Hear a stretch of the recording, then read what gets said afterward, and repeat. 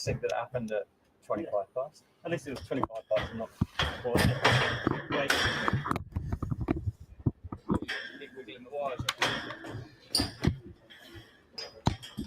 Plugged a few things in.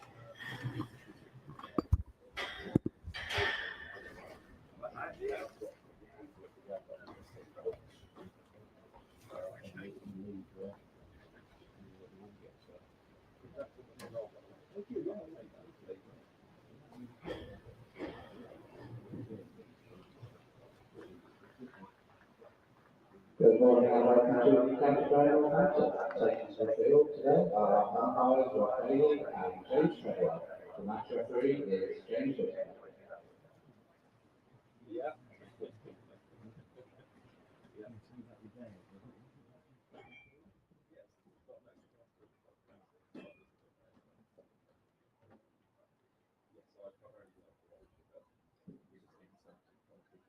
Keeping score today, Terry Owen and James Whittaker. Captain David Lloyd is in the Derbyshire taking to the field, keeping wicket for a guest. Direction to the previously announced opening batter for Northamptonshire. Opening batting will be pretty short and Preston.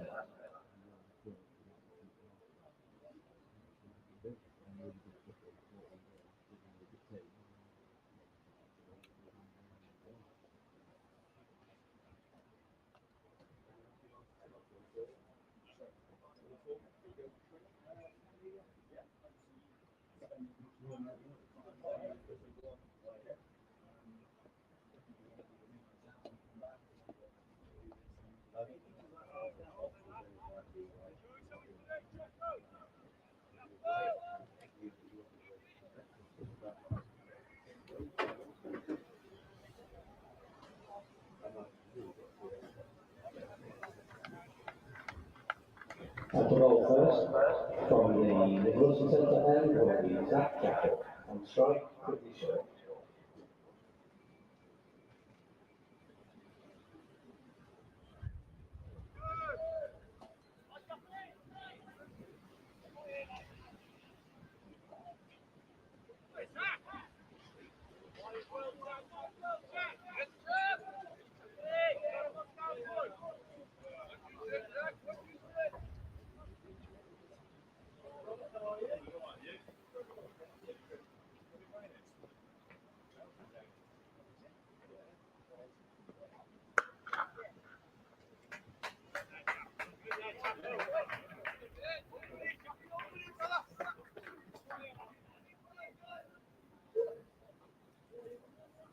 Good morning, everybody. Welcome to the County Ground in Northampton. Apologies for the delay.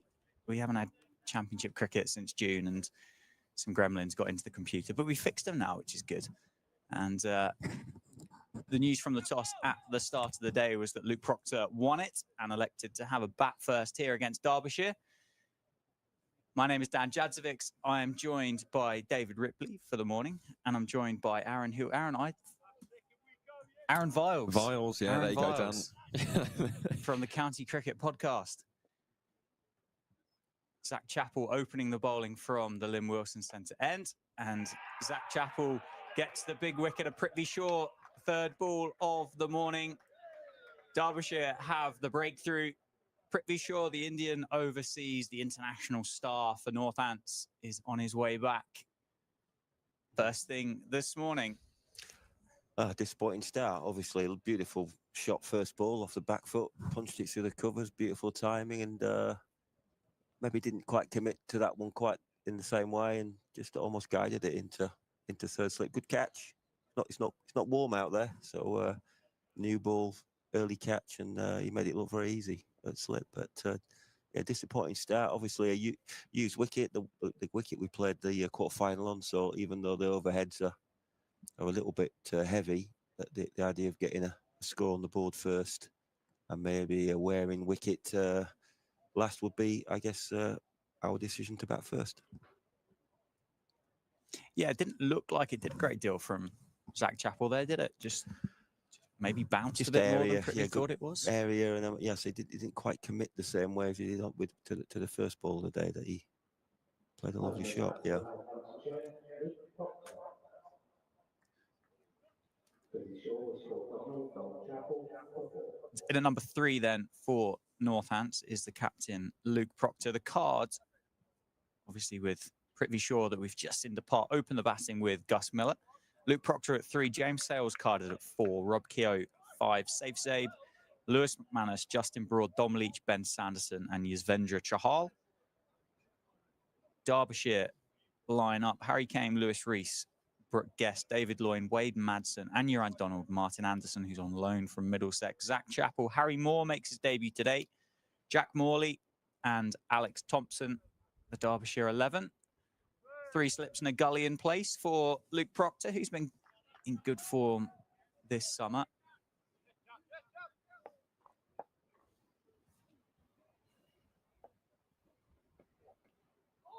Down the leg side. Since so much white ball cricket, I was expecting the umpire to stick his arms out there for Yeah. Yes, it's often this round of championship games when you come out of white ball cricket, it's trying to tie your bat down a little bit as well. But your batting side, you want to throw your hands at things, and you're just in that kind of groove. So obviously there's been some red ball cricket, but after the thrills of Thursday night, we got to readjust. Proctor gets off the mark.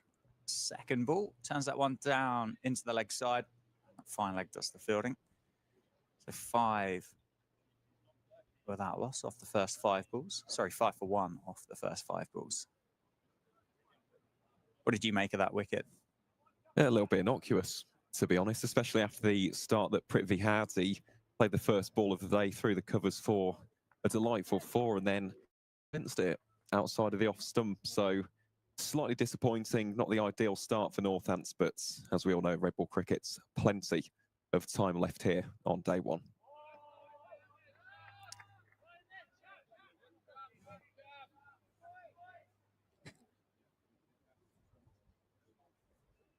Good start for Zach Chappell, though, isn't it? Been quite disciplined with his line and length so far, aside from that one which strayed slightly down to leg side towards Gus Miller, or Luke Proctor, sorry. Miller's on strike now. But he's a top quality operator, is Zach Chappell. Really was highly touted during his Nottinghamshire and Leicestershire days, and here he is in towards the aforementioned Miller. Shouldered arms, and that will see an end to the first over, an over which saw the wickets of Prithvi Shaw, and at the end of it, Northamptonshire are 5 for 1. Yeah, I think the Zach Chappell story is quite an interesting one. Obviously, burst onto the scene at Leicestershire and was really highly regarded. Did he move a little bit early to the limelight, I guess, and that bigger club of Notts who were recruiting heavily at the time? But he made that move, and whether that worked out well, I guess he would only really know, I guess. But from the outside, it didn't look like he had the impact that he was perhaps hoping to. But he's gone back to I don't like to use the words smaller club than Nottingham, because Notts are in a bit of a scrap at the moment, aren't they? But historically, in recent times, and he's found some mojo. He's certainly Northampton to be sick of the sight of him with a bat. He's been phenomenal in a couple of games that I've seen. So yeah, good to see him. Good county cricket operator. Harry Moore on debut opens the bowling from the David Capel ends. Impressed earlier this year in the One Day Cup fixture here between these two sides. Finished with figures of 1 for 29, but I think bowled better than that suggests. But it was Zach Chappell's day out, really, wasn't it? That One Day Cup game took 4 for in the first innings and then finished it off 94 not out. Having been Derbyshire, they were nowhere, were they? 5 for 45, 6 for 78, 7 for 79, and ended up coming back and winning that game by 2 wickets in the end. I know you're a big Harry Moore fan. Yeah, definitely. He was educated at Repton School in Derbyshire. He was Derbyshire's youngest ever debutant in the List A format as well. Made his debut against Worcestershire last season in the Metrobank One Day Cup, and he has got a very high ceiling. As you can see, he's a tall operator, generates that extra bounce from the surface, and here he is in towards Luke Proctor. Shoulders, arms, and leaves that one alone. But yeah, he's highly regarded by Mickey Arthur and everybody at Derbyshire. So great to see him on first-class debut, and I imagine we'll be seeing a lot more of young Harry Moore as we head into the future. Still only 17 years of age is Harry.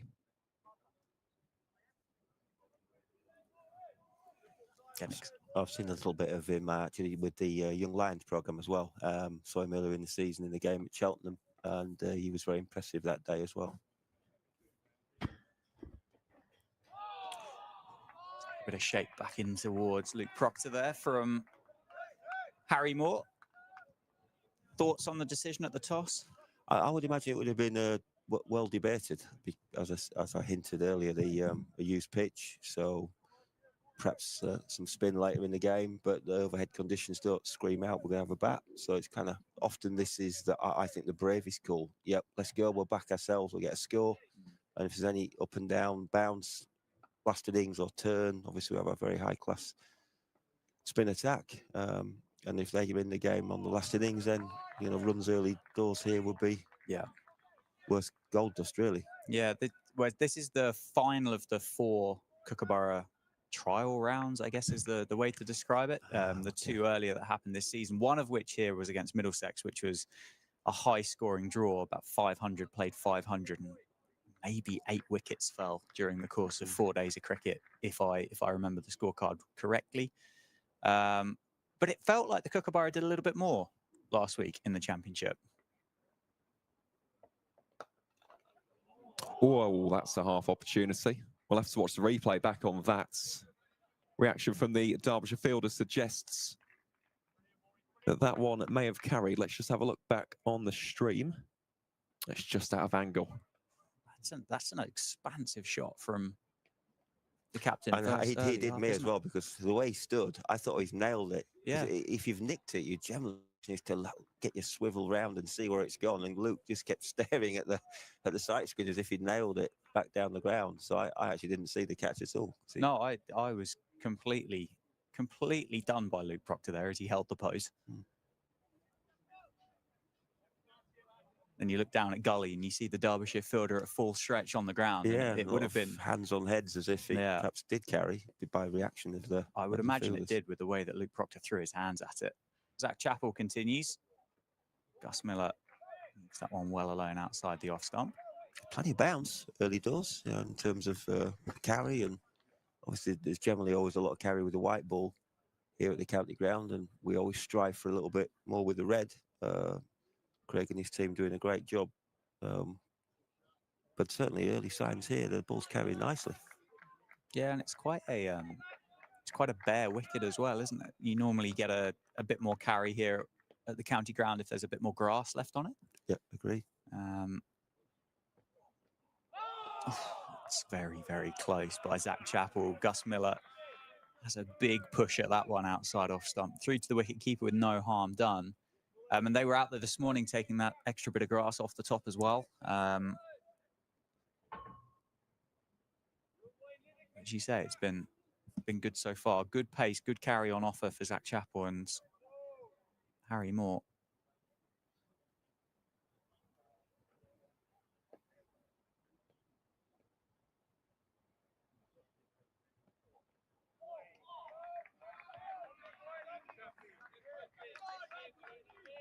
Be a challenge for Gus Miller, this, won't it? First chance, first time at the top of the order in first class it will, cricket. but I'm sure he'll be relishing it. And he bided his time to get an opportunity, and when he played earlier in the year, I think he would have been reinforced that he's good enough, and he's got an opportunity at the top of the order.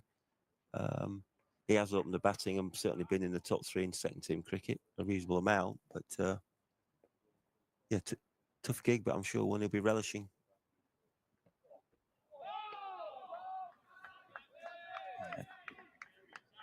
That looked like a leave, I think. I think it was in the end. Yeah. It was in the end. We're just there.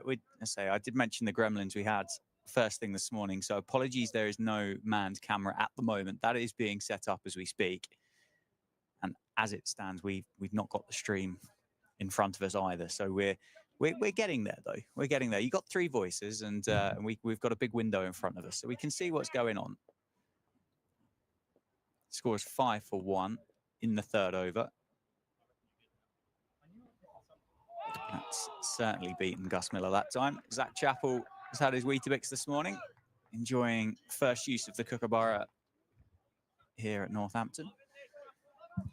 Echo those thoughts, Aaron, with regards to the Kookaburra early on in the season to what happened last week, Yeah, with absolutely. the exception of Yorkshire and Middlesex. Yeah, I was about to say, well, to be honest, with a few of the Division 2 games, because when you look at the first division, all but the game at Trent Bridge between Surrey and Nottinghamshire actually ended in a positive results. There were 4 victories for teams in Division 1 as Chapel comes into bowl here to Gus Miller, solidly defended by Gus. But yeah, I think the time of year is also crucial as well, because you look back in those early rounds, it was April, May, wasn't it? Fresh wickets, the ball wasn't really doing much. And you compare that to what we've witnessed in August on used wickets. The spinners have come into the game a lot more. So I used that game at Trent Bridge as an example. Farhan Ahmed took 10 wickets in that game. Will Jacks took 7. It was a fantastic battle between those two, but it just feels like the time of year is so crucial with the Kookaburra ball. I don't think it works early in the season, but as we head into August, September, once those services have been used, I do think it could be viable for the future. Here's more then to Proctor, resolute in his defence. I mean, what have you two made of the experiments with the Kookaburra? Because there's pros and cons, and I think a lot of people would also look at the viability of it long term. Of course, this is a competition. In the Premier League, for example, you don't change the football halfway through the tournament. So there are questions with regards to that. What are your opinions and feelings on the use of the Kookaburra? I'll let the more qualified man go I was just first. looking to you, Dan. So you've got some calls wisdom on this one. Just let Harry Moore come into Luke. Good leave. I see the idea of, I think there's some frustration in games of cricket being done and dusted too early in the early part of the summer with extreme and extravagant sea movement. And it's not the kind of, cricketers that Rob Key wants to produce for England. I think he's made that quite clear with the Josh Hull call-up that, what often works very well in county cricket might not work so well in test match cricket on good surfaces. So I think that's the theory. Let's have games going over 4 days. Let's have bowlers having to work harder for their wickets. Then I thought that's what might happen. I didn't see the complete implosion of the ball and just loads of runs being scored. I've no idea when they reflect on that whether they think that's what they wanted either. I'm sure there's been a lot of debate about it, but I think they just wanted a better balance between bat and ball, and it turned out it went the other way. So, and unfortunately, because it's so early in the season, there isn't a lot of clamour to set up a game and a last day run chase, because generally you're just finding your feet and you take your draw points and you've got quite a lot of batting points, so you're not prepared to gamble on what might still be a good last day's cricket with a tally set and perhaps 80, 85 overs to score 320. That can be a cracking game of cricket. But we didn't have any of those, did we? It just became take your points and move on. So I see the principle and the idea that maybe they brought in, but I'm not sure it had the effect. So see what they come up with next year. But I do get your point about different balls, and it is a competition, but then the blasts, we play some teams twice. We play sometimes things are just not ideal in our cricket world due to the calendar. It's a beauty from Harry Moore. He has served up some absolutely cracking deliveries this morning from the David Capel end. Luke Proctor, I think, has done pretty well to survive these, to be completely honest. We saw that catch go down at Gully in Harry Moore's first over. That one there was a brute of a delivery, that steep bounce, which is unsurprising from Harry Moore as a tall man. I don't know the feet and inches off, but it feels like something that you would know. That 6'6". There we go. Around about is Harry Moore. Around about a very specific 6'6". Very tall individual. And he looks up for it this morning. He really does, from the David Capel ends, the end of another good over there from young Harry. Yeah, Vast has a lot of questions that in the first 4 overs. Been very challenging. Looks like there's a little bit in it again. That think back to the toss. I'm sure we would have thought we've got to get through the first hour and play well, and we have some depth to our batting. But if we just got to keep scrapping away. Yeah, well, Northampton will be of the opinion that this ball will stop offering that lateral movement fairly soonish. I think that earlier round it tended to stop offering anything up soon, around 10 overs. I think a lot of that feedback-wise was that ball got wet, went soft, and actually then became pretty much useless for 70 overs, which obviously we don't have today. It is dry. I think there's well, much like most of the UK, and you'll be better placed to answer this question, but it's been pretty soggy upper rounds here, is it, over the last week? But Derbyshire will be hoping that they can keep this ball dry and keep getting that seam movement out of the surface. I think it's seam movement rather than swing.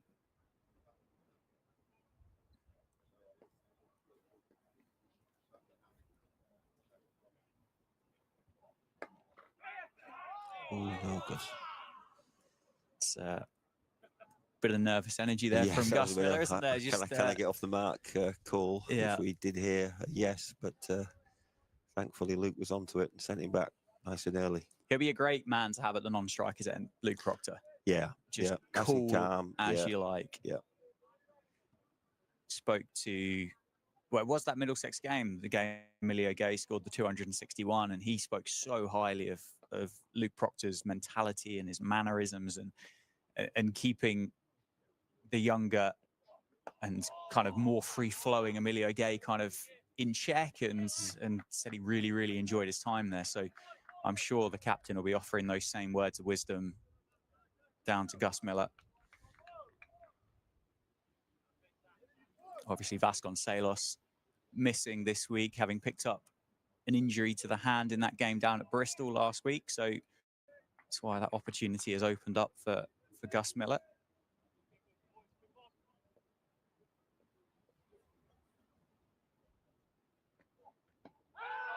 Appeal from first slip, but I think that one's pushed down the leg side. And I suppose, depending on the severity of Vasconcelos' injury, this could be Gus Miller's job for the next 3 weeks. Yeah.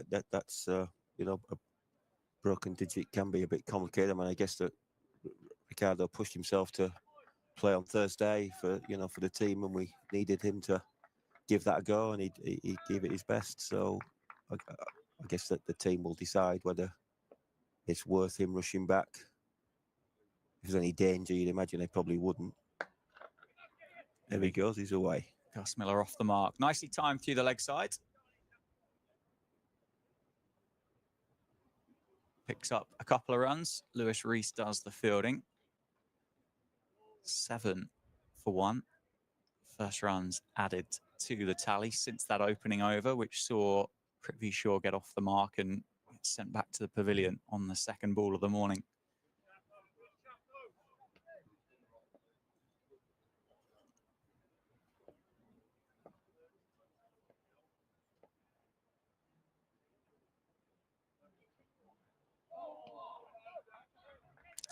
Over bowled. 5 overs done then, 7 for 1. Captain on 1, Gus Miller on 2. Derbyshire, well, certainly making the most of the toss that they've lost this morning. Well, they are. It's been a very disciplined start, hasn't it, from both Chappell and Harry Moore, who will be getting ready to bowl from the David Capel end for this 6th over. And yeah, Zach's had a good season for Derbyshire as well. He's taken 26 wickets at 30.34 so far. So he, unsurprisingly, is their leading wicket taker, as I've just mentioned. And he just seems to be finding an extra level to his game, season in, season out. So even though Derbyshire overall have been struggling across formats, as Moore comes into bowl here to Proctor, defended into the surface for no run. Even though they've been struggling to make quarterfinals in the T20 Blast or really challenge for promotion in the 2nd division, he's consistently been getting wickets. And his batting is improving season in, season out. So, yeah, he's really establishing himself as a more experienced leader now in that dressing room. It's just a case of the rest of the team building around him and, yeah, trying to push for promotion. That is part of the long-term plan for Derbyshire County Cricket Club. It's why Mickey Arthur was brought in the first place. He alluded to the 4-year plan. And in his first season, it went pretty well. The past 2 haven't gone great in the county championship, but Zach Chappell will be a major pillar for the East Midlands County if they are to reach the promised land of Division 1. They really have packed the slips cordon, have Derbyshire. Must be a nice confidence boost as well for Harry Moore, knowing the fact that his captain David Lloyd is backing him here. Got 3 slips and a gully. And this one again is just squeezed out by Luke Proctor for a dot ball. Good start this for Harry Moore. Taken 12 wickets in his first 10 list day matches for Derbyshire County Cricket Club. And again, I spoke about Zach Chappell's batting. Harry Moore can bat. We won't be seeing it for a while in this game, but goodness me, he really has improved that facet of his game for the under-19s. And of course, in the One Day Cup, scored 36 outs against Somerset in Taunton, scored 40 against Kent. So he's no slouch with the willow in his hand. Will be more to continue here then. In towards Proctor, works out off the hips. Good diving stop there at square leg by Alex Thompson, wearing the number 15. A man who I'm very familiar with, Alex Thompson, from his days at Warwickshire. Bears, yeah. Fine cricketer. And again, he's another one actually, if we are talking about individual performances. He's been getting better season in, season out. Really does impart a lot of overspin and topspin on the red ball. So he will be a danger as this wicket gets a little bit older. More again in towards Proctor. That's played smartly off the back foot. And they will scamper through for a single. Reduces the dot ball pressure ever so slightly. And that will bring Gus Miller back onto strike. But it's just about that overall performance. That's been the issue, honestly, for both of these teams this season in the Championship. There's been great individual displays at times, but it's about having that overall display. We saw that with Derbyshire, with that victory over Glamorgan, 10 wickets to be exact. Northamptonshire yet to get off the mark in the wins column in the County Championship. So they'll be seeing this as a big opportunity, as that final delivery from Harry Moore drifts down the leg side, and that will be the end of the over. So Northamptonshire 8 for 1 after 6. Yeah, I think they'll be pretty happy with their start. That the areas they've bowled have been very attacking. If anything, if you've been hypercritical and the captain now he's bowled 3 overs, you might just see if Harry Moore could bowl a yard fuller, just enable him just to play a bit off the back foot. But you know, his first class game, he's bowled 2 maidens out of his first 3, so I think you'll be pretty happy with that. And he's looked to threat. He's bowled good pace, got bounce, and as back up what you said, I've seen him bat very well as well. He looks a fine cricketer for Derbyshire. Proctor rotates the strike nicely again. First ball of Zach Chappell's 4th over. Something that maybe Gus Miller could look to be a little bit more proactive with. They seem to be just settling in, whether that ball's just offering slightly less now than what it was. She said, good confidence boost for David Lloyd to keep 3 slips. Almost, it's where 1, 2, 3 and 5th slip, isn't it? Really, I think player there is probably slightly too straight to be considered a gully. But they'll know as well that this is the moment to take those wickets whilst this Kookaburra is new. Nice shot. Gus Miller down the ground, punches it past Zach Chappell, gets a dive in. Whether he got a fingertip to it or not, take a bit of pace off, maybe. Gus Miller adds a couple of runs. Yeah, Aaron made the point about Northampton, some good individual performances. Pretty much all of that top 6, top 7 have scored hundreds this year. Sanderson's the 3rd leading wicket taker. Broad took 7 for last week. In agreement? We've had a lot of we've had a lot of competitive matches. You know, we've been right in the mix. I think we were robbed early season with the Glamorgan game. I think that's the game we'd set up to win, and I think the rain cost us. So we've played a lot of good cricket, but it's, I guess, to get the win column, we just haven't quite got over the line, and it's been the story of the summer. But hopefully we can put that right in the games ahead. Yeah, the closest was this fixture, the reverse fixture, wasn't it? Oh, Northampton had yes. Derbyshire 9 down. Yes. Rob Keogh 5 wickets in the 2nd innings. I think Anuj Dow faced 140 balls for 30 he did. runs. Yep. And Blair Tickner might have faced 30 for nothing, maybe. incredible, resolute last wicket stand, wasn't it? And that man, Zach Chappell, was he not out at the end? Where Zach Chappell wouldn't be surprised at all as this ball is worked down towards deep fine leg. That'll be Harry Moore, who we've been speaking a lot about so far in this morning session. He'll do the fielding and just restrict that to 1 run. But yeah, it's just been one of those seasons for Northamptonshire, and I suppose at this stage of the season, yes, it's about pride, of course, but you've also got to look for the future. And we're seeing that now with the signing of Dom Leach, for example. I imagine there'll be some more movements over the off-season as well. It's all about building for the future here at Wantage Road as again Zach Chappell. Good areas from the Derbyshire seam bowler so far. And it's almost the same story for Derbyshire themselves. They've had an awful lot of changes in the past 3 seasons. So plenty of experience coming in with the likes of Samit Patel and Ross Whiteley in the white ball formats. Then they've brought in the youngsters, the likes of Harry Moore. Yusuf bin Naeem is also someone to watch out for, young batter at the top of the order. Won't be seeing him featuring in this match, but someone who's been identified as having a high ceiling with the bat in hand as Chappell comes into bowl here to Proctor. That's just worked out to Harry Kane in a short cover for no runs. So that'll be the end of the 7th over. And at the end of it, Northamptonshire are 12 for 1. Rips, you got a new job. Yes, I'm the head coach of Northamptonshire Women, and it's kind of started. We don't officially start until February in terms of any funding from the ECB to support, but I'm working here. We've got an open day on the 22nd of September where our own Northamptonshire women from last year will be joined by others that are interested in having a look at what Northamptonshire might offer. It's an exciting time. And kind of being in at the beginning is exciting. Looking forward to it. How many sessions a week do you get to train with the girls? Yeah, well, or is it very flexible? The complication is that the tier 1 teams are the professional players, and they'll be going to have a weekly timetable, skills coaches, strength and conditioning programs. I'd imagine everything that the men's game has. But in tier 2, the idea is that the girls don't pay for anything. All their training is free, all their travel is free, their kit is free, but they have jobs honouring education.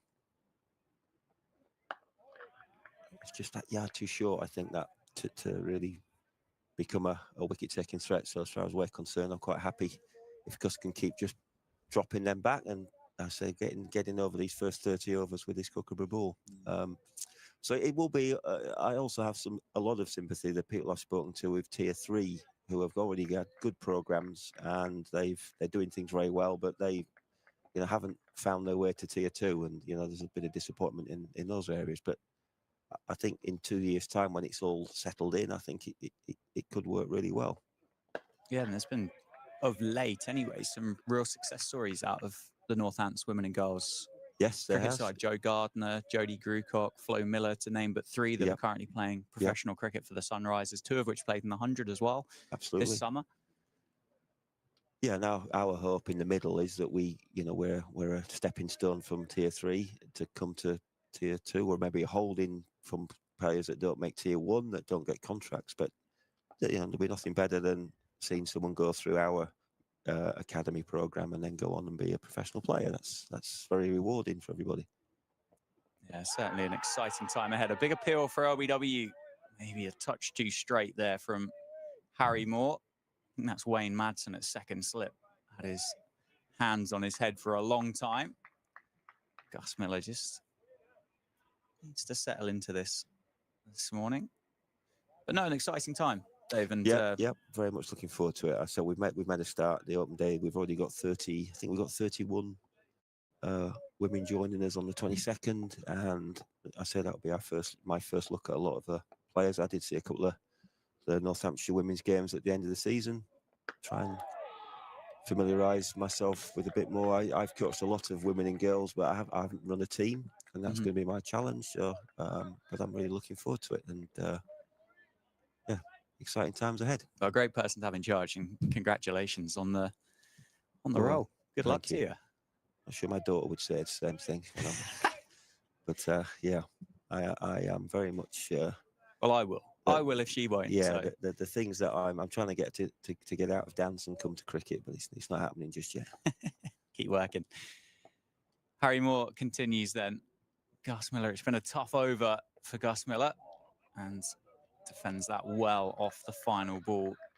So Harry Moore just pushed that length further forward, just a touch there, didn't he? And it's a little bit more of a handful. It certainly looks like it's got some steep bounce in this pitch. It does, and a great start this, isn't it, for Harry Moore? Yet another maiden over. 3 out of his first 4, resulting in 0 runs being. He's got figures of none for 1 so far. So, yeah, good start this for Harry. I agree with Rips's point about needing to just push the ball slightly fuller. He has been dropping it a little bit too short. He needs to try and invite the drive from Gus at this stage while the ball is doing a little bit off the surface. But other than that, decent start this for Derbyshire. They've not had too many loose deliveries either, which is always a great thing to pick up on as Zach Chappell into bowl here to Luke Proctor, who again is resolute in his defence, works out towards no, that's not a Nyron Donald, that's Martin Anderson, the low knee.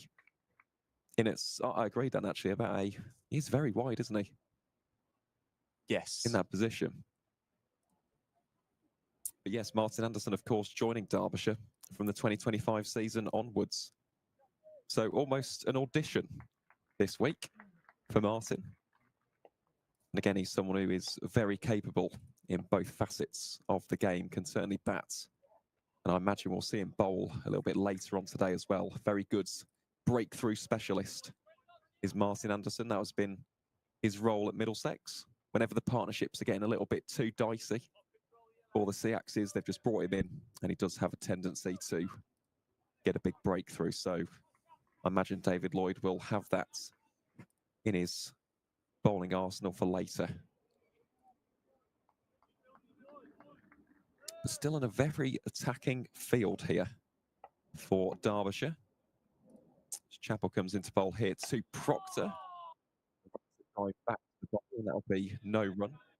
But he's got Harry Kane operating by himself there in the cover. So there are plenty of gaps and spaces for Proctor should he want to drive. The key is, though, will he be tempted to do so given this disciplined start? Yeah, and we haven't. There's been very little in shape of a half volley, very little in terms of width or anything on the pads. They're both very, very disciplined. However, with the Northamptonshire hat on, the ball is going past about a little bit less than it was in the first 3 overs, 4 overs.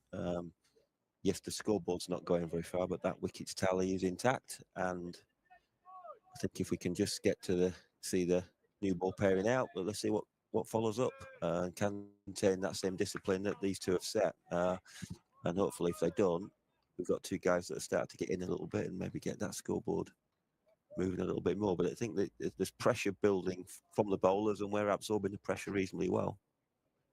It is. It's a really gripping contest, this actually, between bat and ball so far. As Chappell again in towards Proctor, leaves that one well alone. I don't know if you saw some of the fields England had set this week, and they were very, very attacking. Let's just say that, or bordering on suicide, in my view, in terms of just not having no scoreboard pressure at all. Scoreboard pressure does bring wickets. In terms of you just feel you're not going anywhere. So I don't know. And obviously England are playing a really great brand of cricket, and 95% of it I love and support. But I saw some of that cricket and thought, I just don't see why we have 2 leg slips, a short leg, and 4 catches. We are playing an international cricket side after all, but I don't know if that's going to come back and cost us a little bit. I don't know. I would imagine Sri Lanka are certainly favourites to win that Test match. They most definitely are. Interesting little dynamic just occurred there at the end of the over. Zach Chappell, instead of going over the wicket, came around the wickets in towards the Proctor, slightly got his line there a little bit too down the leg side.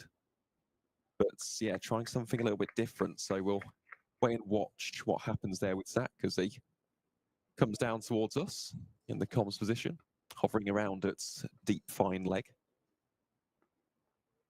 Here we go again, then that's a good shot from Luke Proctor, straight back down the grounds. The second boundary of the day for Northamptonshire. The first one coming off the first delivery of the day. This next one coming in the 10th over, but that is a fine shot from the Northamptonshire captain.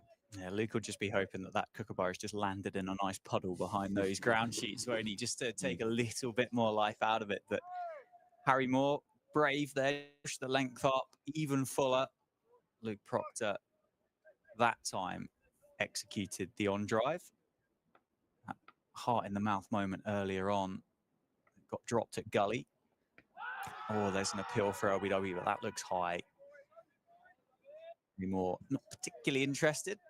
You'd expect really from that man, he really is going to have to go very, very full to start challenging those stumps. Yeah, I think that's the attack. Yes, he's conceded a 4 down the ground, but that's where the chance came to gully. That it was a drive ball. There we've been hit on the pad. It might have been knee roll, but Luke had to come forward to that ball. So I think I said if I was the captain, I'd still be encouraging that. I won't want him to just to back off. And it's about wickets in this first spell.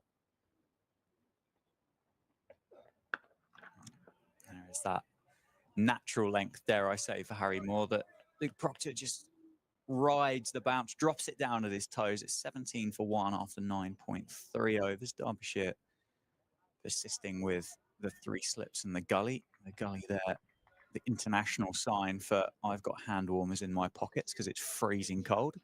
It's the first week of September and the sunshine forgets to work in the UK, doesn't it? It was about 14 degrees outside, I think, this morning.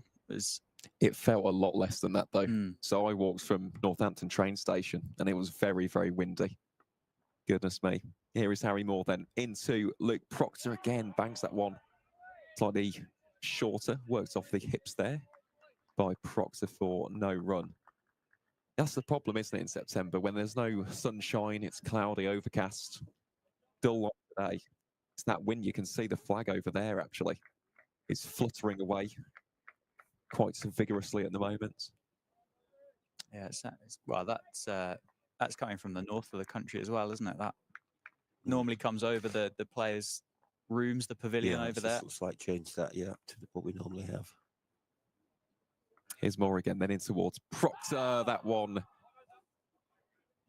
Oh, it's just scamper down the leg side, given 4 leg byes. Overcorrected his line there, did Moore. Going 2 straights, angles it down the leg side, and it just beats the desperate dive of Brooke Guest there, the Derbyshire wicket keeper. We will slight delay there as David Lloyd has a bit of a fumble as he tries to get that ball back to his wicket keeper. You can see Brooke laughing there. Yes, he's enjoyed that. I'm sure he might hear more about that as the day goes on. It's those cold hands that we've just been speaking about in there. that puddle we were down. So There'll be one in there somewhere. Brooke Guest just well, wicket keepers are renowned for having good arms from the boundary, aren't they? Oh, well, at least 2 or 3. I think Brooke Guest just indicating to his skipper how that should have been thrown back. How can Moore respond then? Well, he's driven very firmly there by Luke Proctor. That is racing down towards the boundary, and that will be another 4 off the bats of Luke Proctor. That's a lovely shot from the Northampton skipper. Yeah, classic Luke, really. I think just wearing him down a little bit. He has gone a bit fuller, and Luke's climbed in, and he loves batting long. He's a gritty batsman. He reads the situation well, and he's got really good powers of concentration. So if we need anyone who's going to help see off this new ball and take us to that kind of 30-40 over mark, then hopefully if Luke Proctor's still there, we'll be in good shape. Yeah, it just feels like it's just calming down a little bit, doesn't it? 10 overs now into the piece, and Zach Chappell, Harry Moore still a handful, but just appears out the window to be slightly more sociable for the 2 Northampton batters in the middle. Gus Miller gets forward, gets in behind that one nicely, defends it down the ground. Miller's on 5, Proctor's on 12. Still Derbyshire go with 3 slips, 2 of which are just practicing their forward defence. It's not been that long of a day yet, lads. We've only been out there for 40 minutes. You can't be bored yet. 10 overs. The ball's gone past the bat multiple times. Not going to be shadow batting at first slip after 40 minutes, are we? After this electric start from the Derbyshire seamer, surely. I don't know too much about Jack Morley. Have you got anything to tell me about him? I do, yes. So he's a left-arm finger spinner from Lancashire. Gets a nice bit of flight and dip on the ball. So imagine we'll see him utilized as the day and the game gets a bit fuller and longer, I suppose. But yeah, he's not really had too many opportunities at Lancashire. Of course, Tom Hartley has been a prominent figure as Zach Chappell comes into bowl here to Gus Miller. Again, just strays down the leg side. Decent take that from Brooke Guest, another former Lancashire man, funnily enough, is Brooke Guest. But yeah, it's just been opportunities for Jack, really. He's a good young spin bowler, but this is the thing with spin. It takes time. It's not like young seam bowlers who can burst onto the scene and they can immediately establish themselves in a starting 11. Spin, it takes time. It takes opportunities. It takes years to fully hone your craft. So for Jack, it's just about playing time as Chappell again forces Miller to go on the defensive. Ball just about squirms away for a dot ball picked up by Martin Anderson. But yeah, he is a good young prospect. I do quite like Morley. And it'll be interesting to see if they do make the signing permanent, because he has been on loan this season. Right. And of course, with Lancashire having the likes of Tom Hartley, and of course, they've got a very good young spin bowler in Charlie Bardard now, who is also another left-arm finger spinner. I do wonder if he could make this loan move a permanent one, as Chappell again in towards Miller, works that one down the grounds. Yeah, Jack Morley played here for Lancashire in the One Day Cup. The final group game, wasn't it? I think here at Wantage Road, where Lancashire ended up winning that one, but 10 overs. Yeah, 10 overs, 2 maidens, 2 for 44.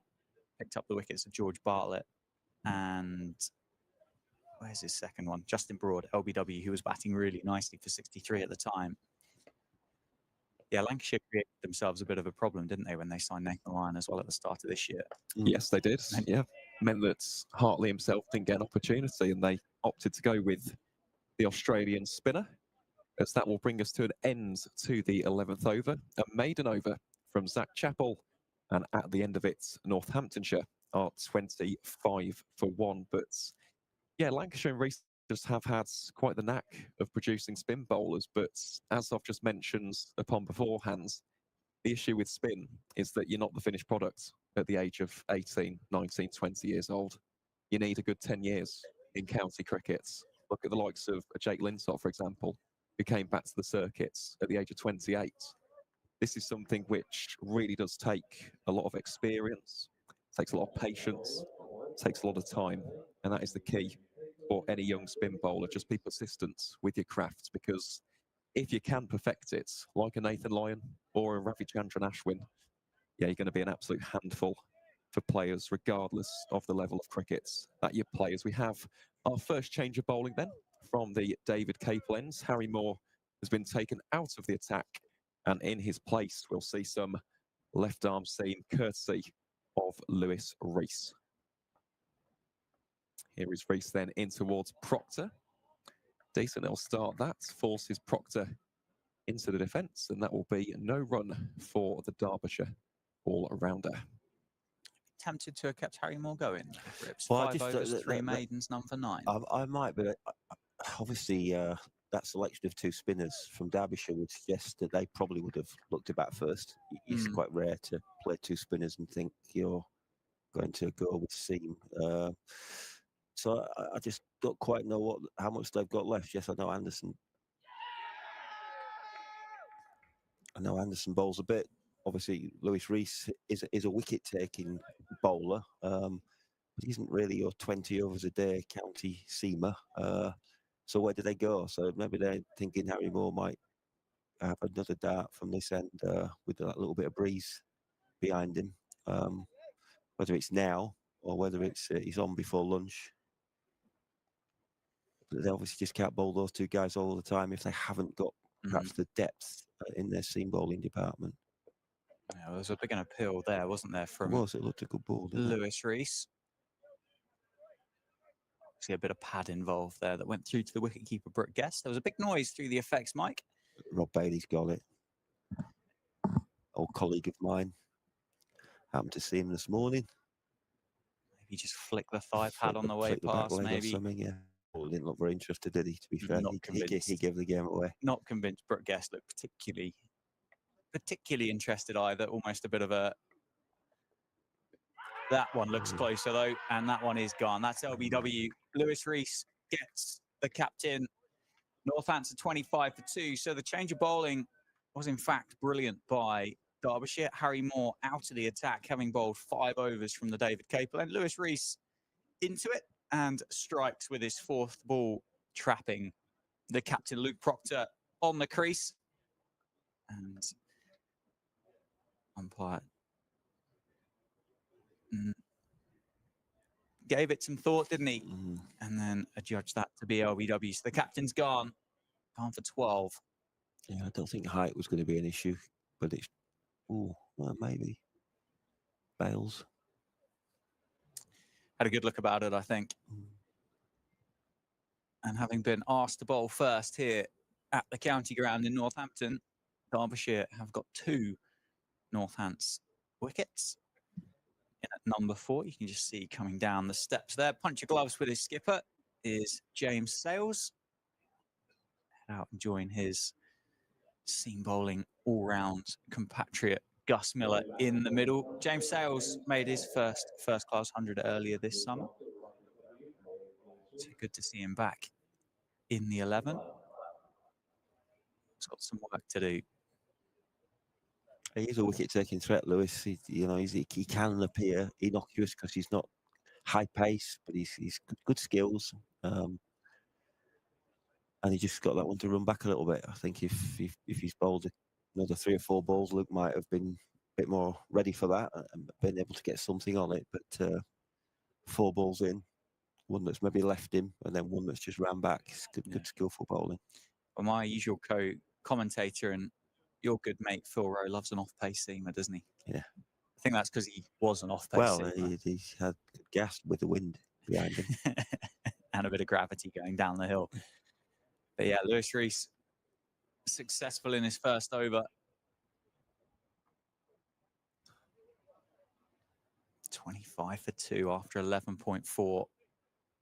A pitch that's had the grass shaved off this morning with a kookaburra, having been asked to bowl first as well.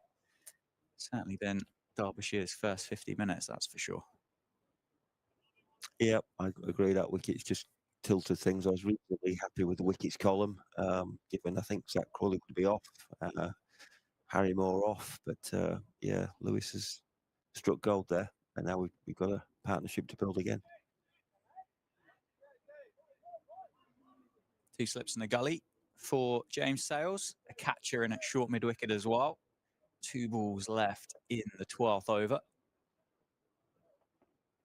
And that's, well, placed beautifully. That wasn't it, between gully and second slip. It's not going to go. It's going to hold up, and Wayne Madsen retrieves that about 6 foot in front of the boundary rope.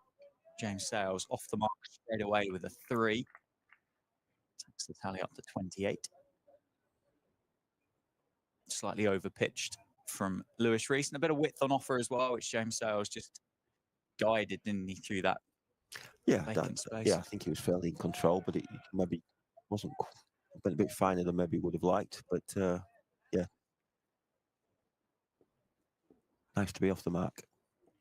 Gus Miller then with the final ball of the over to contend with, and beats the outside edge of Gus Miller, who just pokes at that one as the ball goes past.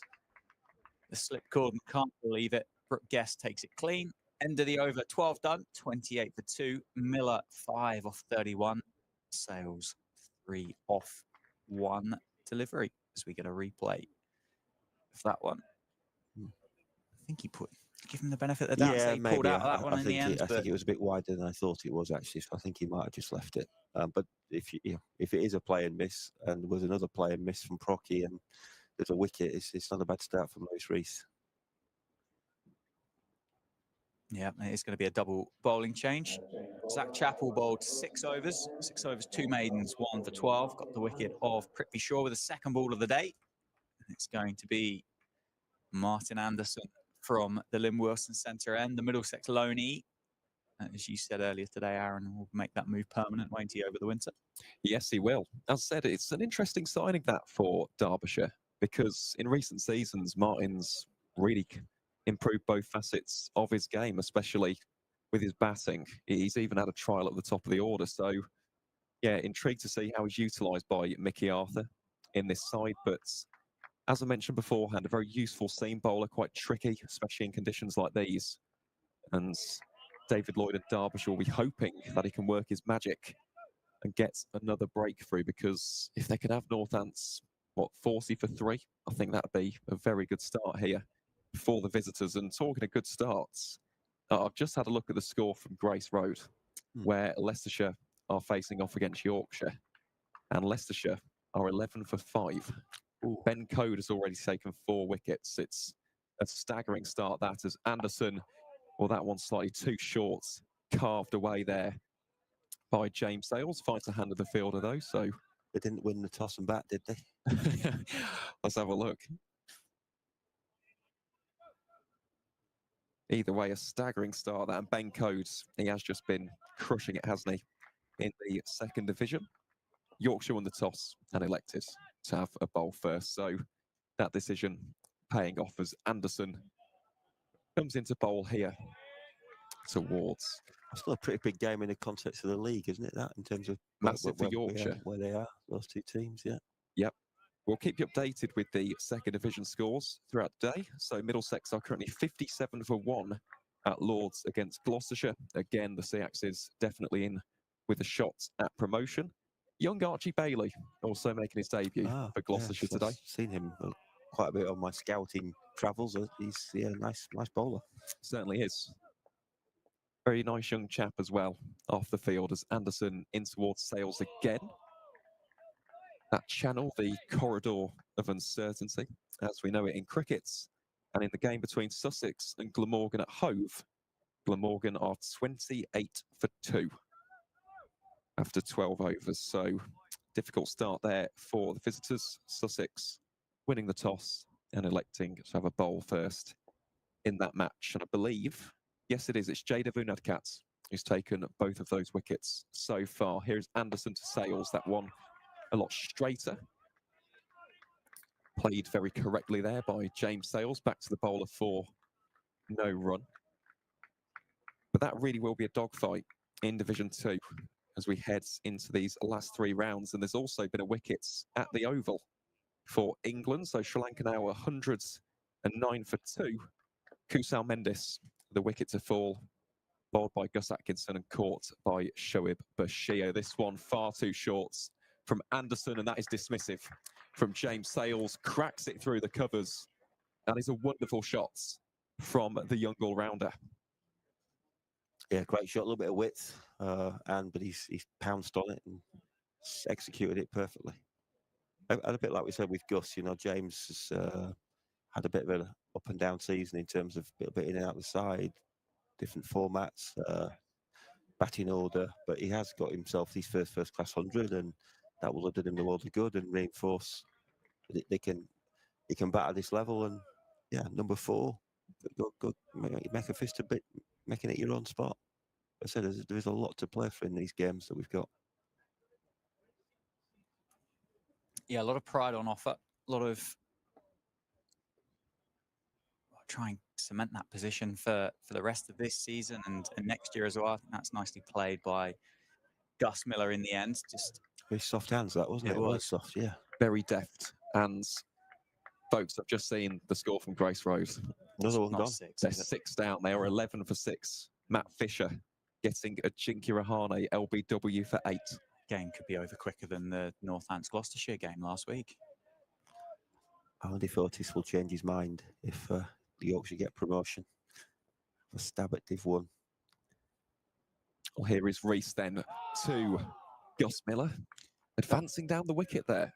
First time we've seen that, isn't it? Gus Miller taking a big stride forward, a shuffle forward to try and counteract that movement that Lewis Reese is getting. It's certainly not extravagant movement, is it, from Lewis Reese? But No. Gus Miller electing to try to do so. It's there though, isn't it? It is that spectre just hovering over these deliveries from Lewis Reese. He is getting a little bit of movement so far as Reese comes into bowl here then to Miller. This one defended straight back to the bowler for no run. And also the big game in the first division is taking place in Taunton this week. Somerset versus Surrey. So Somerset winning the toss, choosing to have a bat first, and they are currently 44 for 2. Kemar Roach and Jordan Clark with the wickets of Lewis Goldsworthy and Tom Lammonby, Archie Vaughan and Tom Abel, the not-out batters, on 23 and 0 respectively. Abel's only faced 5 deliveries though, so he can be forgiven, as again Miller using the feet, trying to close down that angle of the left-handed Reese. You imagine that having won the toss and batted might be another spin surface with the strength of Surrey's seam attack, and perhaps Jack Leach, I guess, in playing, and Goldsworthy and Archie Vaughan. Quite a strong Somerset spin attack. That'll be interesting how that pans out. Bit of a throwback to the days when they had very much turning pitches down there, didn't they? And were very competitive in the championship. Most definitely, as this ball is just flicked away down the leg side by Gus Miller. Brooke Guest, the Derbyshire keeper, doing the fielding there, so that'll just be one more run to add to the tally. 33 for 2 now after that one. And I suppose the big news from a Surrey perspective is that signing of Shakib Al Hassan for just one match. Oh, that's happened, hasn't it? Right. It has indeed, yes. So not this game, though, is it? Or is it? It is this game. Oh, so they've got a high-class spinner in their own side. They have. Oh, wow. Tom Curran returning to the 11 and Kemar Roach also coming back for the defending champions as Reese comes into bowl here, very full. Pushed through the covers by James Sales. That will be fielded quite smartly by Zach Chappell for just the one run. And that will bring us to an end to the 14th over. Just the 2 runs coming off of it from those final 2 deliveries. And at the end of it, Northamptonshire are 34 for 2. I think that's us mostly caught up, actually, with the scores, apart from the Bears versus Pears match taking place at New Road. Worcestershire currently 45 for 1. You can guess who took the wicket for Warwickshire. It was Oliver Hannon-Dorby. He's been in tremendous form yet again this season as he looks to reach 50 wickets in a championship campaign for the 3rd season in a row. Just a question for you, Ribs.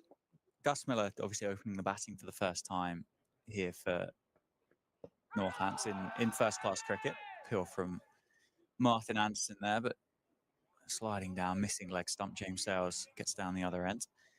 I appreciate you can only speak in your time. You obviously can't comment on what's gone on in the dressing room this morning. I appreciate you're out there this morning, weren't you? We're working with Lewis McManus. Yeah. But would much have been said to Gus ahead of today? Any kind of advice, or would it have been a you go and you figure this out for yourself type thing? He's obviously a very busy and a proactive cricketer.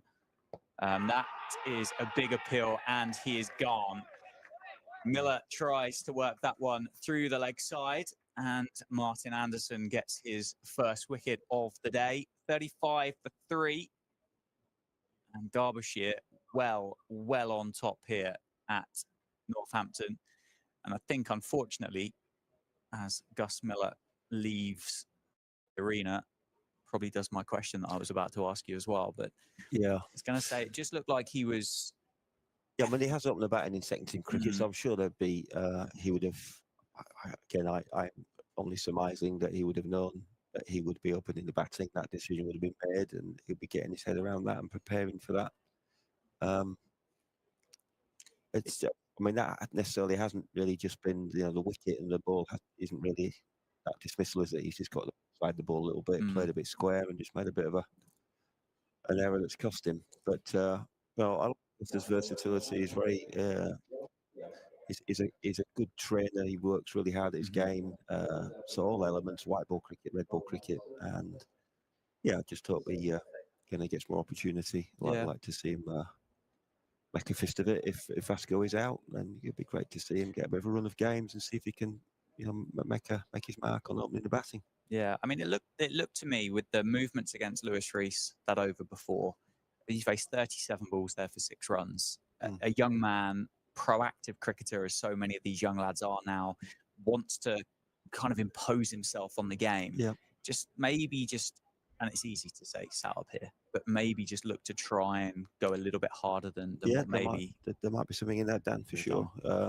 I think the one where you come down the wicket, I nearly brought that up actually after the event, because I do think that's an interesting one, because as long as you don't, as Rob Keogh faces his first ball, nice leave outside off stump. I thought as long as you don't come down the wicket and follow it, if you're coming down the wicket imposing yourself on the length and the bats and the bowler, then I don't think that's a bad tactic. We talk about that quite a lot, actually, in academy cricket. Being able to have the confidence to leave your crease and change the length of the bowler without coming down and having a swing. We saw one of the dismissals in the Test match, didn't we? That was a little unusual. Oh, it's an appeal again. It's got the back pad of Keogh. Anderson gave up on that appeal quite quick. Yeah, that's not Dan Lawrence using your feet and just trying to smoke it over the top. It's using your feet. If you turn it into a half volley, yes, you're going to hit it up to 4, but you're just trying to mess with that length on a wicket that's doing a little bit of something. And I was going to say I quite like that actually. He's got the confidence to do that, because if that goes wrong, you might have someone saying, "What are you doing that for?" You've got all day to bat, but it's about imposing yourself a little bit. Yeah, of course. I mean, it was 6 off 37, but you've got to go out there to try and score runs. And we said he got very little ball to hit, did we? Yeah. We said that the first 8 overs, 9 overs, there's no half volley or on offer at all, or width on offer at all. So he put some hard yards in there, and I'm just disappointed for him. Obviously, he hasn't had the chance to go on. It looks to me that Anderson, he's got a wicket-taking ball in him, but he might not have the same discipline, and there might be chances to score. Wow, that's a beauty. That square leg went out, so the short ball was the plan. Whether that was the line that Anderson wanted, or whether they just wanted Keogh to take one, and they ended up with another over at the new man, whilst Rob Keogh just had single figures on the tally or not, I don't know, but it was a good ball. It was a good ball. Bounce again. The surface looks like a good surface. It's got bounce, had a little bit of movement with the new ball.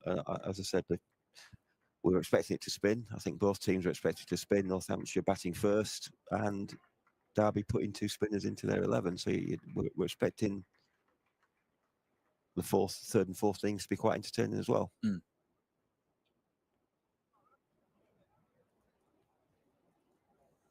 15 overs complete this morning. Then it's 35 for 3 to the second hour of the morning.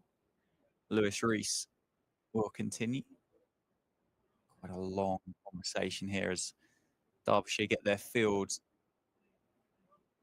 in place. You see they're well on top, as I say, 35 for 3. The scorecard says it, the little box score on the screen says it, but you can just see that they feel that they're not getting as much lateral movement out of this Kookaburra as what they were in those first 8 overs. One of those slips has gone into what would be a ring field. Tree continues, just runs that one across James Sales. I suppose that's the difficulty with someone like Lewis Rees. It will be that kind of tempting pace, that tempting length. That can you drive it? Should you drive it? Is it the right time to drive it? Yeah, he can. He lures you in. There's no real swing that we've seen so far with the Kookaburra. More a little bit of nibble. So it does go up a gear for Lewis if there's also he has the ability to swing, and that will be another threat for us to face. But it's just that little bit of nibble, as we see from that one. Catches the outside edge, but just in the gap, thankfully. Yeah, soft hands again. Soft hands, agreed. By James Sales. He's got 7 of his runs, 7 of his 13 runs that have come down through that deep third area. Almost a carbon copy of it. I think it carried, actually. I think it would have carried. They're quite close, aren't they, that slip cordon? Yeah, they're in tight. Be a nod to that off-pace nature of Lewis Rees. But he'd have struggled to have placed that much better, James Sales. So he gets 4, 13 off 11. One defended back up the ground. It was a nice looking shot that from James Sales as a 7th wicket falls at Grace Road. Leicestershire now 21 for 7 in that game. Absolutely staggering stuff from Matthew Fisher and Ben Code. Fisher, 3 wickets, Code 4 wickets. Absolutely top-notch stuff. And this has been top-notch stuff as well from the Derbyshire seam bowlers as Rees bounds in here with purpose out towards Sale. Just clipped down the leg side. Derbyshire do have the man at deep fine leg. It's Martin Anderson who got that wicket of Gus Miller very recently, who does the fielding there and limits it to just 1.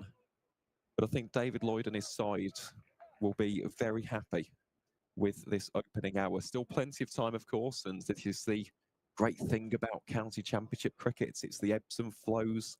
You can be on top 1 minute and then someone comes out and produces something special and all of a sudden you're on the back foot. It's all about taking the rough with the smooth, isn't it, in red ball cricket, and just trying to get yourself in as best a position to go on and win the game later on in proceedings.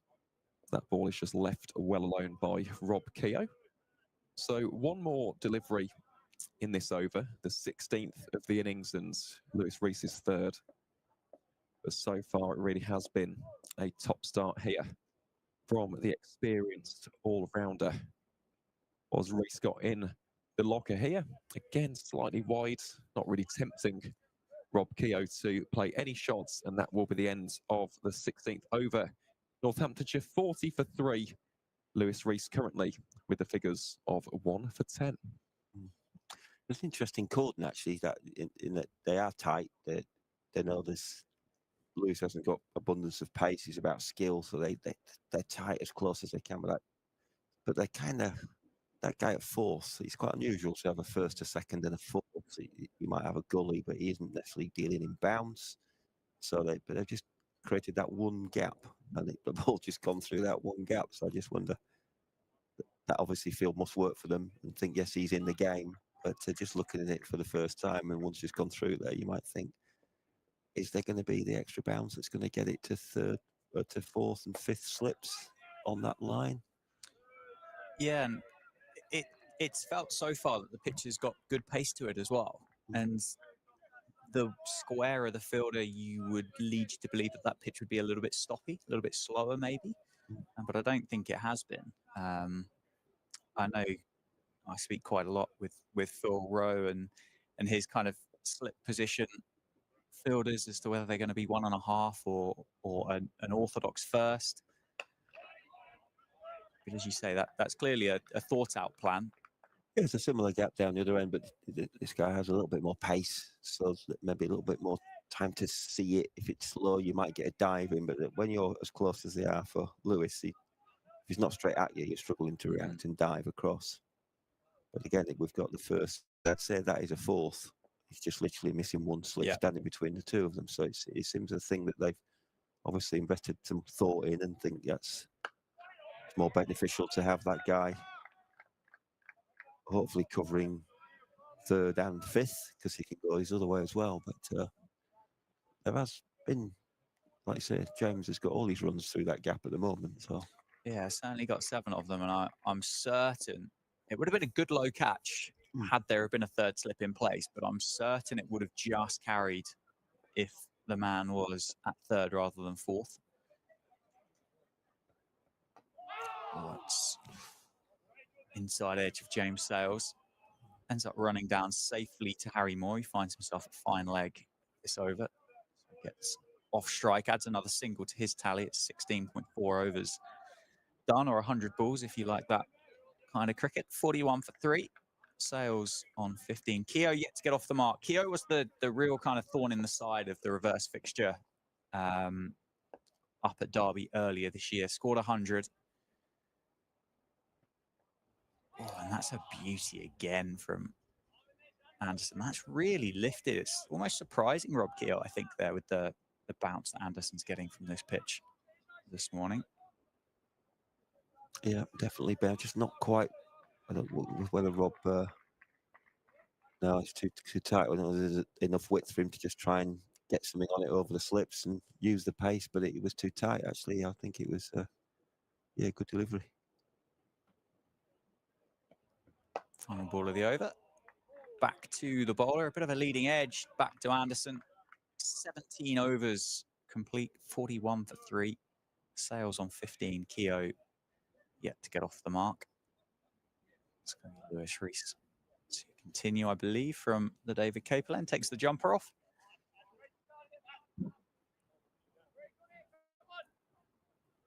Been pleased to see Lewis because when I was head coach, Lewis was on kind of trialing round a little bit as a young cricketer. He left Lancashire and just trying to get in. He played some second team cricket for us actually, but we couldn't really fit him in anywhere. And obviously, he got an opportunity at Derby, and he's had a very strong county career in all 3 formats.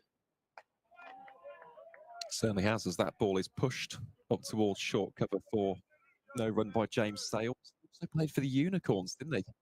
Lewis Rees. I remember him playing combined unis, I think, as well. Yeah. That's why I remember seeing him fairly early on. But yeah, Unicorns was a thing, yeah. He's had to get back into the county circuit the hard way. Started off in the Lancashire pathway.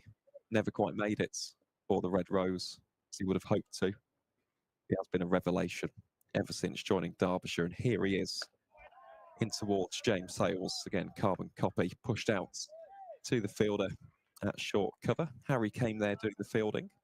Former Hampshire man. Been at Derbyshire for the past couple of seasons now. We'll see him when Derbyshire come out to bat.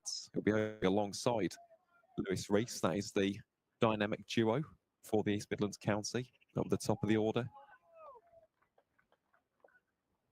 Let's see what Lewis can concoct on this third delivery in towards Sales. That's a good channel there from Lewis Rees. Clever leave as well from James Sales, who's looked quite good for his 15 so far. Yeah, just looking at Lewis's follow through there as well on the screen, he's pretty tight. He's like a classic. He doesn't veer off quickly like Keith Barker might do. So he's in the game, and that with spin selected for the fixture. If we get spin entering, that might be another facet that there could be a bit of rough there for spinners to work with. This one again defended very late by James Sales, just underneath the eye line. That'll be no run, and yeah, top stuff this from Lewis Rees in this over. Not giving too much width. Nothing straying down the leg side, making James Sales play the ball on its merits here. And every single one of the Derbyshire bowlers so far applying the pressure, even though Harry Moore went wicketless, aside from maybe that last over, which went for 12 as Rees comes into Sales here, pushed back out towards mid-off. Zach Chappell for no run. Wearing a sun hat, which I'm a bit surprised about, given the conditions here in Northampton today. Although I do think the forecast says a bit of sunshine later, so fingers crossed the overcast conditions will dissipate slightly as we head later on here in day 1. I don't believe you've got any floodlight options in this fixture. I think we've run out of our days, so that kind of handy to have that up your sleeve in this time of year. Obviously, with the nights drawing in a little bit if there's cloud around, but if the sun shines, they won't be required anyway. Well, let's hope that it does, as Lewis Rees finishes off his over with a dot ball. That is a maiden over for Derbyshire. And Northampton now 41 for 3 after 18. But just going back to that previous point about Harry Moore, even though he didn't have the reward, I suppose, with the wickets, still bowled some good areas, did well in the opening spell. And yeah, I think David Lloyd will certainly be the happier of the two captains at this stage, as Martin Anderson gets ready to bowl another over here from the Lynn Wilson end. And he will come into bowl here to Rob Keogh, who pushes at that one straight as an arrow back down the grounds. The ball will beat the chase of Lewis Rees. And that is a fine shot from Rob Keogh. That's a lovely shot to get off the mark. Lovely balance. Yeah, that's Rob playing at his best there as well. Not going too square, not going to mid wicket and square leg, but that area just the other side of the stumps. Really good shot. Makes it look easy, doesn't he, Rob Keogh? I've always thought that with his batting, regardless of the formats. Just a tremendous cricketer to watch as this one attempted glance down the leg side. There was no connection on that from Rob Keogh's blade, so that will be a dot ball. But when we talk about servants of Northamptonshire County Cricket Club, Rob Keogh has been one of the finest in the modern era, hasn't he? Of course, a 2 times winner of the T20 Blast in 13 and 16, an ever presence in the red ball format as well, and just a tremendous character is the Luton-born all-rounder. Here he is to face off against Martin Anderson. Played resolutely and compactly for a dot ball. And in terms of his character, Rick, you'll know this better than myself and Dan, but what is Rob Keogh like to have in a dressing room? One of Rob's things is just knowing how good he is. I think he has doubt about the quality of his game, and you'd love to see him playing at his best, and you try and reinforce how good that is. And obviously, he's had longevity of career, like you said, in all formats of cricket, and he's bowling. Not again wondering if his bowling's quite good enough sometimes, and he's just a little bit of confidence. He just needs a bit of tyre pumping up, and he's a very humorous guy. He's very, very funny guy to have in your change rooms, to bring humour, and yeah, and actually a beneficiary. That's not a common thing in modern cricket. There's so much movement. So, like you said, a loyal servant of Northampton cricket. Certainly is, as he's forced to play this one off the back foot. Martin Anderson just keeping him on his toes, quite literally there, with that delivery. We talk about the bounce and carry off this surface. It's certainly present on that delivery from the Middlesex low knee. I've just always thought he's been a fine cricketer, who was Rob Keogh. He should have a lot of confidence in his game. He has been an outstanding player for Northamptonshire over the years as he plays this one on the defensive, and that will bring us to an end to the 19th over, after which Northamptonshire are 45 for 3, James Sales on 15, and the aforementioned Rob Keogh currently 4.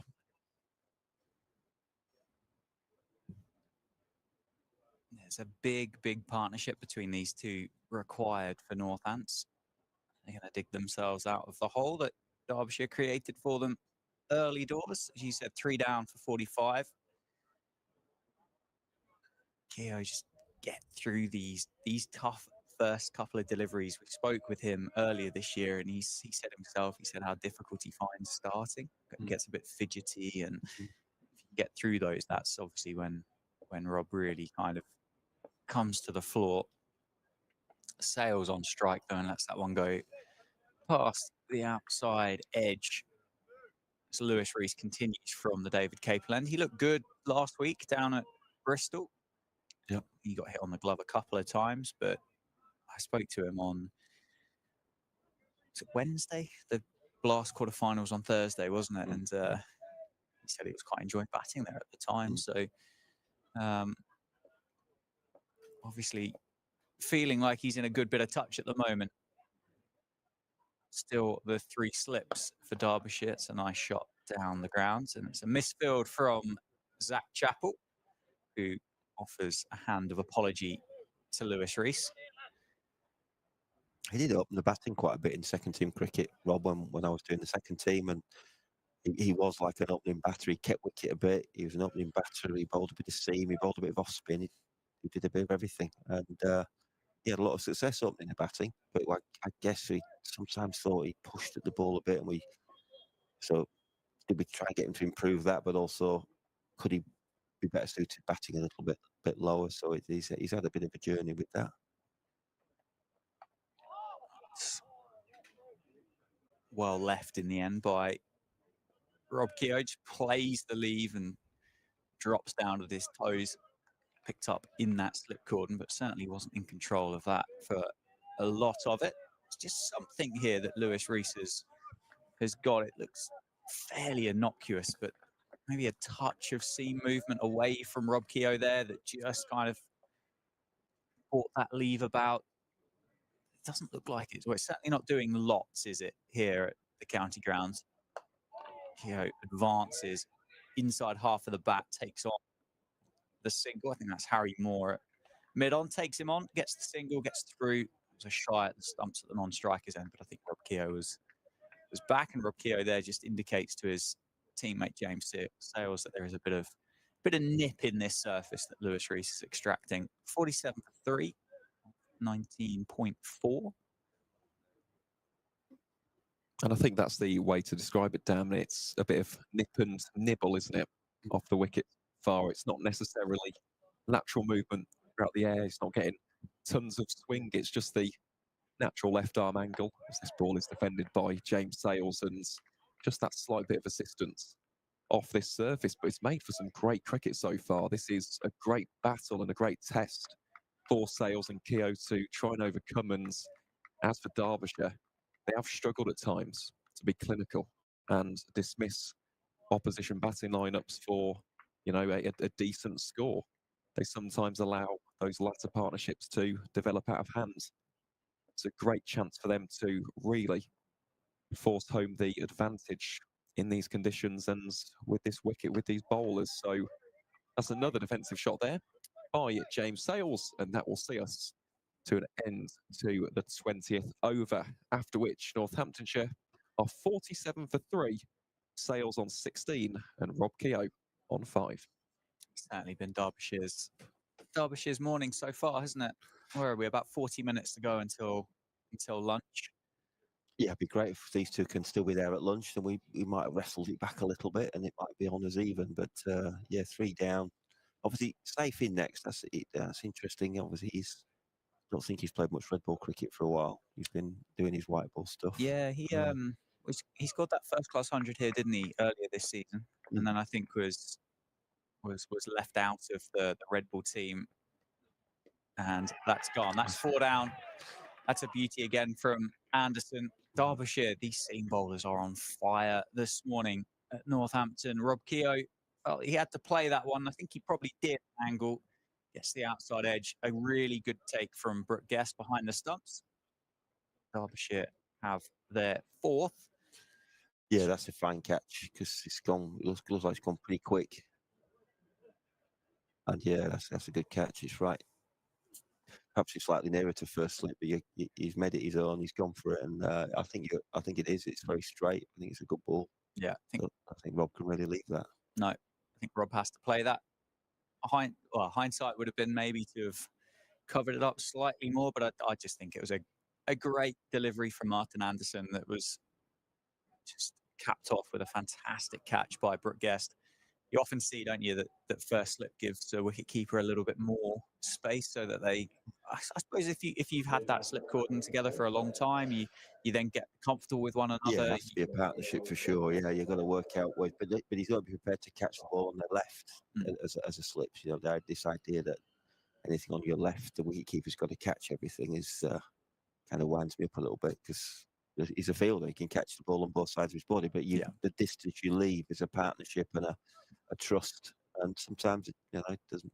You both get it wrong. You both look at each other and damn, no one went for it. But yeah, he made that his own early, and he went with 2. It might have only just stuck in 1 in the end, but his commitment to go with 2 hands got his head in a good position. That was a really fine catch. Yeah, it was low as well, wasn't it? Yeah. Just to add an extra bit of complication. We were just speaking about Save in at number 6. I don't know whether you had any further points to make about Save at 6, but No, just the fact that I think I touched on it earlier. Bashing a lot of white balls and been ready, and then he's played obviously the blast. I think he went off and played a bit of T10 somewhere. Yes, he did. Smashed, T10, wasn't it? smashing a few more white balls than we had the quarter final. Yeah, just that adjustment that he's got to make coming into a tough red ball situation. Yeah. Derbyshire just strengthening that slip cord, and that 4th slip goes into 3rd. Save, the left-hander, defends that one into the leg side. First up, Anderson now has 2 for 10 or 4.2 overs. I spoke with, I think it was Ricardo Vasconcelos last summer, And being a layman in the world of cricket, I asked the question. I said, how difficult is it to switch between formats? And I said, well, from red ball to white ball is okay. That's not a problem. I think the roll gets a little bit simpler and the ball does less. But to go the other way around, he said it can be quite tough and does take quite a bit of adjustment. As we see, safe save, second ball, a bit of an expansive off drive down towards Lewis Rees there. And that would be technique and mentally, I suppose. Yeah, just that mental side of letting the ball go, or you know, you just don't block many balls, do you, or leave many balls in a white ball cricket match. And sometimes that ball that's just a bit wide but is a very good line and length, there's not really much you can gain by playing it in a red ball match. No, absolutely. Well, although it's a challenging situation for Safe Save, at 47 for 4, he'll be relishing the fact that he is playing red ball cricket. Absolutely, he loves red ball cricket, and he's he's performed well in red ball cricket for Northamptonshire before. I would imagine it was probably quite tough for him not being part of that red ball squad whilst that white ball focus was going on. She said, loves red ball cricket, just loves cricket, full stop, just wants to be playing. Defended back to the bowler. One ball left of the 21st over. Another successful over for Derbyshire so far.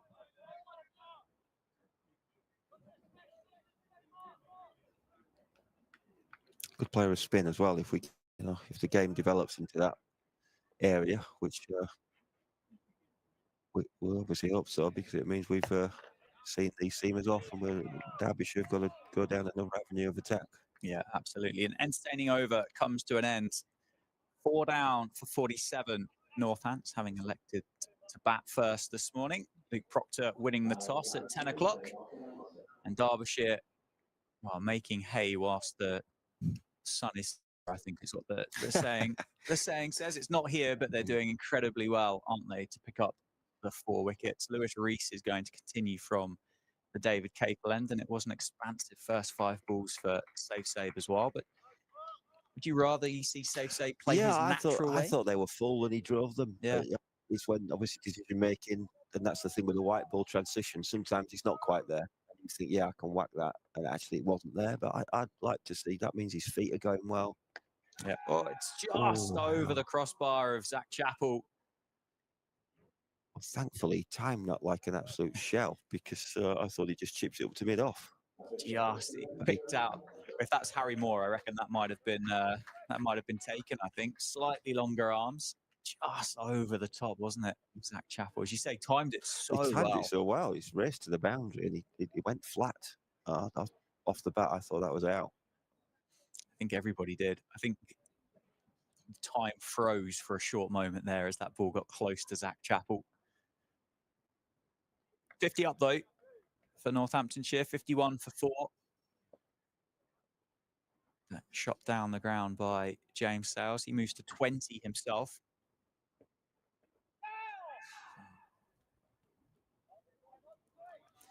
Oh, you can say Lewis Rees missed his length there.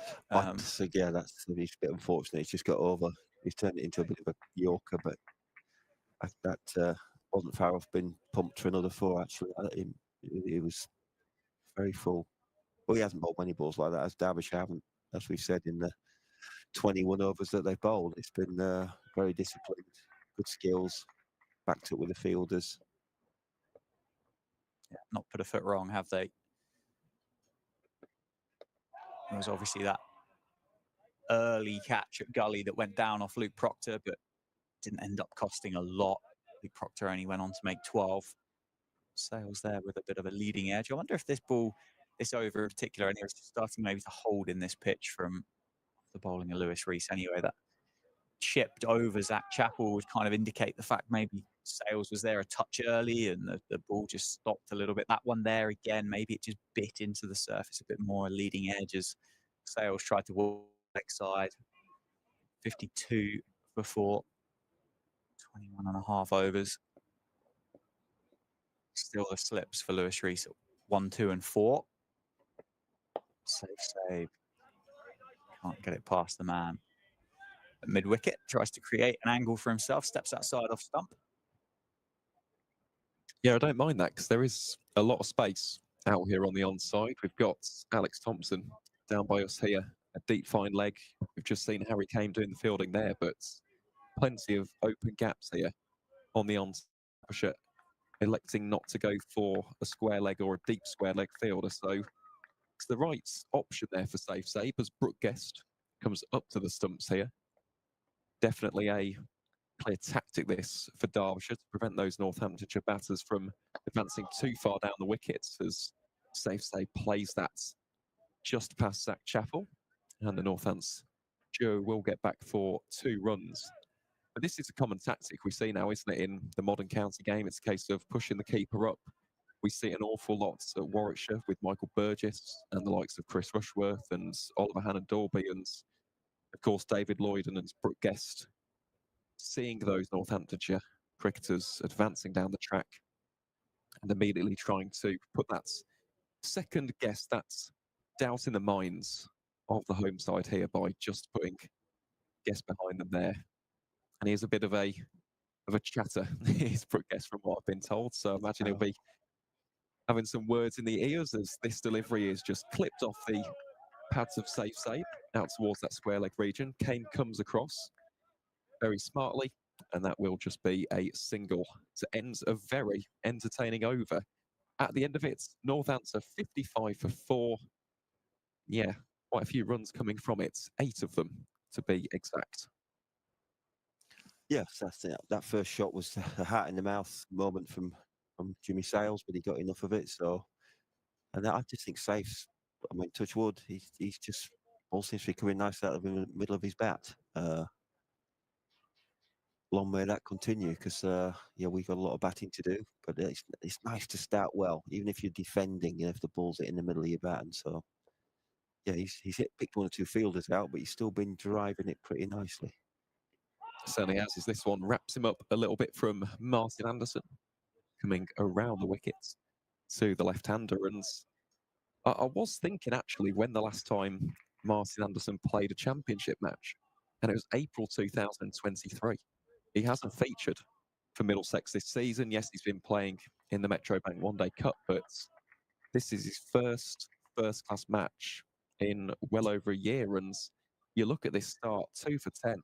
After 5 overs, he hasn't really bowled a bad ball. It's been a sensational start as drives this one on the up to safe save. It was a fuller delivery from Anderson, and that's good running from the Northamptonshire duo. They identified the option straight away, good communication, and they scamper back for the second. Yeah, that was good. That was good fielding. He just did a very similar piece of fielding in the last over and saved the run, and you might think, oh, actually, we better not. But they did still make it comfortably. So, yeah, that's what we've got to do. We've got to rotate straight, right, left-hander. If we can just keep rotating and picking up what we can. Well, that's a lovely shot, isn't it? From safe save, plays it off the back foot, times it very nicely. Doesn't quite beat the chase of Alex Thompson there, wearing the 15 for Derbyshire. But they do come back for a third. That's a very nice shot.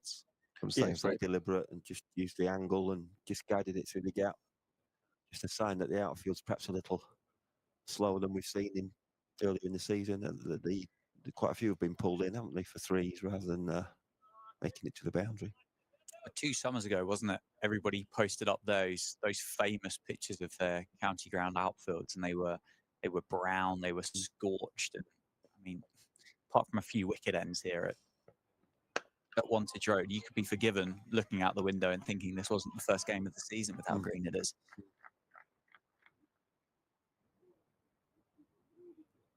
Feels like more than 2 summers ago, that, doesn't it? It does. Good. It certainly does. Yeah, it's a staggeringly hot summer. Certainly hasn't been like that this year, has it? It's been the polar opposite. Haven't really had too many hot days, you'd say, here in the UK, but plenty of rain as Anderson again into Sales. Played smartly back to the bowler. And James has looked good so far. I mentioned that earlier, but he's been compact in his defence.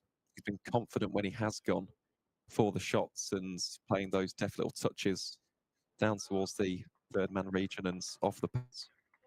Also a very confident driver of the ball. Both of these players, it's something to watch out for. They love scoring runs through the covers. But Martin Anderson won't want either of them to do that as he bowls this one a lot straighter, clipped off the pads, straight towards Harry Kamen at that catching mid-wicket position. And that will bring us to an end to the 23rd over, at the end of which Northamptonshire are 60 for 4. Yeah, some nice early signs from this partnership, as you said. The James has looked pretty solid, and I do think Safe's feet were going well. He's taking opportunities to drive if the ball's there, but that's been good decision making. And yeah, I like the way. There's some nice signs here for us. Well, an 8th wicket has fallen at Grace Road, but the score is a little bit more respectable now, depending on your definition of respectable, I suppose. But Leicestershire are 58 for 8, as opposed to 17 for 7. So Ben Cox and Tom Scriven putting up a little bit of a riposte. In terms of the other games in the 2nd Division, Middlesex are 94 for 2 against Gloucestershire, and Glamorgan are 71 for 3 down in Hove. That one is very full, too full in fact, from Lewis Rees, and it's punished by Safe Sabe. Goes out towards the square leg boundary for 4, and that was probably the first loose delivery that we've seen from Lewis Rees this morning. For a split second, I just thought he clipped it straight into the guy just in front of the square. To be honest, he didn't miss him by much, but thankfully it was somewhere near the middle, and he couldn't get round to get near it. But just that was in my mouth a little bit there. I thought, oh no, he's picked him out with a full toss. But yeah, nice he's put that away, and he's already on 12. Yeah, looking good here so far as Sabe rocks onto the back foot. Ever such a confident player, isn't he, Safe? Whether it's in white ball cricket or red ball cricket, there's a real flair and elegance There is, with his cricket. Yeah. That's in these all formats. I'm really pleased actually, because although he may be disappointed that he hasn't absolutely hammered down his red ball spot over recent years, and when I was head coach, you know, he was a little bit in and out of the red ball team, but I'm really pleased that he has become a T20 kind of banker. And he performs week in, week out. You know, in T20 cricket, it's hard to be consistent as a batter because it's the nature of the game. But he has added a lot of consistency, and he bowls some overs. He's a very brilliant fielder. You know, I'm hopeful that he will be involved in the 100 a little bit more than he has been so far. I just think he's a real talent, and he's showing that week in, week out in that format. Really is, as Lewis Rees bounds in here from the David Capel ends into Safe Sabe. Defends that one off the back foot again for no run.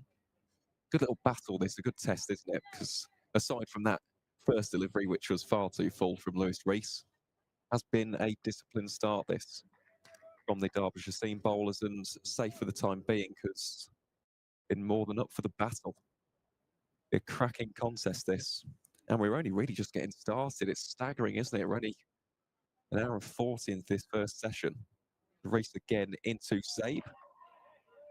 Plays that defensively back to the bowler for no run, but so much has happened. We've seen some lovely shots, some crisp drives through the covers. I think of that first shot of the game, actually, from Prithvi Shaw. And then it's just been wickets in bunches. It's a cardinal sin, isn't it, in red ball crickets, losing wickets in clumps and batches. But for Derbyshire, they'll definitely be the happier of the two sides at this point. But as we mentioned before, plenty of time here on day one.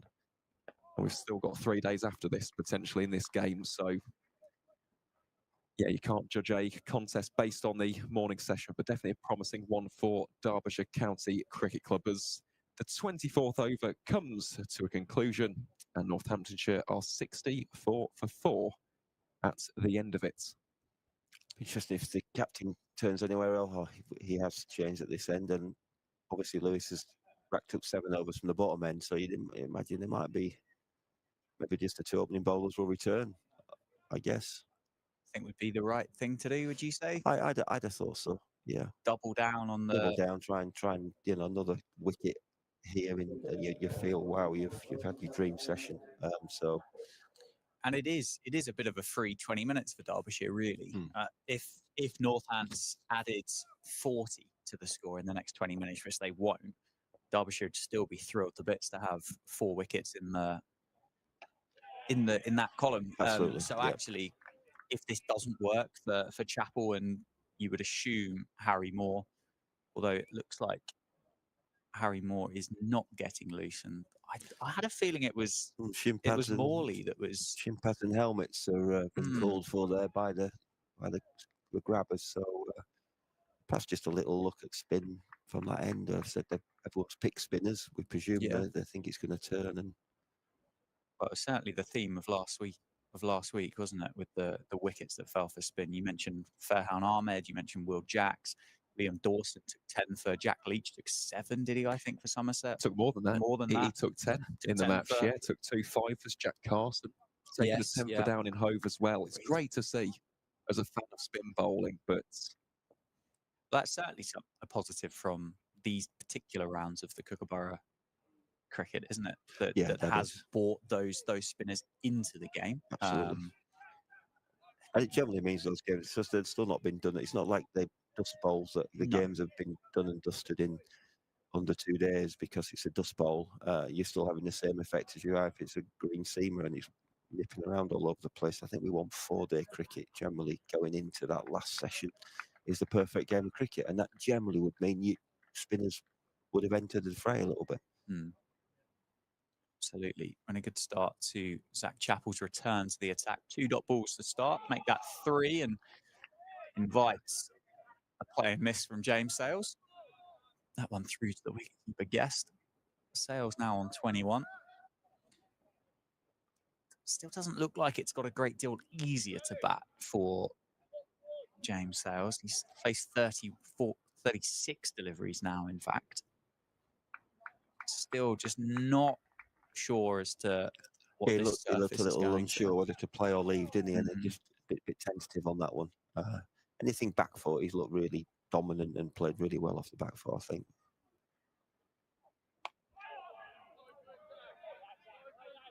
Defended into the offside, out to the man at backward point. I think that is Morley there that's been getting loose, stretching. Did start at the end of the last over. Just had a bit of a, for that shadow bowling, don't you? I think if it's shadow batting, surely it's shadow bowling. I'm with you. It's a thing. That's something I've done a lot of. You need a long bedroom, wouldn't you, to have to do your long run into the full face mirror. Wow.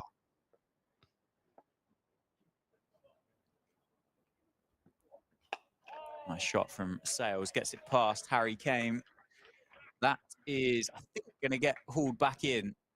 It's you're signalling 4 next to me, Aaron. So you'll get used to the dimensions here at Montage Road before quite long. slow, isn't it? Yeah, it is quite slow. Quite There's slow some funny pockets as well. Yeah. So pockets down towards that Jackson Grundy stand. Just that corner of the ground just gets bigger and bigger and bigger, doesn't it? Before you get to that boundary rope. But a nice shot nonetheless. 2 runs coming from it. Well chased down by Harry Kane. Zach Chappell with 1 ball left of his 7th.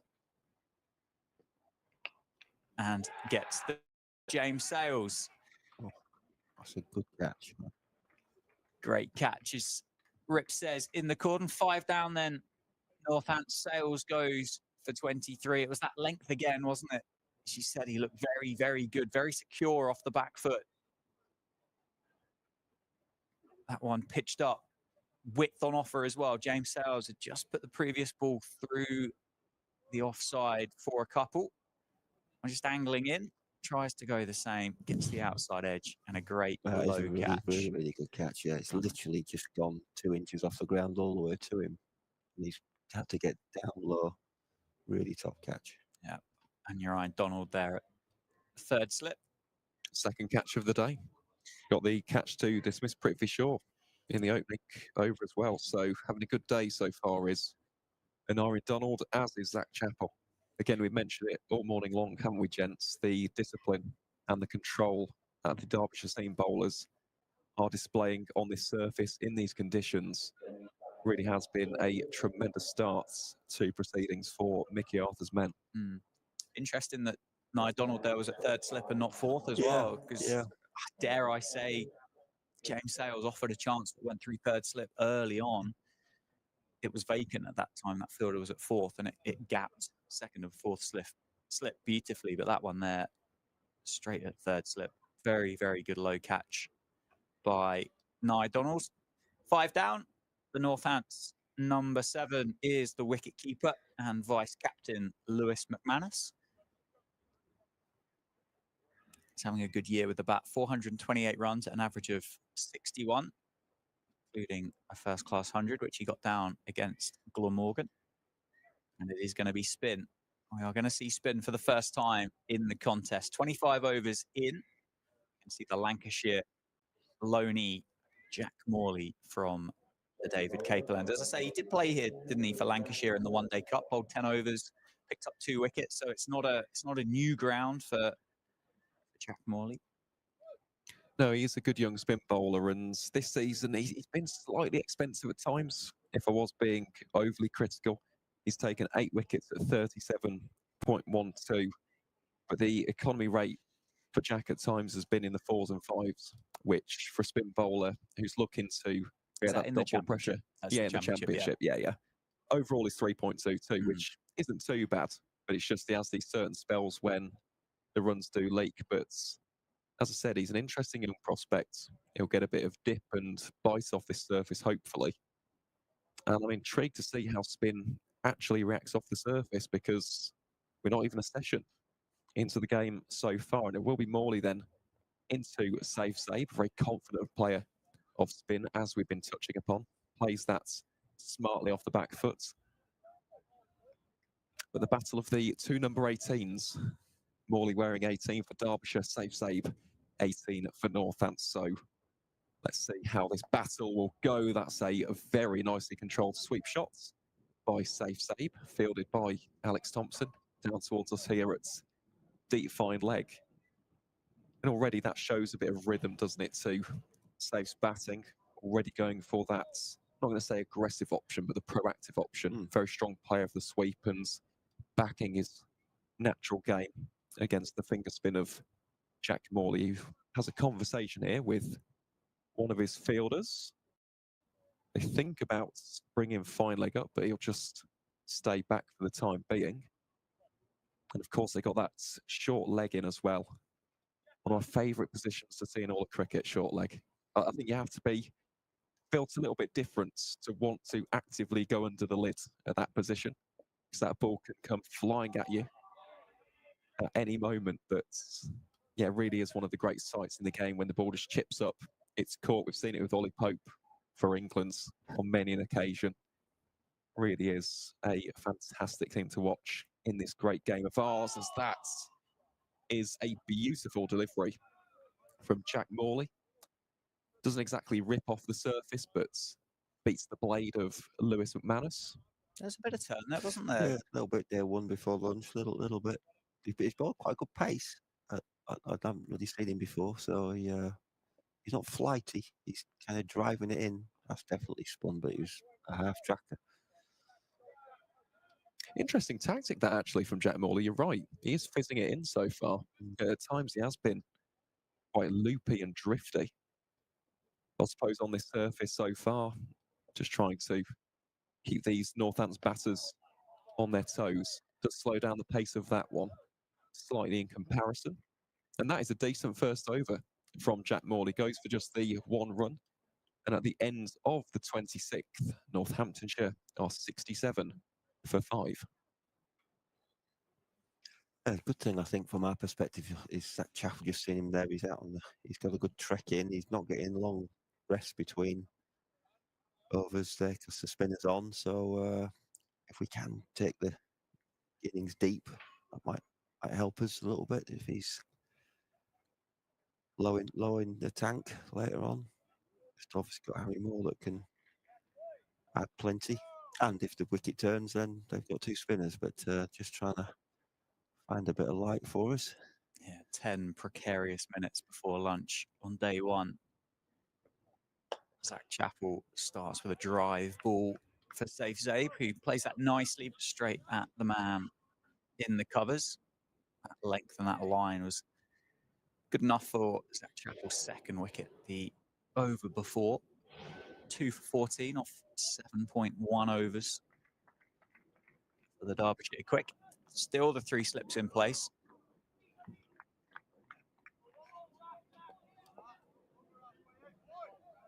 Well, here is Chapel then into safe save, that lovely high bat lift.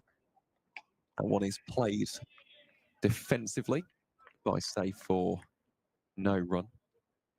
Yeah, crucial 10 minutes this, isn't it, for Northamptonshire in the wider context of the day and potentially the game. Just see out these closing minutes, get to lunch, and then see if they can change the tactics and the game plan afterwards. But if you're Derbyshire and you're David Lloyd and you're his bowlers, you can smell blood in the water. So he is going to his heavy artillery here in Zach Chapel. Again, that carry off this surface, it's been notable all game long so far. Chapel really getting some good bounce and lift off of this wicket. I just wonder whether as this ball's got a little bit older, whether that bounce has become slightly more inconsistent. It's in the couple that those from Martin Anderson to Rob Keogh in particular really looked like they lifted, didn't they? Whereas actually a lot of the other overs on a similar length didn't react like that. That previous ball there from Zach Chapel almost appeared to gain pace as it zipped off the surface. Yeah, tremendous start this, isn't it, for Zach Chapel, 2 for 14. The figures so far. Again, he hasn't really put a foot wrong. We've said that for a lot of the morning session for Derbyshire. Yes, they've had a couple of looseners, but for the vast majority, they've just been putting the ball in a very good area. Let's see what Chapel will do here. Again, forces safe to play this one defensively as the ball squirts out towards backward points for no run. There's so much space, isn't there, on that onside yet again. Derbyshire opting not to fill that gap at square leg, of course, if you can get it in that mid-wicket. Well, there is room out there on the fence. But Chapel so far just so controlled and so accurate, so precise with his line so far. Here he is to save save. It's a carbon copy. Goes to exactly the same fielder again. It's Alex Thompson doing the fielding at backward points, and that will be the end of over 27. So Northamptonshire 67 for 5, another maiden over to add to the ever-growing tally for Zach Chapel. And it will be Luanus on strike then for this Jack Morley end from the David Capel end. What's a good score from here, Ribs? Well, we still have 2 guys in capable of getting 100. We have Brody capable of getting 100. Yeah. Then, you know, we might be looking more at 50s from our bottom 3, but I still like to think we could scrap our way. Well, who knows? It just needs 2 guys to get in. Honestly, we have quality at the wicket. Justin Broad is more than capable of getting 100. So yeah, 2 guys get 100. Wow. Wouldn't that change the scoreboard? But at the moment, if we can get 2 guys getting to 50, I think would be we'd take that. Yeah, and you would hope, wouldn't you, that it gets easier the more time you spend out there. It does look like it's getting a little bit brighter than from where it was at 10:30 this morning. Length and width on offer from Morley, which is cut away behind point by Lewis McManus. It's only going to be 2. Thompson does the fielding, but Lewis McManus, the wicketkeeper batter, is off the mark. Face 6 balls, just cut that one away through the offside. So it is getting brighter. If that lateral movement was there at 10:30, you'd think, well, that should, in theory, go a little bit out the window as the ball gets older. That's pulled away. Yeah, he's just a bit short for me. He's definitely just driving it in, but it's just a bit short. And I think Safe could have pumped one in the last over that was a bit of a half tracker. Pulled through the leg side by McManus, moves to 6. Obviously, that man at short leg wouldn't be in the game of a length like that, but maybe that man at a shortish mid-wicket. But I dare say he's not looking to take wickets with a drag down caught at mid-wicket there. So he's bowled, 4 or 5 of those now in this 1.3 over spell. That one's a better length by Morley. That's where he needs to be.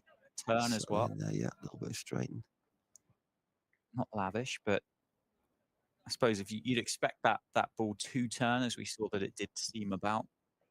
early on this morning.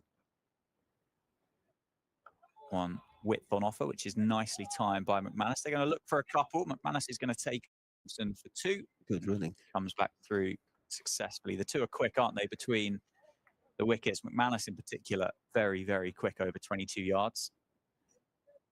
Two experienced first-class cricketers at the crease for Northants. They would have batted a fair bit together. They would have a good understanding of one another's game. One looks like Morley's really come over the top of that one. Line and again straightened off the pitch. 75 for 5 then after 28. 4 minutes to go until the lunch break. So maybe another couple of overs if Derbyshire can start. Yeah, you'd want to be hustling round, wouldn't you? Why wouldn't you get two in? I'm sure if he gets to ball number 5 and 6, he might be aware of that and just make sure they can crowd around the spinner for one more over. From our perspective, a bit of gardening might be. Yeah. Shadow bowling, shadow batting, however you want to describe it. Sorry, Zach, I just need to tie my shoelaces again. It doesn't always go down well for the fielders. No, but you could bet your bottom dollar that if the role was reversed, you'd be doing exactly the same. It is a thing. Again, really good control. As we've said, line and length, all Safe can do is absorb that and run it down to backward point. I think with the way that Chappell's bowled here as well, it seems unlikely that he's going to offer up 2-3 boundary balls here in this over that's going to take time out of the clock getting that ball back as well. So it's a beauty, isn't it? 3 to Guest. Save. I'd argue and say probably didn't need to play at that one. 5th stump, wasn't it, as it went past the Northants left-hander, but did have a play at it in the end. Just eyeing up maybe 3rd man as a boundary option, using his pace. There's quite an inviting gap down there, but he's got to have some width, have more width on it than that. 75 for 5, 28.2 overs. Chappell makes his way into bowl. That one down the leg side and left well alone by Save. Tidied up by Brooke Guest. So he moved on to 13. McManus on 8. Gives you a chance for some gardening. I don't know whether that didn't seem to come off the surface quite like some of the other balls. It really died. There's a little puff of dust or something, giving the lads a chance to rush down and pat it down.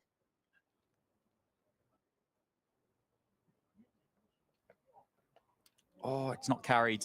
It's not carried. It's a genuine edge of Save, and it's bounced just in front of Wayne Madsen at second slip. He's done well to get down to that, but got there on the half volley. And again, maybe is that another nod to the fact that that life, that spice in the pitch might just be going after this opening 2 hours. And it's kind of what we'd expect, wouldn't we? With a pitch here that's had that top layer of grass taken off it, we wouldn't necessarily expect to see the ball flying through to the keeper in the slip cordon like it did in that opening spell from Moore and Chappell. No, we wouldn't, and especially with the Kookaburra ball as well. That also is part of that conundrum of losing that little bit of carry. I mean, the ball went through really well for the first hour for sure. He decided to get his foot down here, but Safe's not looking. That's worked out well. Yeah, Chappell to finish off the over, and that one is left alone eventually with an ooh and an ah from the Derbyshire cordon.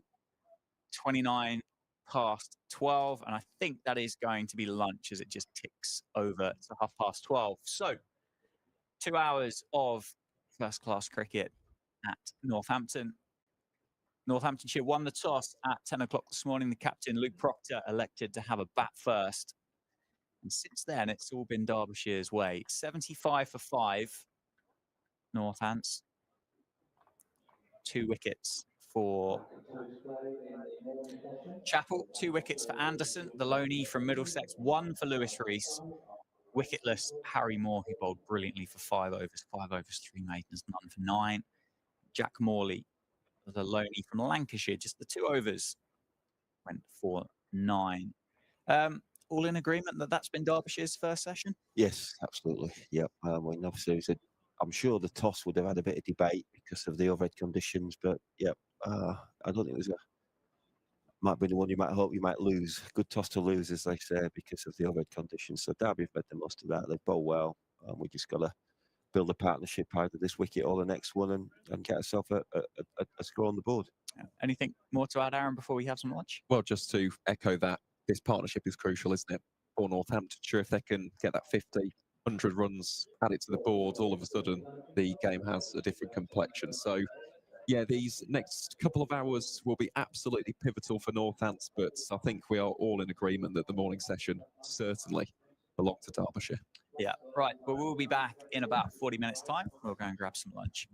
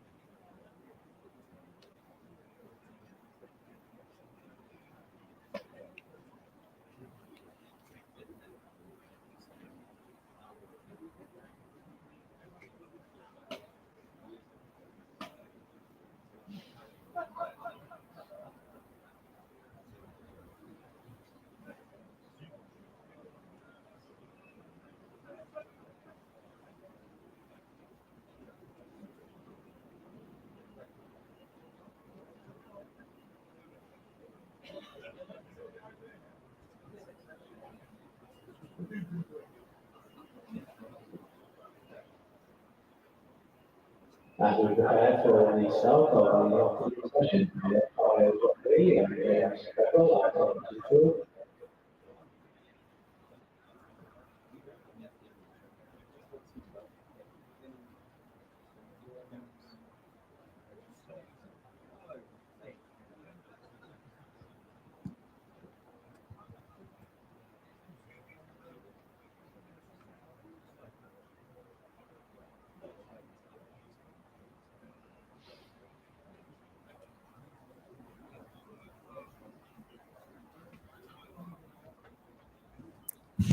Welcome back to the county ground in Northampton. We've just had delicious casserole in a cup. Yeah, we nice. have. It was very nice, actually. Nice and hot as well. Exactly what you need on a day like today, because even though it's the start of autumn, Dan, it does feel cold out there. I think it's the wind, isn't it? It's quite nippy at the moment. It's Yeah, it's fresh. Baltic. Hence, I think Zach Chappell was wearing at least 2 jumpers. I Yeah, think with the sun hat though. yes. Well, Interesting combo. I don't mind that though. I don't mind that. He's kind of just been to the Derbyshire club shop, hasn't he, and bought himself a few extra bits and bobs, and I quite like it.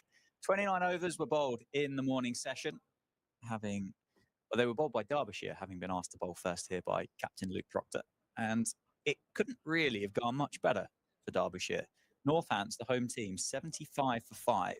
Prithvi Shaw fell for 4, second ball of the morning. Gus Miller made 6, having faced 37, dug in hard and sends up LBW to Martin Anderson. Luke Proctor, the captain himself, he was trapped at LBW by Lewis Rees for 12. James Sales, 23 off 39, tried to put a bit of pressure back on Derbyshire and eventually fell to a good catch by Nye Donald at third slip. Rob Keogh, he was caught behind for beautiful delivery from Anderson for 5. Safe Save and Lewis McManus are your 2 Northants not out batters in the middle there. Safe Save is on 13. Lewis McManus will be the man on strike. He's on 8. My name is Dan Jadzovic. I'm joined by Aaron Viles. And we've got an afternoon session ahead of us where Northants have got an awful lot of work they need to do. They really do. And we stressed this point before the lunch break, but this is the partnership, isn't it? Realistically, for the home side, McManus, Safe Save, 2 guys with plenty of flair, plenty of elegance at the crease. But it will be difficult in these conditions. And Derbyshire in that morning session showed a great deal of discipline, control, accuracy, precision with their plans, and they executed very well indeed. Yeah, it's Harry Moore to open the bowling in the afternoon session, and my word, that could be close. We'll get a replay of that, but what a beauty that was to start the day from Harry Moore, who can't believe as he turns and makes his way back to his mark. But yeah, he bowled well in the morning and has started his work here nicely. Oh, that's actually nipped a long way, isn't it? I think possibly missing leg stump in the end. 5 overs, 3 maidens, none for 9. What do you make of the morning's work for Harry Moore? Yeah, very impressive. I think you're bang on there, Dan. Sliding down leg, actually. So I think that would be the right decision by the umpire out there in the middle. But yeah, in terms of his start, absolutely bang on the money. I think he's made a very bright start to proceedings as he comes into bowl here. Defended solidly by McManus. I think I'd be prepared to say that I reckon Harry Moore, that first ball of the afternoon, just missed his length a little bit and probably actually surprised Lewis McManus. The fact that was so far pushed up, the one that trapped him on the pads there off the ball before, which brought about that LBW call. I think it's a good decision by the umpire. Looks like it just nipped into the pads and would have been sliding down the leg side. 2 slips and the gully in place for Derbyshire, and that's nicely worked and even better fielded in there at mid-wicket by Jack Morley, the loanee from Lancashire, who bowled himself a couple of overs before lunch with a bit of turn, a bit of purchase in the surface for the finger spinner. Looks like Martin Anderson could be the man to take the ball from the Lynn Wilson centre end, but I would imagine it'd be quite difficult to take that ball out of Zach Chappell's hands. Yeah, definitely. Zach's made just as bright of a start as this man coming into bowl right now, Harry Moore. Looks like he hits the bat really hard, doesn't he, Harry Moore? Have you got an indication of pace at all? Is that something that you've seen from Harry Moore as a number, or? I can't give you an exact metric, but I would say probably mid-80s. Just judging from watching him whether that's in the One Day Cup or indeed here today. As you said, it really does seem to clatter into the bat. Really does get a nice meter connection whenever it does make contact, but he's made such an impressive start for a 17-year-old. Let's not forget that he's only in the second year of his professional career, as that one slightly glanced down the leg side. For such a young bowler, his accuracy is phenomenal, and you do see this with young seamers a lot of the time, and they can search for wickets and they can be a bit erratic, but so far he's had a game plan. He's stuck to it. Yes, you can make the argument that he could have pitched up slightly fuller with the new ball and in those early stages, but aside from a couple which have gone down leg, he's had a very, very good start with the ball here. Well fielded again by Jack Morley in at mid-wicket. Won't speak too much about the throw back into Brooke Guest, but 75 for 5, a maiden then to start the afternoon session. 30 overs have been complete now by Derbyshire. And as we said when we broke for lunch, well on top in this fixture, and it is going to be Zach Chappell from the Lynn Wilson centre end. So Martin Anderson was just doing a few looseners on the ground. He bowled well, 6 overs, 1 maiden, 2 for 15. But Zach Chappell, 9 overs, 4 maidens, 2 for 14. Will continue his second spell. Well, this will be a crucial innings as well for Derbyshire. When we look at the bowling bonus points, they've only got 22 so far this season. It is the joint lowest in the second division as Chappell comes into bowl to save here.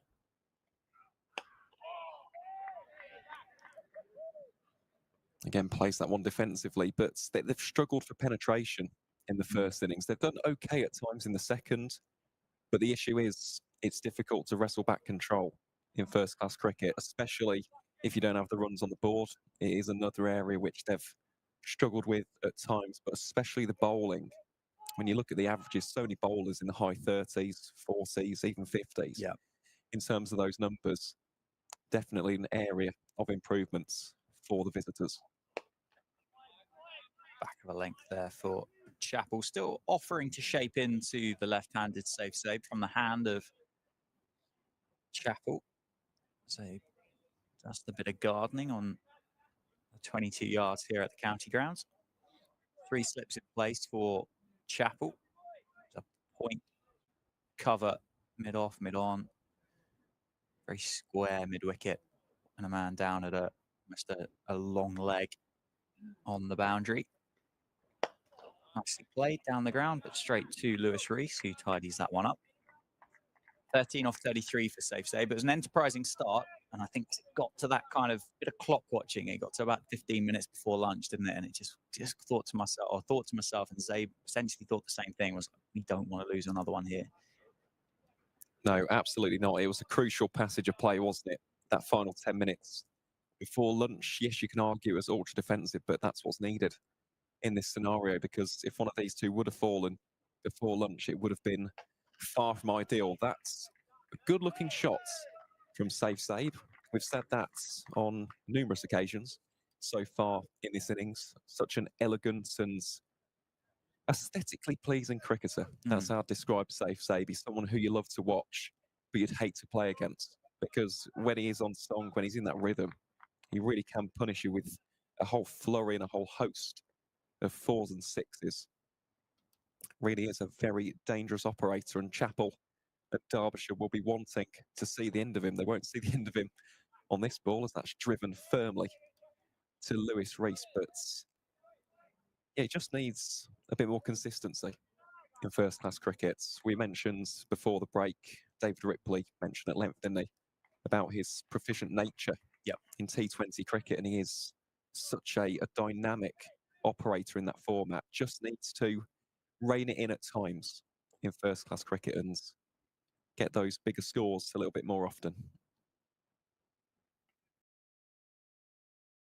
Beauty again from Chappell to end his first over of the afternoon session.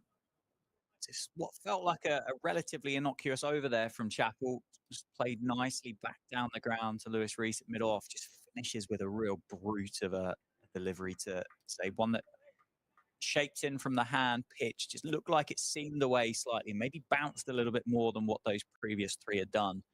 There is some life in this pitch at Northampton, and so far the Derbyshire seamers are extracting every ounce of it. Well, they are, and it's played quite differently to how we expected. I suppose it's the classic case of looks can be deceiving. Yeah, We thought it would have been quite flat, quite comfortable for the batters out there, but so far, good lift, good bounce, good carry. on down the leg side. See the signal for the umpire there as McManus comes back for a second. Whether that's going to be off the bat, I think it's going to be leg buys. It is indeed just off the thigh pad of the Northampton wicketkeeper. Yeah, I mean, untrained, I think would be fair to say. A lot of us that sit behind the windows and have microphones to speak into, but it does become quite confusing, doesn't it, when you compare those opening two Kookaburra rounds to what we've seen today, this morning, and what we saw last week. I think the time of the year, the ball nips around a lot in April. The pitches were greener. Harry Moore pulls out of that in the end. I think loses his footing and has the peace of mind and presence of mind to actually not let that one go, which is a good sign for the young man. And it did nothing. And you come later on in the summer when you think, wow, the pitches are going to be older, they're going to be tired, the weather's going to be, in inverted commas, better. And actually, it's done considerably more than what we had earlier this summer. More into bowl here, goes shorts, attempted pull shots from McManus, finds Lewis Rees at mid-on for no run. Yeah, it's almost been a case of Jekyll and Hyde, hasn't it, with the Kookaburra rounds, because those opening couple, I think it's safe to say it was tepid in terms of the actual ball. I know that Kookaburra themselves weren't happy with the quality of the batch which were produced, so maybe it could be the quality of the cricket balls themselves, but I think the pitches and also the conditions have played a massive role as Moore comes into bowl here too. McManus clipped off the pads down towards Alex Thompson at deep fine leg. I speak from experience at Edgbaston. I was there for the entirety of the Durham game, so Alex Davis scored a career best 256. Everybody cashed in, literally everybody. I think Matt Potts scored a century as well in that game, his maiden first-class ton. And it was a fresh wicket. The ball was doing nothing after 9 overs, let alone 10 overs. But also the overhead conditions were sunny throughout the majority of that game, whereas we have had some overcast conditions here in Nottingham today. That is a glorious drive from Saif Zaib. Whistles through the covers. And that is an outstanding shot from a very stylish all-rounder. Overpitched, wasn't it, by Harry Moore? Hasn't missed his length much. We asked him just to pitch it up a little bit more in that opening spell, and has done so there, and has been driven, as you say, beautifully through the covers. Saif Zaib is not going to miss out on an opportunity to score. So Harry Moore has got to be on that, on the money, which he has been for the most part of day one. That one left alone in response. The one thing I will say, the final thing really I'll say about the Kookaburra, and obviously there's been a lot of criticism for the ball, the experiment, the ECB as well for trying things, but I'm grateful and I'm glad that they have, because if it's one of those things that we continually go to Australia or we continually go to India and we don't have a second high-class spinner, or we don't have bowlers that are used to bowling with this Kookaburra ball, if it keeps happening, we don't try it, we're never going to lose that kind of, wow, what if we just tried? And that's fine. They've tried it. Oh, that's nearly chopped on by Saif Zaib. And there has been an indication of the ball just stopping a little bit in the pitch. Maybe that pull shot from McManus at the start of the over would have been an indication to that as well. But they've tried it. I think it'll be interesting to see what feedback is taken on board and if then that experiment changes in 2025. Or if it's just a case of, well, it did nothing for the first 2 weeks, so let's do it again and see what happens. That, I think, would be the interesting thing. So I think it's great what they've done so far. It'd be interesting to see what 2025 looks like. Absolutely. And I think in terms of the timing, if you are to have Kookaburra rounds, it needs to be August, September. I think that is an ideal time for it. Less fresh wickets. Also, I mentioned the conditions. It'll be hotter. It brings spin into the game. Those surfaces are a little bit more baked compared to your early season green seamers, as Zach Chappell comes into bowl here to Lewis McManus, played defensively. But no, I can appreciate them trying, at least trying something a little bit different. I'm not even looking at this from the perspective of the Ashes necessarily. I'm looking at this from a perspective of a spin bowler, because I absolutely adore spinners being in the game. I think they are the unsung heroes at times of county attacks and even international attacks as well. Look at Nathan Lyon for Australia. You don't look at Australian conditions and go, oh, well, that's perfect for a finger spinner, as that is driven delectably down the grounds. That won't be stopped by the fielder. It's got just enough on it, and it will nestle against the boundary. That was a lovely looking shot from Lewis McManus. You've gone early a few times today, haven't you, with your boundary signals, and that's just trickled over the rope. It was Anderson giving chase, and I think it was a photo finish actually at the line. This outfield is just proven to be a little bit slow, a bit stodgy. I do wonder whether Chappell might have got a bit of a boot on that to take a bit of pace off, but it was 4, and it was a lovely straight drive from Lewis McManus, who is solid in defence as a cover up there. 86 for 5. It's been a good opening couple of overs of this afternoon session for Northampton. 75 for 5 at lunch. They've added 11 to the score so far. Run rate 2.65, but it still feels like there's a wicket ball in this pitch from the skill of Moore and Chappell, and the fact that Moore is currently wicketless is something to keep an eye on. I think he's due. I think he's earned one. It's a nice shot by McManus and gets the single on the misfield from Anderson. 87 for 5. We'll touch upon the spin conversation after this over as well, because it was wonderful to see the likes of Farhan Ahmed and Jack Carson, guys like that, taking wickets. Will Jacks also took a 7 for at Trent Bridge. But you could always make the argument that, well, do you need the Kookaburra ball for that to be the case in late August and September? Could captains just be proactive and back their spin bowlers a bit more, as Chappell again, this one works off the pads of Safe Sabe? I suppose the argument back to that would be the teams and the captains are there to win a game of cricket. Exactly. It's a results-based industry. Yes, it'd be lovely to say, yeah, of course we'll give our spinner 20 overs. If that's not the most effective way to skin that particular cat, it's never going to go that way, is it? So, no, it's a difficult balance to strike. And of course, you've hit the nail on the head there, Dan. These teams want trophies. They want silverware. They're going to prioritise that, as Chappell, for the final time in this over, clipped off the pads. A little bit of a chase on here from long leg. Successfully gets around, and that will just be 2 runs. So Northamptonshire move on to 89 for 5 after 33. McManus on 14 and Safe Sabe on 19. But yeah, it all just comes down to the captains as well, because of course different captains have different approaches. Look at Surrey, for example, who don't have a quote-unquote specialist spin bowler. They have all-rounders, whether that's Dan Lawrence or Will Jacks or Cam Steele. Yes, they brought in Shakib Al-Hassan for this game against Somerset, but primarily their kind of philosophy is trial by scene, with the likes of Tom Laws, Kemal Roach, Sean Abbott, Dan Worrell. The list goes on and on and on. Whereas a captain like Tom Abel has always backed his spin bowlers, whether that was Don Bess or Jack Leach or Sherb Bashir. He's always had tremendous respect. Well, this has gone up. This is a chance. And taken. Alex Thompson with the catch. Lewis McManus will have to depart. And we said it was coming, Dan. And that is a wonderful moment for Harry Moore, a maiden first-class wicket for the Derbyshire youngster. Northamptonshire now 89 for 6 here at Wantage Road. Yeah, it was coming, wasn't it? I just said the fact that Harry Moore was currently wicketless was a worrying sign for Northampton, and the fact that he deserved one, and he certainly did up to this point. That's not the best ball he's bowled all morning, not by a long shot, but Lewis McManus could not have picked out Alex Thompson much better if he tried. The spinner down there at fine leg, I don't think actually had to make any movement whatsoever. It was catching practice in the end.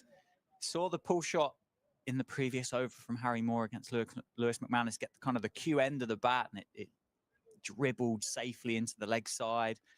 That one there helped further round the corner. Whether it rushed him a little bit, whether there is an indication this pitch might just be a little bit too paced or not, I'm not sure. But anyway, the wicketkeeper has gone. He's gone for 14.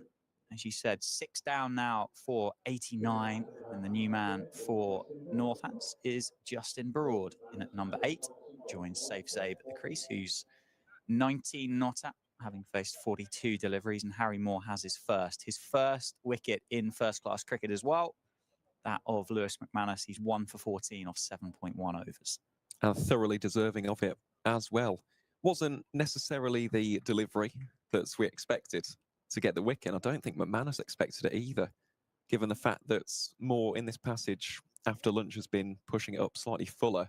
Was a nice little change up there from the 17-year-old, but he has made such an impressive start.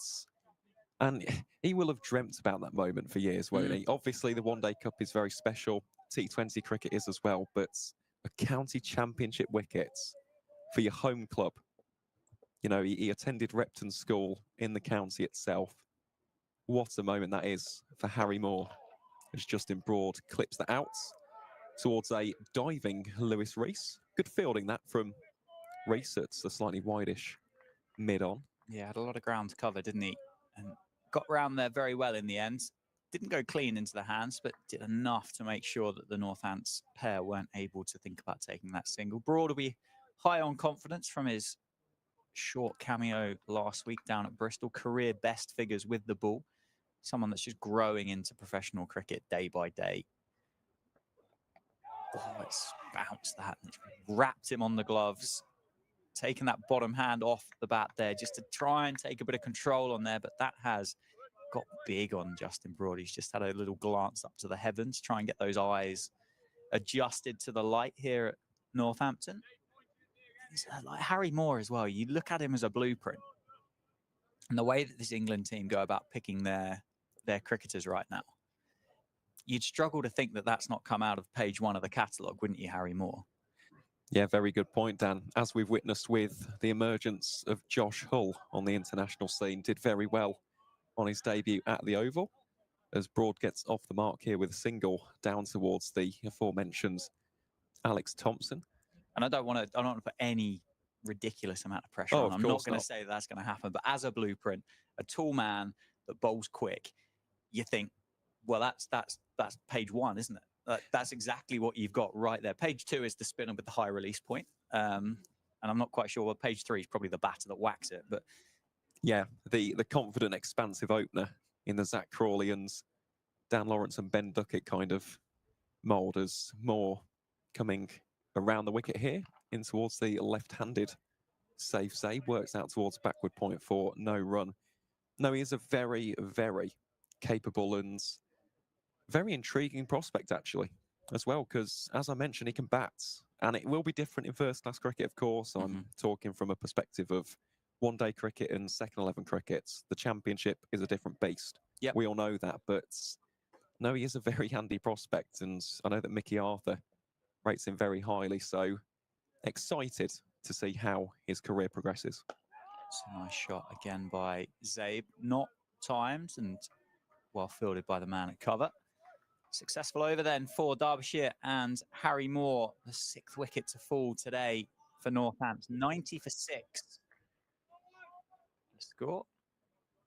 Rob Keogh and Rory Kleinfeld on a lap. Obviously gone right for runs, haven't they, on the way around Vintage Road? They know the laws there. I'm sure they're just having a conversation about what went on in that first innings for Rob Keogh. Clear the air chat, maybe, just to put your mind at ease. It was a great ball that Rob Keogh got, and I don't think he could have done much more than doing exactly what he did to it. No, he couldn't. I think that's a good point, Dan. That is fizzed off the surface from Zach Chappell. First time we've seen a true bouncer, and it will be given as a no ball there from the umpire. There's definitely, unless it is my eyes, Aaron, you can definitely tell me if I am seeing things, but it definitely feels like there's just a little bit of two-pacedness in this pitch. Well, there is. Because that has flown off the surface, and we've seen from the other end, We've seen Lewis McManus cue end balls, and we've seen leading edges, and there's something in it for the bowlers. That is for certain. So, welcome to the crease for Justin Broad, though, wasn't it? Certainly was. It was like something from day one at the Wacker as opposed to day one at Wantage Road. It was a spicy delivery first up.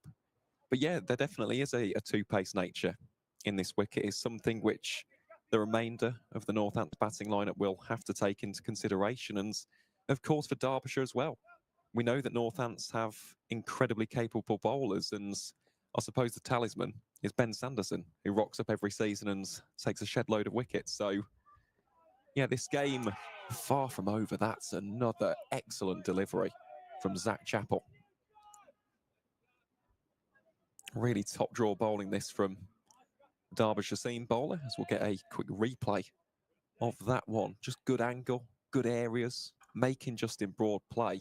And it's funny, actually, we were seeing the footage of Rory Kleinveld and Rob Keogh going around the boundary. Of course, Justin Broad's 7-for were the best figures since Rory Kleinveld's 9-for, which was quite a staggering effort, to say the least, as that ball is defended. So, no, it's been a good couple of weeks for Justin. I think in terms of his professional career, he had a little bit of a slow start by his standards. He's a very sporty character, played a lot of tennis, a lot of hockey back in his early days in South Africa.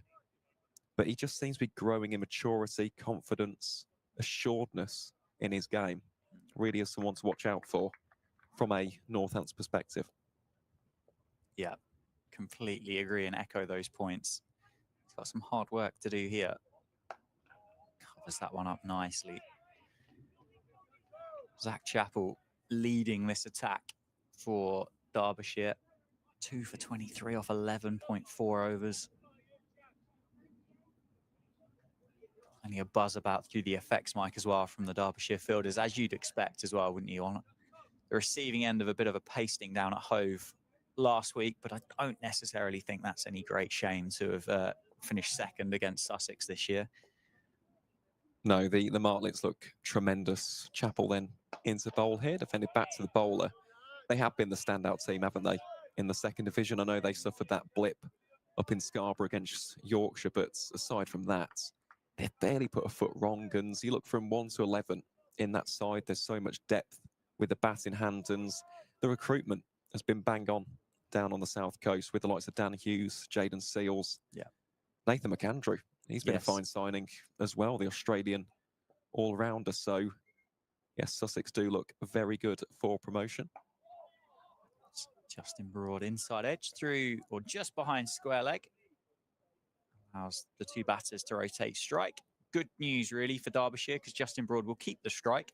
He's 2 off 10, so they will continue to get to bowl at the new man, who has looked a little bit twitchy on these 10 balls that he's faced so far. Not looked entirely comfortable against the pace and the bounce of Chappell and Moore, as he gets used to the pace of this pitch. I think Derbyshire will be quite happy to have safe save at the non-strikers end at the moment, 19 off 44. Safe or no that he doesn't have to do anything silly yet. He knows he's got another good batter with him there in Justin Broad. Dom Leach is obviously a new face really for a lot of Northants supporters. Signed a deal to start the 2025 season, similar to Martin Anderson of Derbyshire here, and then been allowed to go on loan in the remainder of this season. See, those 2 championship games that Dom Leach has played for Northants have both been away from home in this final block of red ball cricket. So the first look at him, we all know the skills that Ben Sanderson possesses with the cricket bat, and obviously that order is rounded out by the number 11 Yuzvendra Chahal. So some batting to come for Northants, but this hole that they've dug themselves into this morning is just getting a little bit bigger. It is, but to be honest, it's been entirely because of Derbyshire's control. That's what it's boiled down to. And also the fielding. I know we mentioned a lot about the bowling. I just wanted to make this point about the fielding. And you said about the body language, and we can hear on the effects mic the words of support and encouragement from the Derbyshire fielders, but they've hustled after every single ball.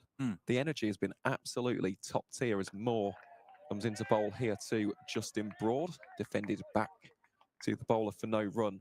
And that's so crucial as a bowling unit, because if catches are going down, I know we saw that half opportunity for Anarian Donald a little bit earlier on this morning. But aside from that, you can just see there's an extra pep in the step of these Derbyshire fielders. It's that pack mentality. Everything that is going into the outfield is being chased down with purpose and intent. And that's something for Northants to also make sure that they're doing when we get on to Derbyshire's batting innings. That ball just popped out towards backward points for no run. Just a little bit of an update from the Oval. Sri Lanka have won that one by 8 wickets. Yeah. So that's a big result for the Lions, but England winning the series 2-1 in the end. So make of that what you will. Of course, a successful series, but not the greatest of test matches for England to have lost that within 4 days. But we'll also keep you updated with the rest of the championship scores as well. I'll get into that in just a few moments' time. Pushed through the offside there by Justin Broad. Fielded by Zach Chappell with a big round of applause from his Derbyshire teammates. Put a big shift in this morning. Zach Chappell, he's bowled 12 overs. Fast bowlers aren't tend to be the stiffer of the movers in the outfield. So I think that was a wry round of applause from his teammates as he got down to that one and kept it down to just 1. But Broad moves himself to 3 off 15. Final ball of Harry Moore's 9th over. The 1 wicket saves Zabe on strike. Been starved of it really for the last half an hour, and it's going to be a dot ball through to the wicket keeper to finish off. 36 overs done, 94 for 6. Zabe on 19, Broad on 3. Yeah, top stuff. And we'll take a look then around the ground, starting at the Riverside, where Lancashire are 23 for 2 against Durham. It's been a difficult start. There was a little bit of rain around in the northeast earlier this morning, so yeah, that's been a pretty good start for the home side. Down in Chelmsford, Essex are 69 for 2 against Nottinghamshire. In Canterbury, a massive game for Kent. Realistically, they need to win every single game from here on out, even though relegation does look very likely. They've got Hampshire 32 for 2 at the Spitfire grounds. We'll pick up that conversation after this delivery from Zach Chappell, left well alone by Justin Broad. In arguably the biggest match across either division, taking place in Taunton, it has been billed as the big ticket clash. Somerset are 112 for 3 against Surrey at the Cooper Associates County Ground. And then in the local derby, the Bears versus Pears match at New Road, Worcestershire are 95 for 4. We'll get on to Division 2 in just a second as Chappell again turns round at the top of his mark. Bounding in with a real purpose this morning. It's driven on the up and driven brilliantly by Justin Broad. Races back past the right ear of Zach Chappell and just clatters into the boundary with some ferocity there. Great shot that's from Justin Broad. Yeah, Chappell looks a little bit disappointed with himself there, actually. Whether the angle here for Chappell is just drawing him away from that on the angle, but he looked a little bit disappointed that wasn't within catching reach for him. Got a big wingspan, isn't he, Chappell? And it would have been catching height. Yeah, he's a very tall man, and that is almost a carbon copy just along the grounds. Takes out the off stump. We'll have to get that back into place along with the bail. But in terms of those Division 2 scores then, at Grace Road, it's been a chaotic morning. Leicestershire bowled out for 98, and in response, Yorkshire are 19 for 1 after 9 overs. In the match between Middlesex and Gloucestershire at Lords, Middlesex are 152 for 3. Obviously, you know the score here. It's currently 98 for 6. As you can see on the live stream, Chappell into Justin Broad. Again, that is driven absolutely majestically by Justin Broad, arguably the shot of the day. And it also brings up the 100 for Northamptonshire in the 37th over. That was a cracking shot, wasn't it, Dan? It certainly was. And well, he's played 3 nice ones there, hasn't he? One, I think, was just slightly early on it that went past the bowler in the air. The straight drive into the off stump at the non-striker's end was textbook, and that one was as good as you like. Really was top tier. That from Justin Broad, beginning to find his rhythm and mojo here in this over. How can Chappell respond? Well, he's clipped off the pads there, out towards a square leg for just the single. And in terms of the final match taking place in the County Championship this week, the game down in Hove between Sussex and Glamorgan sees the visitors Glamorgan 116 for 6. After 35.1 overs, Henry Crocombe and Tom Clark getting the wickets there. Delighted to say that we've been rejoined by Dave Ripley as well. Afternoon, gentlemen. Thanks for coming Yeah. back. I thought nothing else better to do. I thought I'd come back, see what you got. Be treated to some beautiful stroke play from Justin Broad as I entered back in. He looked in great form on Thursday night, didn't he? He really Brodie? did, yeah. Yeah, quality operator, someone that you just said, Aaron's just kind of growing into this role as a professional cricketer. Signed his first professional contract last summer, didn't he? And has kind of got better and better day by day. He's been working hard up here in Northampton. Yeah, he's got a good attitude as well, from what I've been told. Really does seem like a very complete cricketer. It's just a case of experience with him. And of course, confidence. Everyone has their peaks and troughs. And that first season was what you describe as a trough. But he's starting to peak towards the end of this season. As you said, looked very good on Thursday nights. And even today, we've just touched upon the stroke play that we've witnessed here in this afternoon session. Really is growing into that mould of a bona fide all-rounder. As Harry Moore then from the David Capel end comes into bowl here to Broad. Forces him on to the back foot, just played out towards Jack Morley in at square leg for no run. But this is a fascinating battle, isn't it? And so far, Broad has got the better of Zach Chappell. Let's see what he can do against Harry Moore, because they have been the danger men, haven't they? For Derbyshire, along with Martin Anderson. Been so disciplined, been clinical as well, as Martin really found his radar very early on.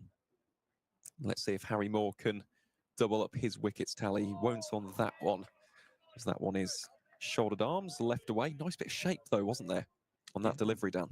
It just continues, doesn't it, to nibble about here at Northampton. The cricket ball that shouldn't do anything is 38 overs old now and is still offering lateral movement to these seamers. And I was just looking, like, obviously Zach Chappell, Harry Moore, Lewis Rees, Martin Anderson are the 4 seamers that Derbyshire have on offer today. But with what we've seen in these 37 overs, and hindsight is a horrible thing, it's certainly not wonderful, and I don't understand how that phrase ever came about, but been tempted by another seamer here.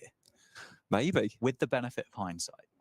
Well, we'll have to wait and see, because, of course, as the game progresses, we get on to late day 3, potentially day 4, with those foot marks, maybe with the weather as well. I know we're set for some poor weather tomorrow, but I think we've got a bit of sunshine later on in the week as well, so that might also play into the hands of that decision to play 2 spinners.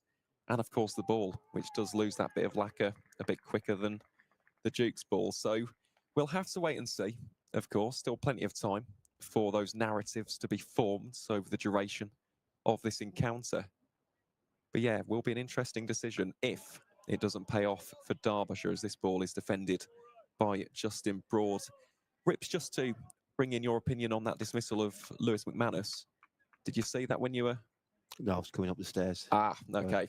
So it was essentially a short ball, wasn't it? Dan banged into the surface and he basically just top-edged it behind to Alex Thompson. Did it go to fine leg? Okay. Mm-hmm. So that was Harry Moore's first wicket, I guess, first-class wicket. Yes, it was. Yep. And he's deserved it. Absolutely fantastic so far. 1 for 16 from 9.4 overs. Again, forces Broad on the defensive.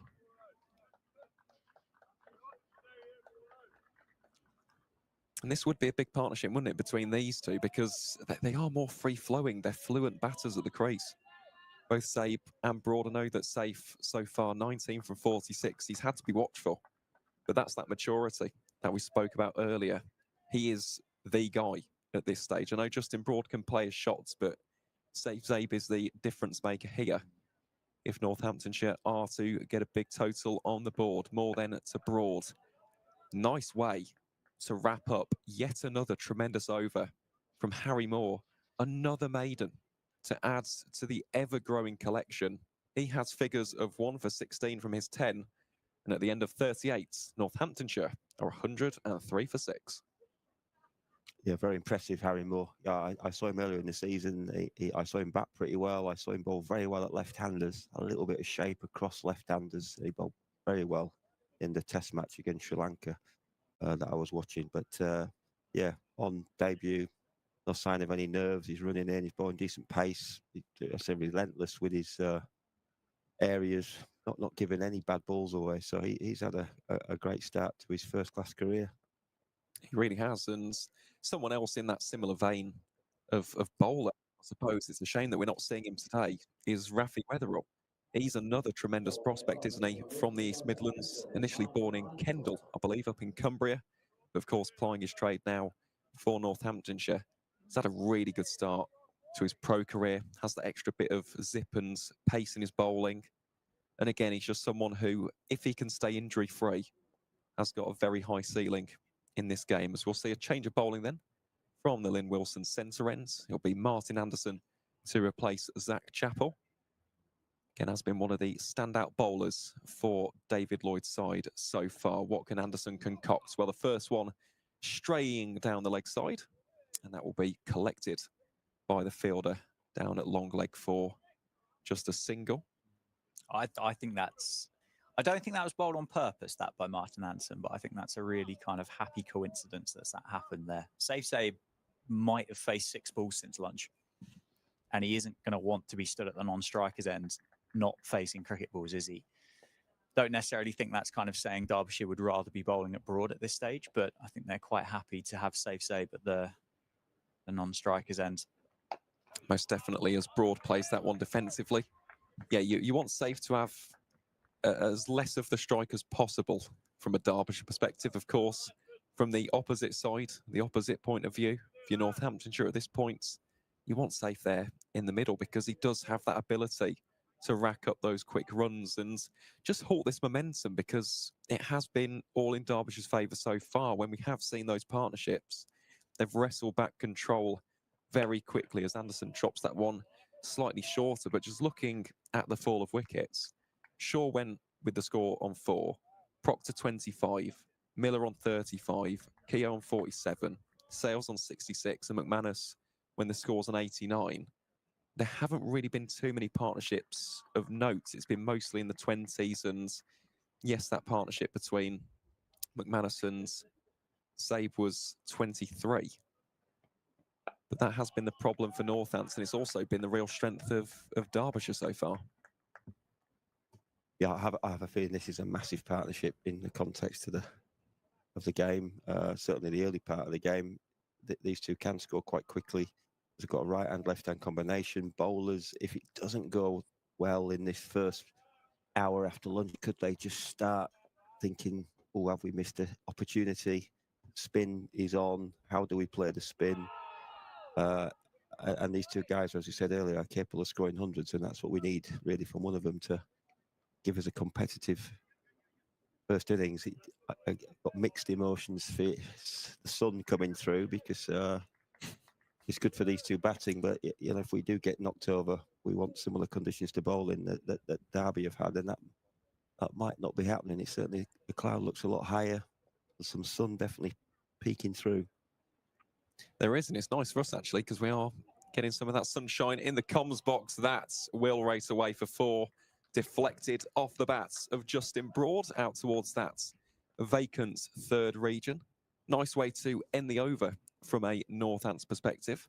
And that will move the score on to 108 for 6. About time that we had some sunshine, wasn't it, Dan, after the dull and dreary and overcast start to the day? Yeah, I think as the day goes on, I think it just gets better and better. And as you say, Rips, that's kind of great all the while that Broad and Zabe are in the middle. But if this first innings continues in the manner that it has up to this point, that sunshine could be well and truly out by the time those two Derbyshire openers make their way out to the middle. To go with the sunshine, Aaron, we're going to get some spin as well. Yes, we are, from Alex Thompson, who Used to play for Warwickshire, also had a bit of time at Cardiff University and now plies his trade for Derbyshire. In terms of his real strength, it would be the top spin. Generates a lot of rotation on the ball. He is also quite tall for a spin bowler. As you can see there on the screen, he is noticeably taller by comparison to David Lloyd, his captain. Let's see what Alex can do here. He has had a much better season in a Derbyshire shirt in 2024. So if we look at his wicket taking, 20 wickets, he is the club's second leading wicket taker this season and has taken those wickets at 35.35. So definitely a wise change of bowling here. It's just his 7th first-class match, though, this year, right? Yeah, that's right. Yeah, he's missed a couple. But in terms of his usefulness and his value to Derbyshire, we really cannot overstress that. When he's in rhythm, when he's in form and he's got that mojo, he really is a very handy bowler, because if he's not getting wickets, he's keeping it tight. And that's exactly what you want from your finger spin. So here is Thompson then from the David Capel end. That first ball is played on the up by Safe Sabe. Works out towards a deep backward point for 1 run. And I'm very happy for Alex as well, because at Warwickshire he never quite got the opportunities, whereas he had this fresh start at Derbyshire. He's getting a lot more matches, even in white ball cricket as well. I know he used to play a bit in the One Day Cup for the Bears, but didn't really play too much T20. Also didn't have a regular spot in any of the starting 11s. So to watch his career really flourish at Derbyshire, it really is wonderful from a personal perspective, as this ball is defended on the front foot. And he's a good case study, actually, of that point I made earlier of giving spin bowlers time. The only problem is, in English conditions, you don't have space in the 11 for 2 or 3 spin bowlers. Realistically, you've got 1 and maybe a spin bowling all-rounder. That's an excellent delivery. Bit of turn there for Alex Thompson. And he'll be licking his lips after that one. A bit of turn. That's nearly turned square, Aaron. Yeah, so I think he can turn it more than that, Alex. But no, it's a wonderful delivery. That's done plenty. On day 1 as well. That's quite staggering amount of turn as Broad goes for the sweep. Oh, drags it back onto his stumps. Wayne Madsen has head in his hands at first slip. Thankfully for Northants, though, no damage done. Good start this from Alex Thompson, varying his speed, his flight. I mean, the sweep shot is on, in fairness, for Justin Broad. Even though there is protection out there, if he was to get it fine, potentially there is a gap. Of course, if he wanted to reverse sweep, there's plenty of space down here in the 3rd region as well. But he has got some company in around him. As you can see, he's got a short leg, and Madsen in at first slip. And Broad again goes for the sweep. Sweeps very well. Will the fielder get there? No, he won't. It evades the dive of the Derbyshire man. And that will be a fine 4 for Justin Broad.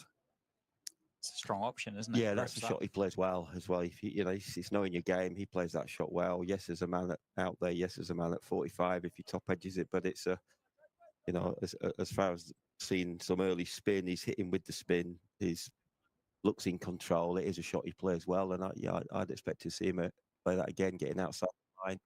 Oh, wow, that looked like it stayed down a little bit. Well, there's that variable bounce, which you've mentioned all morning, Dan. That's kept very low in comparison to the one which turns. I'll tell you what, it's gone for 6 runs. Alex Thompson might take the moral victory from that one. I know he hasn't taken a wicket or got the you know, any edges or anything like that, but he's looked dangerous in that first 6. Yeah, so I think it reinforces what we said about the toss, didn't we?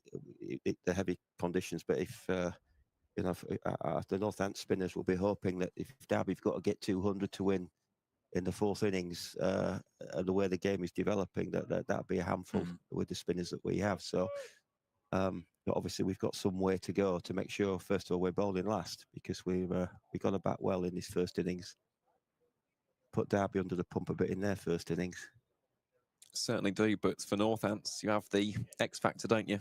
Yuzvendra Chahal. We do. The leg spinner. We do. Excited to watch him in action this week. Yeah, me too. Me 3. It's fair to say in the games out so far in red ball cricket, it's not really been much in it for him. No, No. but he had that great debut, didn't he, down in Kent? Yeah, that was pretty special. That wasn't it? One of the 2 One-Day Cup wins for Northampton, led from the front by Yuzvendra Chahal, seeking a bit of revenge on his old employers. Oh, that's because I was really enthused by the fact that he went down to that game. I'd heard only, I think, the day before that we'd signed him, or I didn't have any inside information at all. It was a bit of a surprise, and I was really pleased that he was coming. And then he just got in the car, drove down to Kent for a dead rubber to play a game of 50 over cricket. I thought, wow, that is a good sign that he's here to maximise his cricket opportunities. I'm really excited. And this looks like the kind of surface that we would, good pitch, and it's not not been prepared as a dust bowl. I've seen plenty of those here in the day, where we've been mucking around with a wicket and trying to produce a wicket that spins from the first ball. And it's been a good cricket wicket. But if it gears up towards spin in the second half of the game, that'll be very exciting. Certainly will. And again, we're just judging this off of Northampton's first innings. We could be speaking in Derbyshire's. They could be 100 for 6, 100 for 7. So we'll refrain from going too much into totals and targets at this point, as that ball is driven firmly by Safe Save down towards Lewis Rees at mid-off. But yeah, it's going to require some good bowling from Northamptonshire. And you do fancy the likes of Ben Sanderson to cause all sorts of problems. And of course, we've mentioned the X factor there, Yuzvendra Chahal, very capable operator, whether it's in white ball cricket or red ball cricket, imparts so much spin and turn and rotation on the cricket ball. Is a tremendous character to have in that starting 11 as this ball is worked off the pads. That will be a dot ball again for Martin Anderson. And we've spoken at length about Harry Moore and Zach Chappell. Martin Anderson really is also a contender for the player of the day for the visitors. 2 for 21 from his 7.5 overs so far. Are we hoping to round out this over in a positive manner? Let's see what he can do. Well, it's slightly too far down the leg side, worked away off the hip of Safe Save down towards long leg. And that will be a single to wrap up Anderson's 8th. So he now has figures of 2 for 22. That's the end of the 41st over. And Northamptonshire are 116 for 6 here in Northampton. I'm so interested to see how this spell from Alex Thompson develops, because that first 6 balls, as you said, it went for 6 runs. There was a really good sweep shot from Justin Broad. There was lavish turn, which was left a long way outside off stump, which came back a long way. There was the other sweep that got the bottom edge and nearly dragged on to the stumps of Broad. And I think that's what spin brings, isn't it? You've got men round the bat, you've got a little bit on offer. Is a batsman going to use his feet? Is he going to sweep? There's appeals when the ball lobs up to these men. I just find it's exciting, a real exciting element of cricket. Love to see it. It is. It's the game of chess, isn't it? So tactical, so methodical. As Safe Save goes for a sweep of his own, slightly aerial. We'll find Harry Moore down here at long leg. And now they have a slight change of fielding here. See where David Lloyd will put Harry Moore. Do you think Safe will be... You obviously work with Safe directly, Rips. Do you think he'll be getting a bit frustrated by this with the lack of strike that he's No, set? I don't think so. I think the big picture is he knows this partnership's big. I think he looks in good form. I said from the first ball, how he moved into the first ball, he's looked like he's really up for it, moving well. And this is a big partnership. If which one of these 2 guys bats, with the guys down the bottom, it might be a slightly different role that they might need, especially the more wickets we lose. But for now, I think he'll know this is big and he's plays part in it. Well, here is Thompson again. That is worked onto the onside there from Justin Broad. Moves the partnership on to 29 between these 2. So it is the highest partnership of the day for Northamptonshire. And we really cannot stress that point enough. This is a crucial one because after this, yes, the likes of Dom Leach and Ben Sanderson can bat a bit, but you want these two to lay the groundwork, give something for the bowlers to work with. Thompson hits a Zabe. Well, there's a half appeal, maybe a quarter appeal there from Brooke Guest. Didn't really have too much conviction in the shout there as he whips the bails off. I think Zabe was safely in his ground there, so not really too much in that appeal. But again, good stuff here from Alex Thompson. Just to echo that point, Rips, really is engrossing, isn't it, when you have men around the bats, you have a spin bowler in passing turn, getting those revs on the ball. Really does make for a spectacle as a fan of cricket. Absolutely. And I mean, Safe just played a sweep shot. He goes both ways. Will he be a bit restricted by the context of the game? It doesn't appear so. With his orthodox sweep, whether we'll see the reverse sweep, there's a man stationed there that could be in the game. Well, that one flighted up from Alex Thompson, driven on the up by Safe Save out towards Lewis Rees at a wideish mid-off. So 3 runs coming from the first 4 balls of this over. But again, every single one of these deliveries, it feels like an event. Really is gripping stuff to watch here from Alex Thompson. Just toying about with the field again. Harry Moore comes slightly more square for this delivery. What can Thompson do? Well, Broad sweeps. He sweeps hard. But Derbyshire do have not 1 but 2 men out there on the boundary rope. That will just be a single.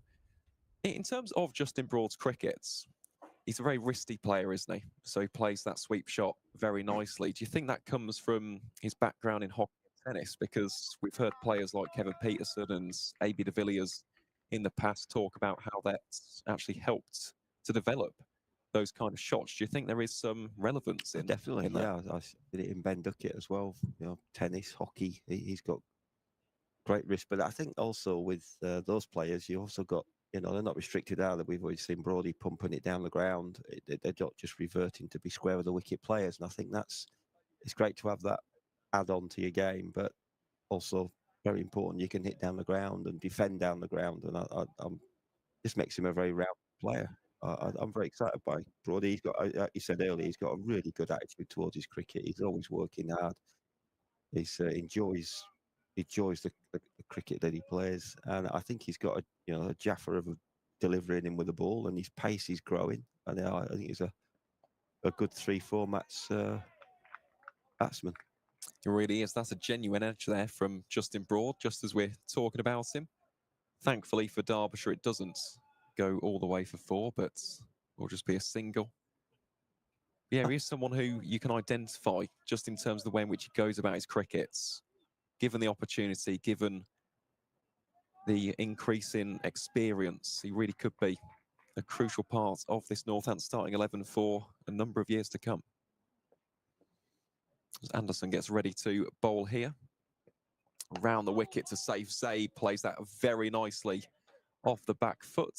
Slightly slow out towards that region, out at point, so it won't go all the way for 4, but will trickle out towards that point fence for 2. Some handy runs here between Zabe and Broad as the partnership ticks over to 34 runs. I think Derby are setting themselves out for quite an attritional afternoon's cricket. You know, they're not over-attacking. They have only 2 catches.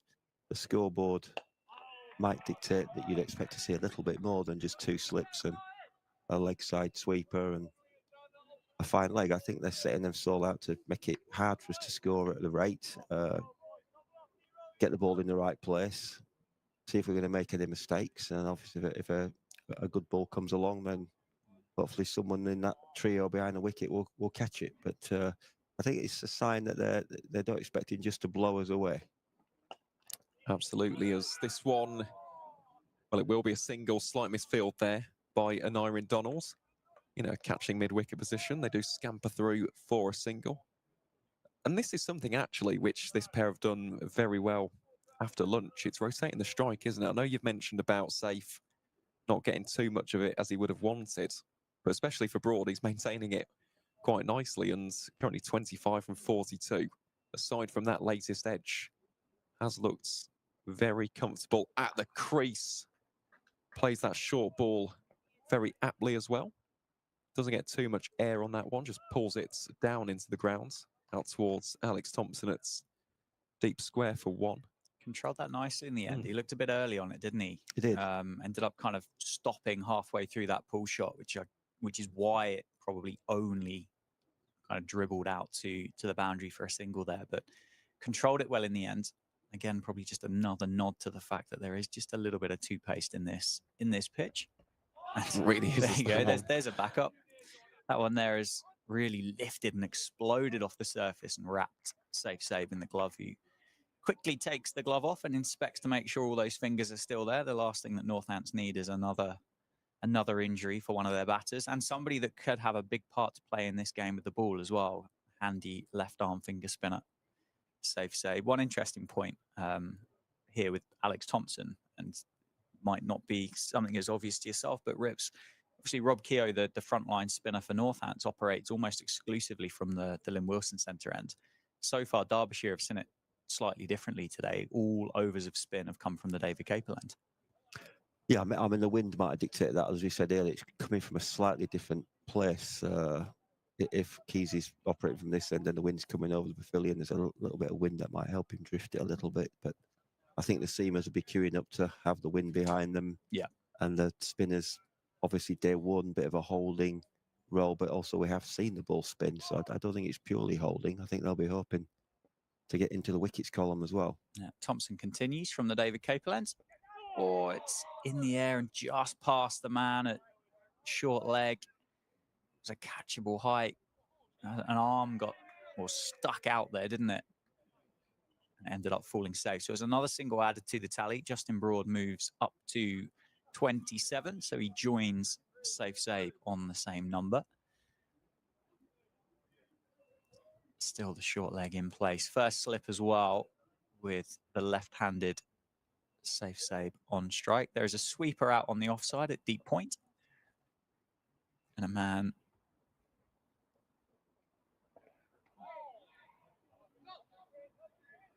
left in the end. It's just a bit unusual, isn't it, seeing spin being bowled on day one of a championship match and actually turning as well. Yeah, and the bounce is there as well. There, Yeah. the keeper's taken that hip high, hasn't he? 126 for 6 off 43.2 overs. Partnership between these two building nicely. Derbyshire just taking their time, making sure their fielders are in the right position where they want them to be. Man in on the leg side has gone from mid-wicket to pretty much square leg. So we've got a short leg and a square leg. Safe Save goes for the sweep. It's aerial. It wasn't far away from square leg. It's going to be tidied up by the man down the leg side bench. I think that's Pat Brown. Yep, the 12th man. substitute fielder, Pat Brown. On duty. I just like this field's putting Safe off and playing his sweep. There's a kind of put a man at square leg, and they've brought the man on the sweep in 10 yards in a catchable position. So that is the risk he takes if he plays that shot, but he plays it well. He scored. Alternative is you try and block it and it turns past your outside edge, and you nick it to slip. So it is a. I still think he's got the chance just to keep rotating in on the offside, just opening the face a little bit, dobbing it in there. Yeah, well, there's a big Almost, gap, isn't there, between cover and backward point. That's the thing about the pitch spinning, it can create a little bit of width for you to work with. If he's a fraction short, I mean, if he's on the money all the time, that's dangerous. But if he's only got to be a yard short and then a little bit of spin, and all of a sudden you've got the chance just to tick over.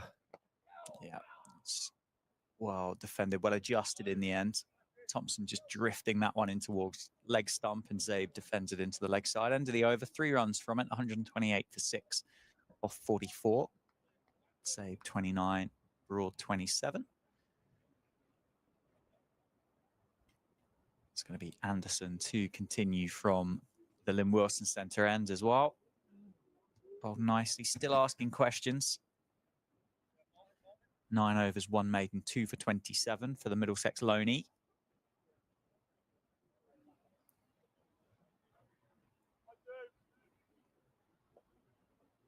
Justin Broad will be the man on strike with 2 slips in place. Man at fine leg, deep square as well. Mid wicket, mid on, mid off, cover, and a point. And that's defended to Harry Kane, who finds himself at mid wicket. So a bit of protection down there on the leg side in case Anderson wants to test out the middle of the pitch. And Justin Broad takes on the short ball. We've only seen one bouncer today, if I remember rightly, which was signals of no ball from Zach Chappell. Everything else has been really kind of pitched up, back of a length at worst. And I don't know, the two fielders down there just indicate that there could be a bumper coming up. Nicely played. Sabe wants one. Broad reacts eventually. Comes through for a single. Good call by Sabe. It was. He needed a bit of trust in his partner. He almost kind of panicked a bit, but I think if the call's there, you got to trust your mate. Just get on your bike, and in the end, it's comfortably home. And I think that is an important element, as has been said already. The rotation, the left, right, the field changing, the scoreboard ticking over. It's good cricket. It's an appeal for LBW, but I think sliding down the leg side, missing leg stump. Umpire says not out. Those two men stay out on the leg side, though. Fine leg and deep square. They're both just off the boundary for Sabe. Just on the angle, that one, wasn't it? Just going past leg stump. Good appeal, though. Still plenty on offer for the seamers, as there is for Alex Thompson at the other end.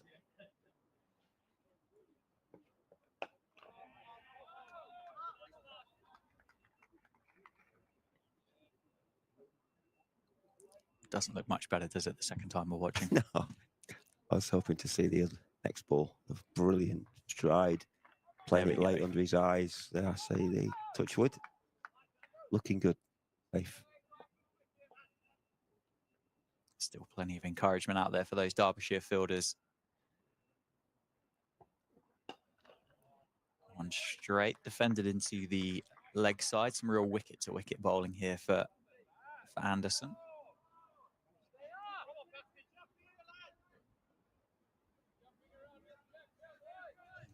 I think something that will add to our viewing on that last day, if Northamptonshire are pushing for victory and Derbyshire got to knock a screw off, is Wayne Madsen. He's a very fine player of spin bowling. I've seen him play some excellent innings against us in the past. Year after year, isn't it? Wayne Madsen just keeps churning those runs out, churning those performances out. Fantastic cricketer. End of the over, 45 now have been bowled in this innings. Scores 129 for 6. That last ball there, just too straight from Anderson. Claps his hands in frustration. Good take by Brooke Guest down the leg side. Alex Thompson continues from the David Caper end.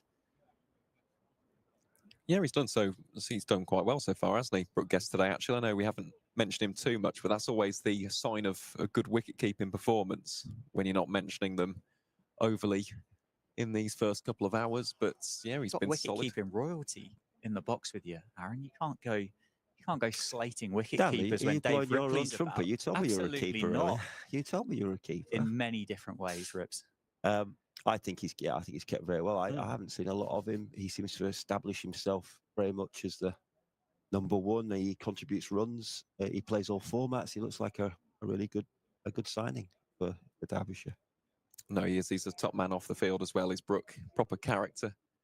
And again, he's another one who's benefited from having increased opportunities. Didn't quite have them at Lancashire. I know he made his first-class debut actually against Derbyshire up in Egbert as that ball is swept. It's racing towards the fence, but it will be cut off by Martin Anderson racing across for just the one run. But yeah, he had a lot of competition. Of course, George Lavelle was there at the time.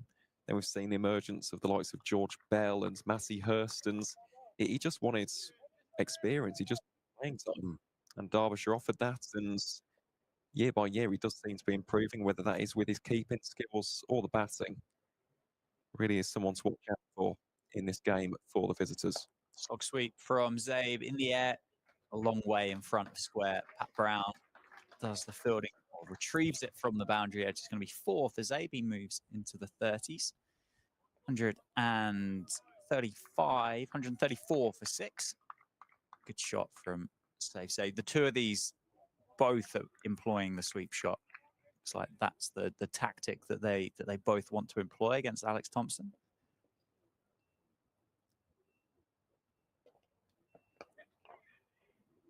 Nicely played. Just slightly over pitch maybe from Thompson there, and so he just leans on it into one of the gaps on the leg side, takes single, gets his boundary, gets down the other end. Over to you, Justin Broad. Left-hand, right-hand combination, a nice partnership for the two of them as well. It's everything slows down a little bit, doesn't it? Fielders have to switch from one side of the ground to the other, wait for the square leg umpire to get there as well. Broad sweeps this time, and that goes straight to the man at deep square, so just a single. So again, everybody will change positions. That just gets a bit annoying after a while, doesn't it? When you have a partnership that grows with a left-hander and a right-hander. Yeah. Going from one side of the square to the other. Yeah, it can, all of a sudden you're feeling a bit more tired than you were half an hour ago. It's and also looking forward to deep into the game. You know, it's just miles in the legs, overs in the legs. Played off the back foot by Zabe. No, and I think Zabe just acknowledges the fact that was a good call by his teammate at the non-striker's end. Looking for that single, just trying to open that gap up. Big gap, isn't there, through point for Zabe to take one. Oh, and that is an absolute beauty from Alex Thompson to finish his fourth over. We'll definitely get a replay of that one. Genuine play and miss, turn and bounce from Thompson. Oh, wow. Yeah, that's a hell of a delivery. That landed on leg stump and beaten off, isn't it? Oh, that's exactly what you want to see as a spin bowler. Just a textbook ripper there from Alex Thompson. Getting the batter save to play at that. And oh, my word. Pitch middle of the leg and missed the top of off comfortably and bounced. So I think so you could hang around and prod and you might just nick one of them, or the lads are taking a more proactive route with their sweeps and we're scoring, and I think we're playing some good cricket actually. I think the partnership's growing nicely, and I have a feeling we're going to see spin from both ends here. Chaps for the first time in the piece, Jack Morley.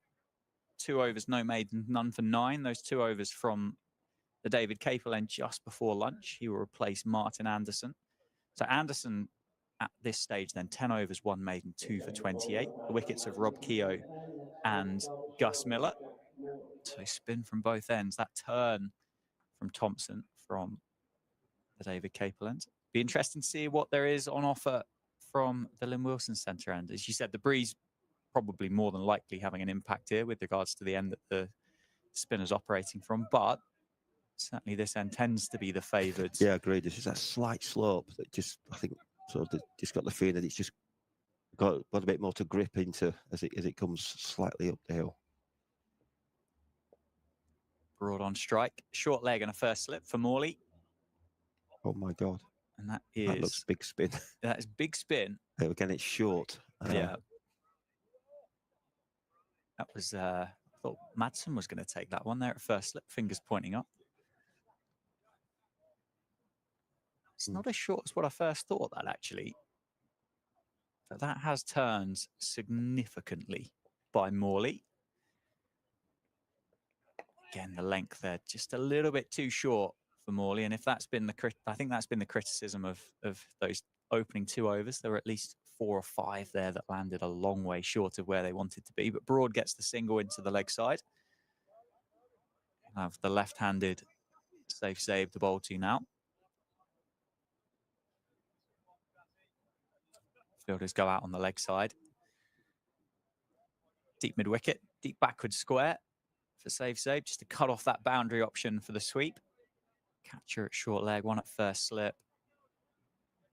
Fielder on the square at cover and mid-wicket. Zach Chappell is at mid-on, and you've got Harry Moore there at backward point. It's an appeal for LBW. No shot offered by Zabe. I think that was optimistic, that by Morley. That's one way to put it. Look how far outside off stump he is. Fired in, wasn't it? Speared in by Morley.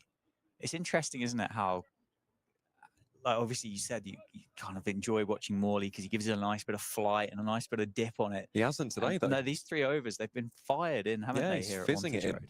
Different approaches as well, and this is something else for these two guys to be wary of. At the crease, premeditated sweep shot there from Justin Broads will go to the boundary, and that will be the 50 partnership between Justin Broad and Safe Sabe, a crucial partnership at this stage of the innings. We spoke about the consistent fall of wickets for Northamptonshire here on day one.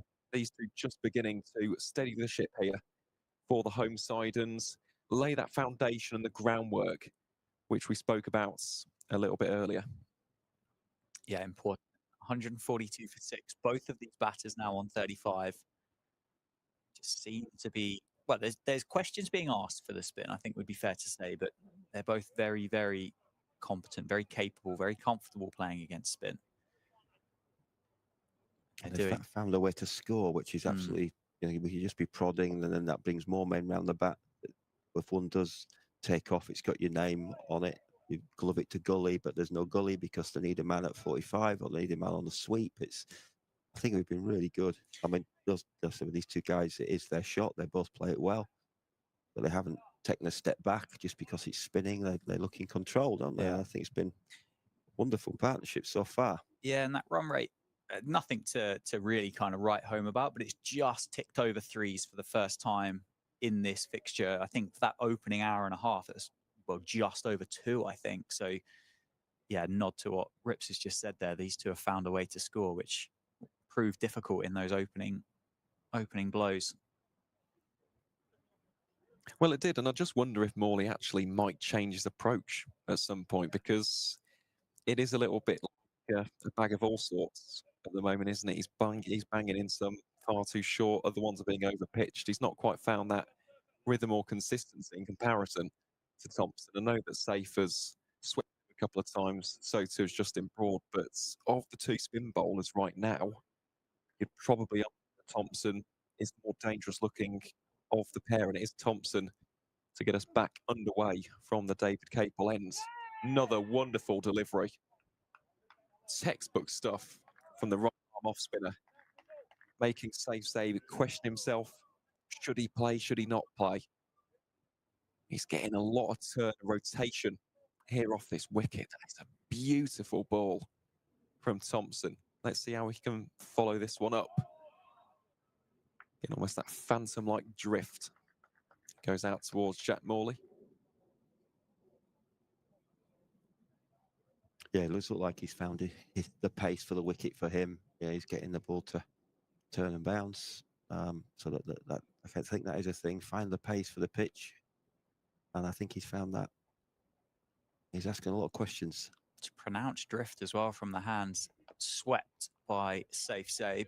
Short leg ducks for cover. It's just going to be a single though. Those two men down there on the leg side for Safe Sabe, just protecting and cutting off that boundary, as there will be for Justin Broad for his leg side as well. Square leg, almost a long leg as well. And then another fielder going into the 45 as well, just to try and cut off that paddle, or that, what was a top edge, wasn't it?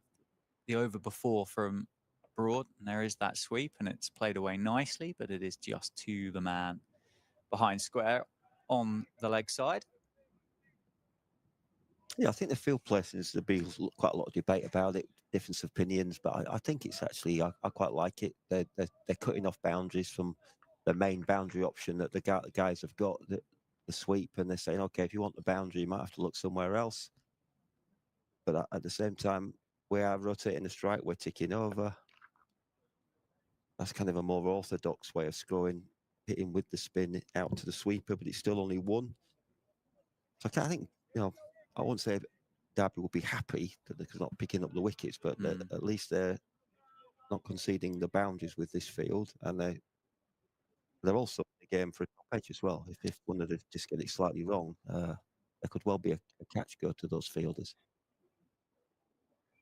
I think they'd really like another attacking fielder from somewhere, either a leg slip or a silly point. It's funny you say that, Rips. I was just about to make that exact point, or even just get someone in front of the eye line.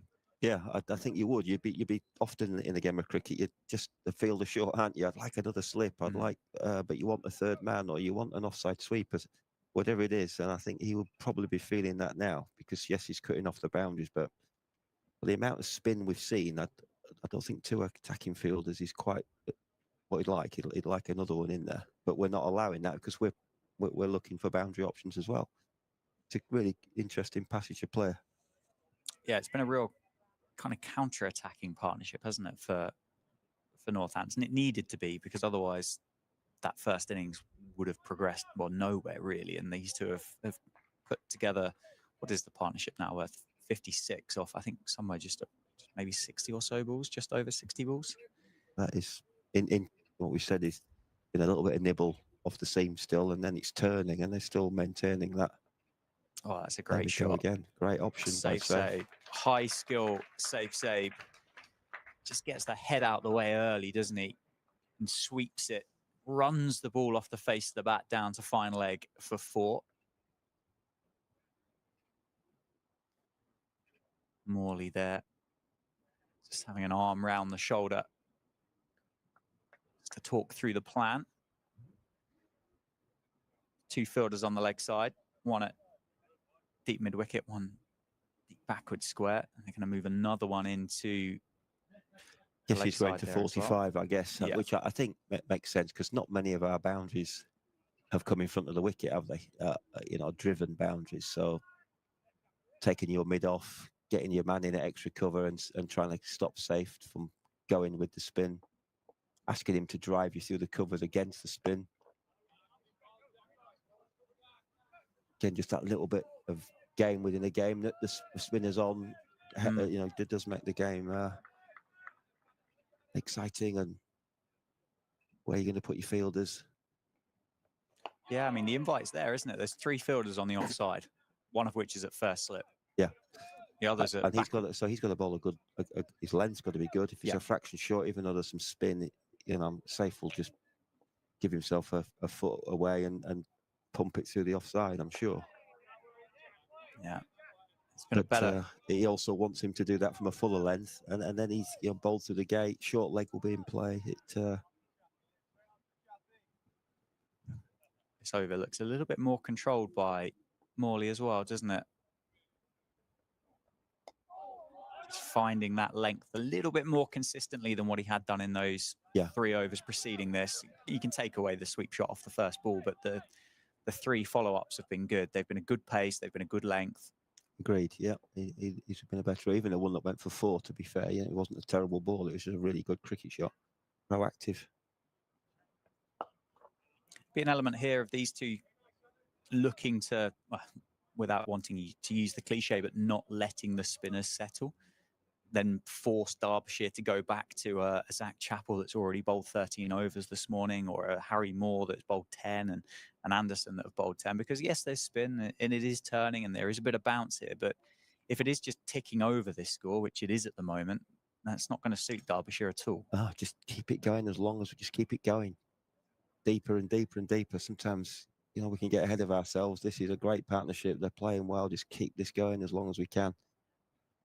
See what then, you throw the ball back into Derbyshire's court and ask them what they're going to do about it. So at the moment, they're trying to block boundaries. Trying to build pressure, but we're not really allowing them to do that. As you said, we're really, really certainly our best passage of play, but comfortably so far. Swept again by Broad, powerfully so, but there is that man, one of those 2 men down there on the leg side protecting that boundary. So it's just going to be 1. Brings up the 150 for Northampton, 150 for 6 or 40.9 overs. Safe save, it's currently 41. He's the man on strike, and Justin Broad has ticked over to 37 or 56 for the German international. Safe save, slightly more watchful, 41 off 84.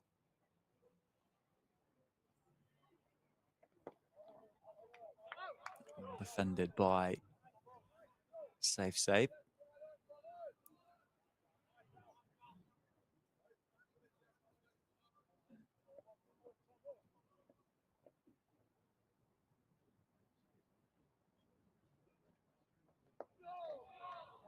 good length by Thompson. Stride forward from safe save. Not the tallest man, is he, without picking out that low-hanging fruit, but hasn't got the biggest stride in world cricket.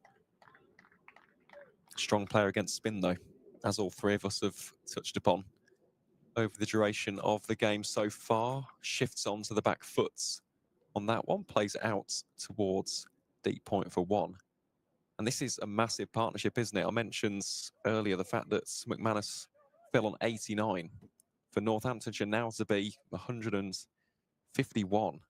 These two have done a great job because Derbyshire before lunch were well on top. And even with that wicket, Moore getting that maiden first class scalp under his belt, you thought, right, okay, visitors are getting momentum here. They could potentially skittle Northants out for less than 150 at one point. And yet these two, they've just dropped anchor, steadied the ship, and they've looked comfortable while doing so. I think that's the other important thing. These are not streaky boundaries. The sweep shots have been executed well. They've been executed confidently. And in terms of that strike rotation, it's also been bang on the money so far. Yeah, absolutely. It's well fielded. Cover, Pat Brown swoops on that one to keep it down to a dot ball. End of the over. 50 now have been bowled. 152 for 6. Rips, a question for you with short leg that's been in place here with the spinners since they've started their spell. I've never played a standard of cricket that's ever warranted a short leg.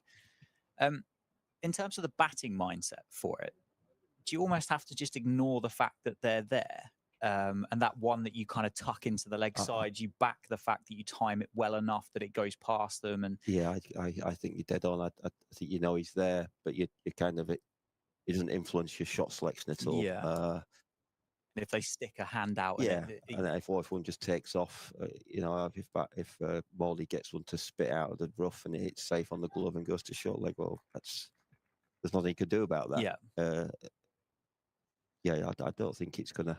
I think sometimes when you get the guy on the offside in your face, the silly point, it doesn't seem to be a position quite as it used to be. I mean, there was always someone parked at silly point when I played, but that seems to have disappeared more to a leg slip. Seems to become more of a thing. Okay. Yeah, it's interesting. So we've obviously both, or all three of us, have watched Zabe and Broad continually kind of sweep through short leg. And as we say that, short leg has actually moved to a leg slip anyway.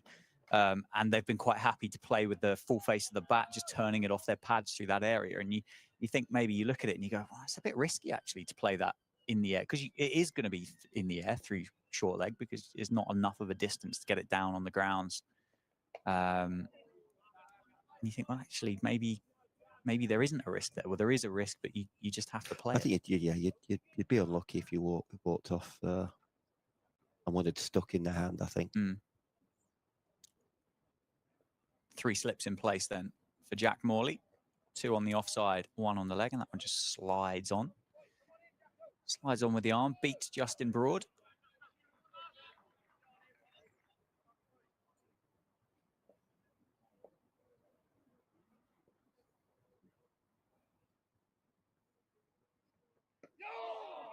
Inside edge that time.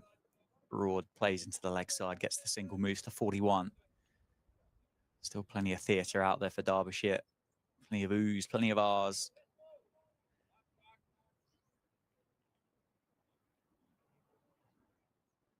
Bit of natural variation there, wasn't it, from Morley? That one just didn't really bite into the surface. Maybe just hit the slightly shinier side of the ball. Looked like he got a little bit tighter into the stumps as well on the replay, as if he's just moving around a little bit on the crease, changing his angles. He does seem to be settling a little bit more in these first 2 overs. He's finding a bit more of the pace of the pitch.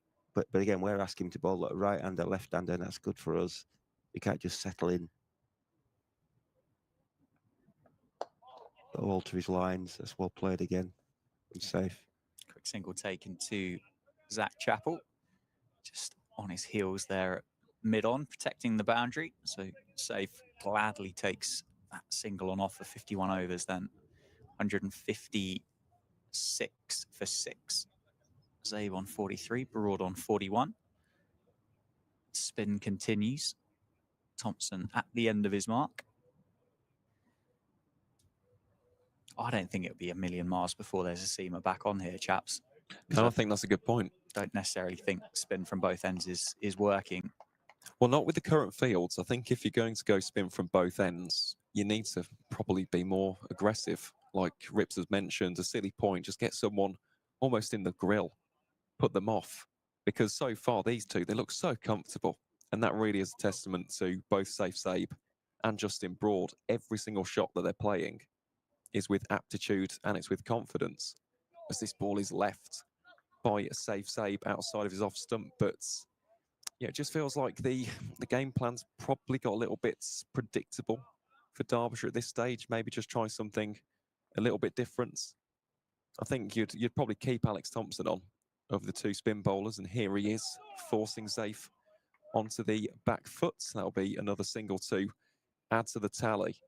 But in terms of his seam options, they have bowled quite a few overs, and especially as we head into the last stages of the day's play, if Northamptonshire are still batting and you want that new ball to be taken, you want them to be at least a little bit fresh, especially Zach Chappell and Harry Moore. So, yeah, we've got a fascinating remainder of the afternoon session here as again Broad goes to that sweep shot, plays it so fine, and that will be another single for the German international. Moves on to 42 now from 61.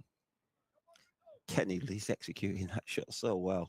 I'm just a little worried with him round the wicket, bringing LBW into play, one that pitches on and straightens if he misses one, but he really doesn't look like missing one, does he? No, he doesn't. Every single one has such a clean connection. Here is Safe Sabe. Again, he's a very good-looking player off the back foot, isn't he, Safe? And he's in this kind of rhythm and form. Every single ball is played with that extra bit of finesse and touch and class. He now moves on to 45, inching ever closer to that 50.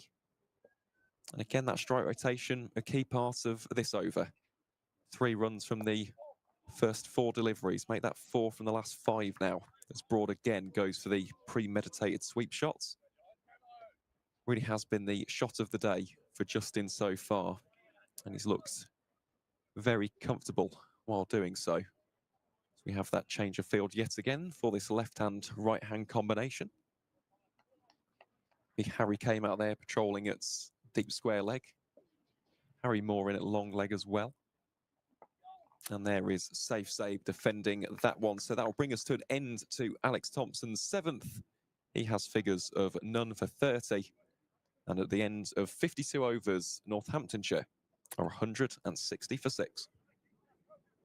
Yeah, I agree. I think they'd have to be just reassessing whether double spin's working. I think seeing bowler now trying to bowl Northants out as quick as you can, and if that doesn't work, you can still revert back to spin as a new ball looms on the horizon, and hopefully get the job done then from their perspective. But who that is, I guess the captain will know who he thinks is fresh, who's got the. I mean, you'd probably think you'd like to go to Zach Chappell because he doesn't necessarily need to have a lot of extravagant movement. He's got height, he's got the pace, he could get some bounce if one keeps a bit low, but he just can't keep bowling him all day long. So might go to Reece Goldenarm.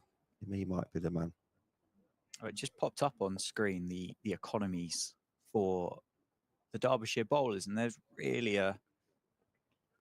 Oh, there it is. We've been talking it up. We said it wasn't working, and it did work. Jack Morley gets his rewards. He gets the wicket of Justin Broad for 43. Certainly just turns and bites into Bounced that him on the glove. It's a bit of captaincy as well. He's held firm with that gully in the hope. That's the, if his best ball turns, Gully's very much in the game, and he's backed his bowler, and they got the reward.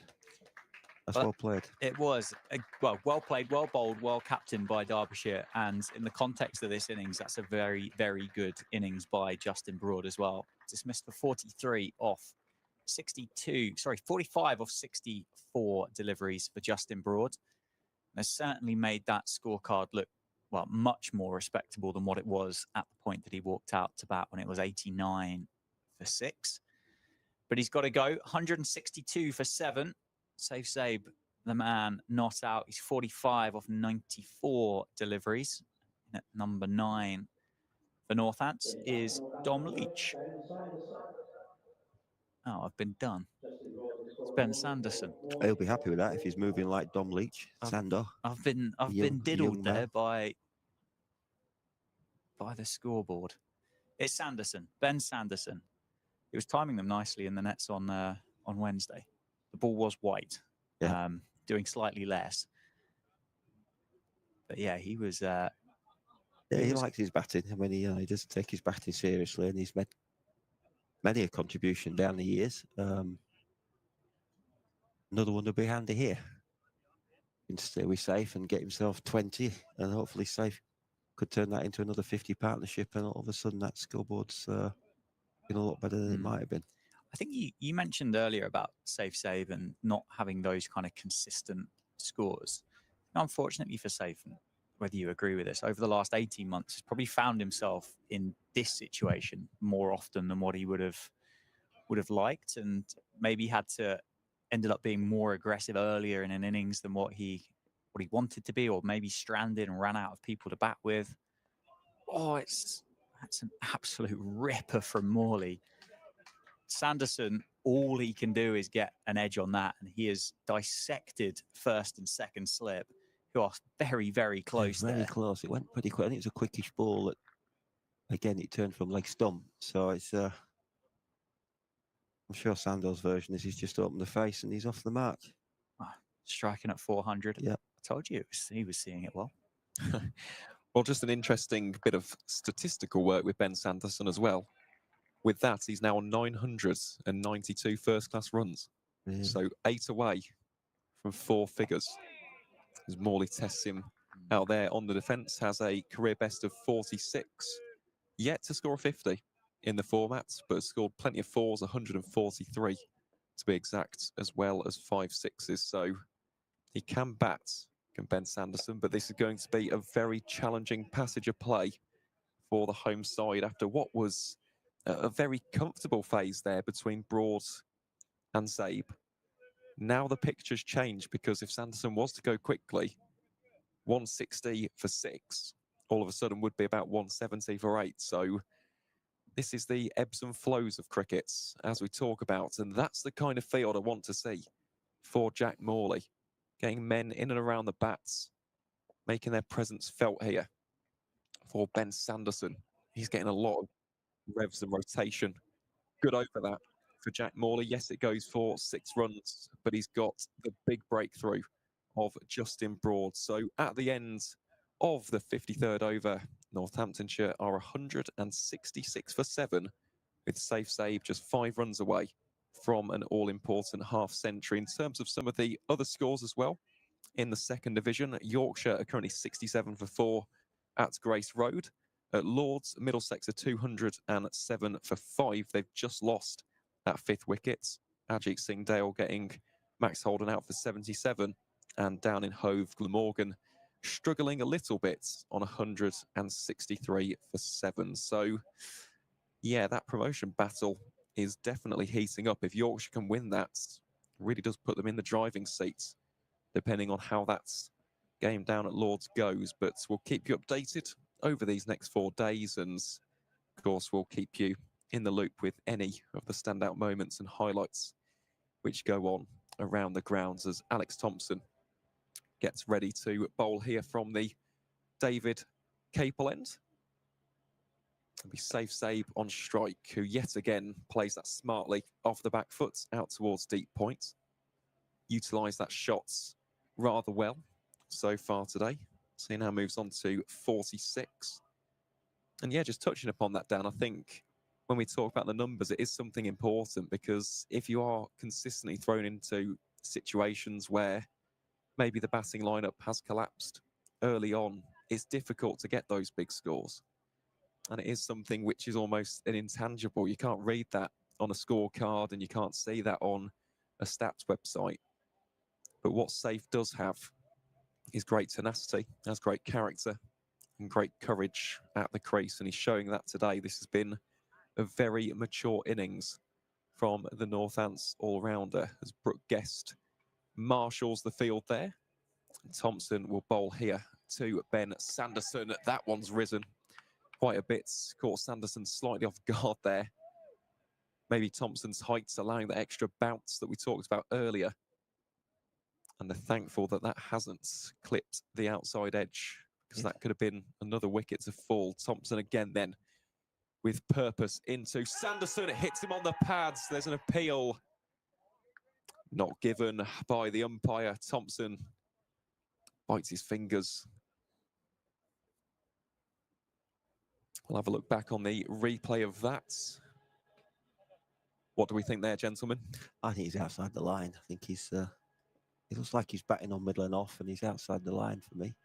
Well, there you go. Sanderson opens up the arms. Well, that won't be an LBW shout because he's dispatched that out to deep mid-wicket for 4. That is a cracking shot from Ben Sanderson. Great shot. Showing a bit of intent, I guess, is rather than prod around, and maybe there is that balance to think I'm playing for safe side. He's in on almost 50, but you've still got to score as a team. So if that's Sando's best way, I don't mind him playing a few shots while the field's in as well for him. Is that 4 away from 1,000 now?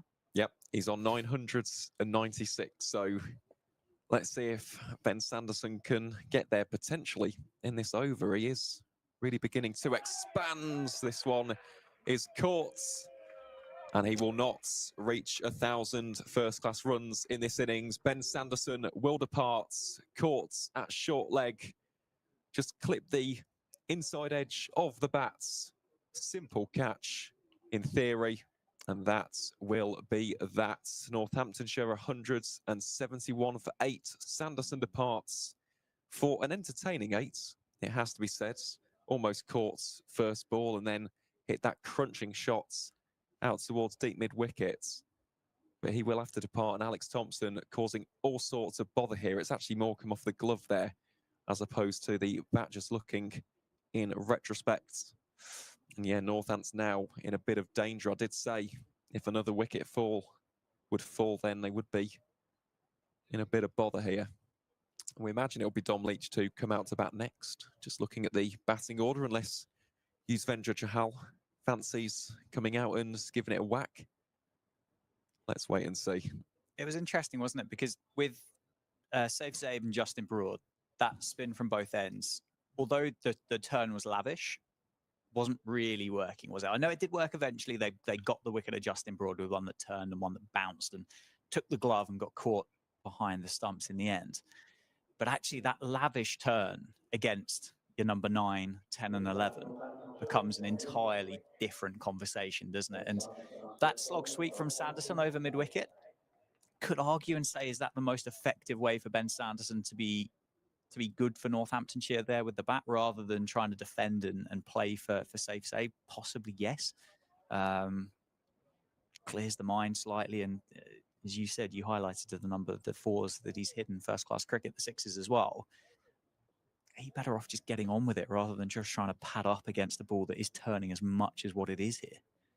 Well, it's the age-old argument, isn't it? And Sanderson quite clearly going for the former of the 2 options. And actually, it wasn't the aggressive option that got him out.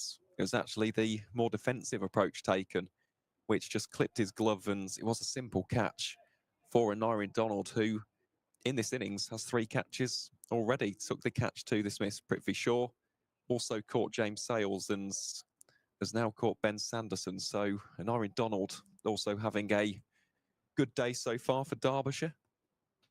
It really has been a good passage of play this in the past 20 minutes or so for Derbyshire. The spin bowlers causing all sorts of problems.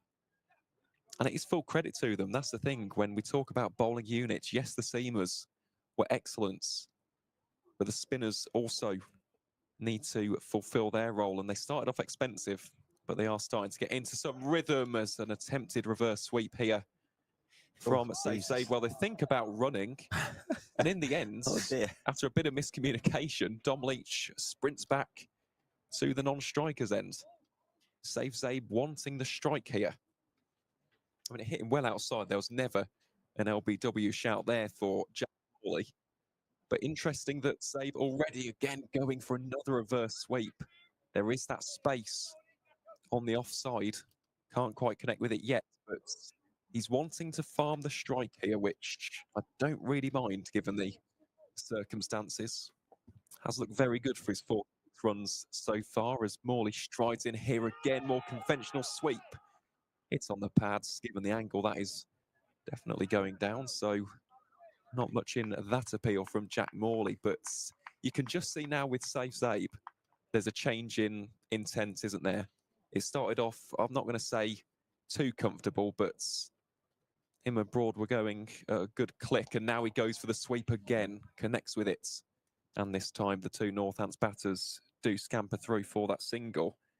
There's that extra intent, isn't there, in these shots? He's really trying to find some boundaries now and almost negate this momentum for Derbyshire. It's a funny time of year, isn't it? And I don't know how much of this would have come into the fore when you were coach here, Rips, but you've got a Loney with the ball in hand, bowling to a Loney with bat in hand, with a guy that's kind of been at Northants for, well, since he was 12, I think, made his debut when he was 16, didn't he? 15, 15, say? yeah, 15. Who clearly won't know much about Dom Leach as a batter. Possibly a lot of Derbyshire won't know much about Jack Morley either. Well, here is Morley into Dom Leach. Solid in his defence. And it must be quite difficult for someone like Safe Zabe really to know what Dom Leach is about. I mean, you can look at the stats here, and it's not great reading in 9 matches with an average of 6. But could he do a job for Safe Zabe here? Could he bat with Safe? Or it must be quite difficult to know until you get out to the middle and find out what's going on. Yeah, we've had quite a lot of debates about these situations down the years, actually. When I was coaching as a group, what do we think's the best? Do we just put some trust in the guy that comes in and you build a partnership? And it's when people are giving you a one. I thought that was one of the... I've lobbied to bring a circle in because I thought it was really one of the worst parts of county cricket, where a guy on 50's got all the men on the boundary, and then they're giving you a one, or you're turning it down, and then you're trying to bowl at the other guy, obviously. But I just thought it became really bland cricket. So we talked about just taking the runs, having some trust, and if the field comes in on the last 2 balls, you might try and collect a 4 for us, and we move on to the next over. But a slight concern is that we didn't seem to know quite which way to go there with that first ball. One guy's running, one guy's not running. Safe's looking for boundaries, which I think is fair enough if he's made his mind up to try and... Yeah, like one and over for 10 overs almost becomes a little bit pointless at this stage of the game, doesn't it? If that's when the kind of the end of this innings is going to be, or as you said, do you try and take the runs on offer, maybe get 20 in 3 overs, and you find yourself in a marginally better position than where you would have been. Well, let's see the approach taken by Zabe here. That is a crunching shot. It has bisected those 2 fielders, and it will go to the boundary rope for 4. Well batted, Safe Zabe. Second time that he's passed 50 this season. Of course, on that first time, racked up a century. Northamptonshire will be hoping that he can repeat that feat here at Wantage Road today. But in difficult batting situations, in a difficult scenario for his team, Safe Zabe really has stood up to the plate here, as this ball, very full from Thompson, just dug out by Safe for no run. Top quality not this, isn't it? 51 from 101 deliveries. Played the sweep shot well. I think he's played superbly. He's looked on it from the first ball, but how he's manipulated the spin around. Really, really fine innings. Certainly is. Thompson again making Safe Zabe play this ball on its merits. It's incredible, isn't it? The degree of turn that we've witnessed out of this pitch as well, from both Morley and Alex Thompson. Of course, if you are Safe Zabe and Yuzvendra Chahal, even Rob Keogh, you'll be looking at this and, just licking your lips and thinking, you know what? If we pack men around the bats, we've also got that same opportunity to make some magic happen. Really is some gripping cricket here. Some excellent cricket being played. See what you did there, Aaron. See what you did there with gripping cricket. Very good. It was so good you didn't even realise it yourself, did you? No, I didn't. Oh, maybe I'm more talented with words than I once realised, Dan. Here is Alex Thompson then. Coming around the wicket to the left-handed. Safe save again, played back to the bowler. That's scoring 176 for 8.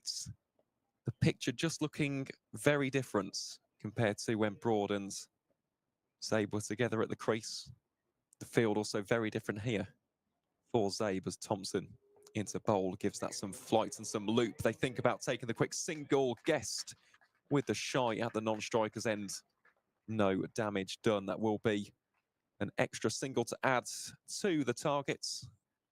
And there we go. That will be the end of the 56th over. Northamptonshire 176 for 8. And of course, the headline from that over, Safe Zabe bringing up a thoroughly deserved half-century. If we can maintain that for the next 10 overs, that'll be sensational. A 4, a run off the last ball, 5 and over, and Dom doesn't base a ball. I doubt that's going to happen for the next 10 overs, but that's not a bad template. It's interesting that Safe went looking for the 1 rather than looking for a 4. I think it was a little bit easy, wasn't it? I like the plan from Thompson to take that. There's a real pace-off delivery, wasn't it? Gave Safe nothing to work with. But those 2 fielders on the leg side were still out on the boundary. Yeah, it was. It is a bit like they weren't sure which way to go as well.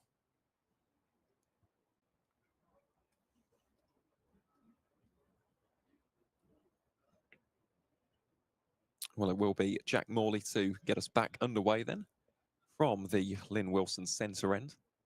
Madsen there patrolling in at first slip. And there is Nye Donald in at short leg. That's... Oh, my God. What a catch. Extraordinary.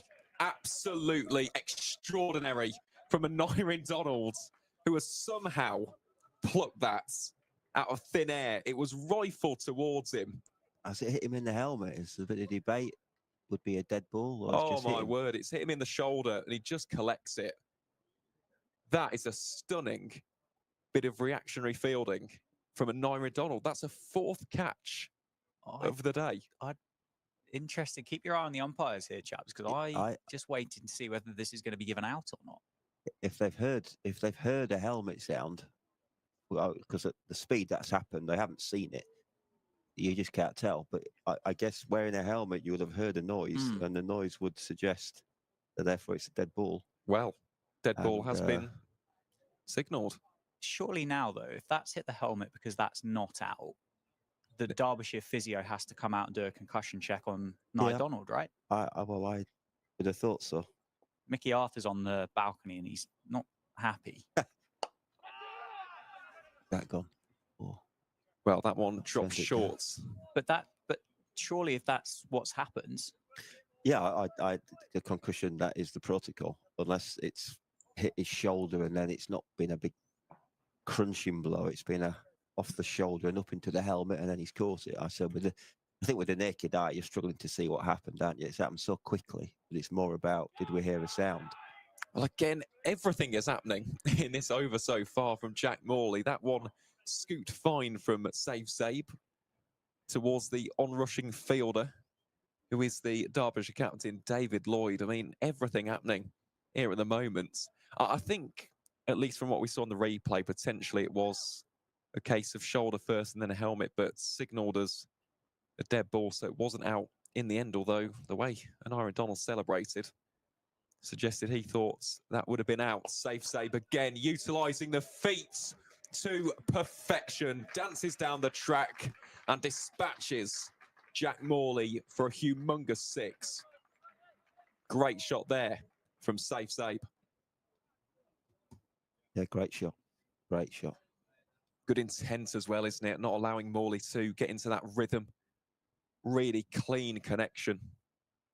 I think that obviously again the Derby field was set with, they left a bit of a carrot. They didn't just drop him straight back onto the rope. There's a little bit of a 3/4 look about him, saying, "Go on then," and Safe said, "Thank you, I'll take that opportunity." So it's again a bit cat and mouse. They want to be bowling at Dom Leach, and they're not bowling at him. They're bowling at Safe Side, who's scoring some boundaries. Well, he is. He's hitting it with absolute authority so far, and then I think that's what we'd put in the good cricket category, isn't it? Big 6 followed by that single means that Dom Leach will just have to face the one delivery. There's only one left. Wow. I'd have thought. And the field wasn't in at all there, was it? No. It wasn't. They're happy for Safe to just go for those boundaries for the time being, but the fielders are hovering around the bats for this ball. Leach thinks about coming for the single. They're never going to take it at this stage of the innings. So at the end of the 57th over, Northamptonshire 184 for 8. That's got to hurt when you back down the order. I talk about obviously Safe's roles down the years, but that, you know, you come in and you're told you can't have a run. You've got to run. You want to set off for a run, and the guy at the other end says, "You're not running. You stay there on naught." I mean, that's got to hurt. Yeah, it's not exactly good for the ego, is Yeah, it? it's something I've always felt a bit for the lads there. Yeah. But then again, you've got to part that to one side, haven't you? You've got to think what's best for the team here, what's best in the current situation, and the way that Safe Zabe is connecting with this cricket ball right now. You've got to say that him having the large share of the strike is definitely Absolutely. beneficial. What is this partnership already? We're obviously into double figures. Yeah, 13. 13. 13 so far between these two. After a little bit of a wobble following that dismissal of Justin Broad by Jack Morley. And here is his partner in crime, Alex Thompson. Again, played very stylishly off the back foot by Safe Zabe to Anari Donald. He's been a busy man today. Already taken 3 catches. Had that dead ball called, and yeah, somehow, I don't know how on earth he managed to catch that, to be honest. This next one played defensively by Safe Zabe for no run. But I don't think he was looking, was he? All I saw on the replay was him drop his head, which inevitably you're going to see if you see a guy going for a huge sweep shot, and you drop your head to make yourself small, and I think it's just struck him. He's had the presence of mind to still grab hold of it. Unbelievable reactions. I bet that's left a bruise as well on an Iron Donald. Yeah. Was struck viciously by Safe Zabe, and all for nothing, chaps, as all well. for nothing. Exactly my point. As again, Zabe advancing, loses track of that delivery. Brooke Guest was on it in a flash. So a bit more proactive. That's 4 balls gone now. So there's a little bit more of a proactivity in the fields in. Come on, let's bowl at Dom Leach, I think is their plan. And if they're prepared to leak a boundary or create an opportunity, it's not a given, is it? It's turning square, a top edge, or picking a fielder out, or stumped if he runs down the pitch is still an option of getting Safe out. So I think this is better than just allowing him to get a single. Well, here is Thompson then. Big sweep shots from Safe Zabe. Well, there's only one end result from that shot. It's another boundary for the Northants all-rounder, who is timing this ball to perfection at the moment. Races onto 63. Really is beginning to open up these arms and expand, utilising every single shot that he possesses in the arsenal. And in what's been a difficult batting performance so far for Northants, he really has been a very, very bright spot. Again, though, no real change in the field. Derbyshire happy if he wants to go for the aggressive option. And he does again, goes for the sweep shots. Doesn't connect, though, and that will be the end. He took the pace out of that, didn't he? He was well bowled. Really is from Thompson. Good. So, just looking for that single there, wasn't he? I don't think he was looking for the boundary. Just trying to drop it down at 45. Catch Harry Moore just resting on his heels there, maybe take the single. As it is, Derbyshire have got 6 at Dom Leach. Yes, they have, and that's the key thing for Derbyshire. It doesn't really matter how these opportunities present themselves. It's just important that they do. As Safe at the non-striker's end, practicing a sweep shot there. So it will be Jack Morley then from the Lynn Wilson centre end to Dom Leach. This one very full. There we go. What were we worrying about? Big stride forward, solid front foot defence. Lovely job. I was about to say that, Dan. Yeah, it was. Textbook defence, that from Dom Leach. Hopefully for Northampton, it'll be more of the same. Again, plays that underneath the eye line. Nice and late. And that's all Dom Leach needs to do at this stage of the innings, especially as we are heading closer and closer towards that tea interval. here in the afternoon session. We don't want anything too reckless or too brash from Leach here, given that he is batting at number 10 and Safe Zabe, as we've touched upon, really has been looking in imperious style down at the other ends. Morley again then, with that fizzy action, just dropped in front of the eye line there of Dom Leach, who plays that defensively back to the bowler. But much better this from Morley and Thompson. After what was quite an expensive start, they have just wrestled back some control here. Again, textbook forward defence. So something that was in the back of my mind about Dom Leach, and I really don't want to put the mockers on the young man. And he got a pair here for Yorkshire against Northampton in the championship fixture earlier this summer. But he did come out to bat as the night watchman. Well, he struck on the pad here. Quarter appeal there. I wouldn't say there was too much conviction in the shouts, but that will bring an end to the over. So it's a maiden for Jack Morley. Bowled a very controlled over, and yeah, just to he only survived. He faced 3 balls, and I think on that stroke, I think it was the last over of the day, and I think they went off. So he did his job basically. But clearly Yorkshire saw enough about him as a batter to be able to kind of do that job and survive that role. So maybe that first class average of 6 for Dom Leach is slightly misleading at this stage, and maybe there is a bit more kind of batting prowess and defence there that we haven't seen yet. It's a very, very good point there, Dan. As Zabe rocks onto the back foot, finds the hands of the fielder for no run. And yeah, it just reminds me of Oliver Hannon Dolby, because even though he doesn't have the cover drives and the pull shots and those more expansive strikes, in terms of defensive strokes, he is one of the best as Safe Zabe dismissive with that shot. It does go out towards the boundary, but Lewis Rees is patrolling out there, so that'll be no run, unsurprisingly. No single taken at this stage by Safe Zabe. Still on 63 is the Northants all-rounder.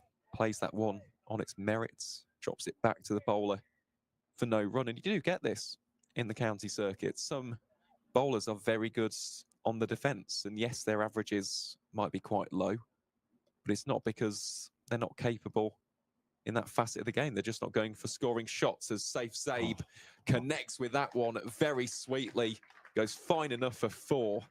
And that is yet another delightful shot to add to the ever-growing collection for Safe Zabe. This really has been a top-tier innings from the Northants all-rounder.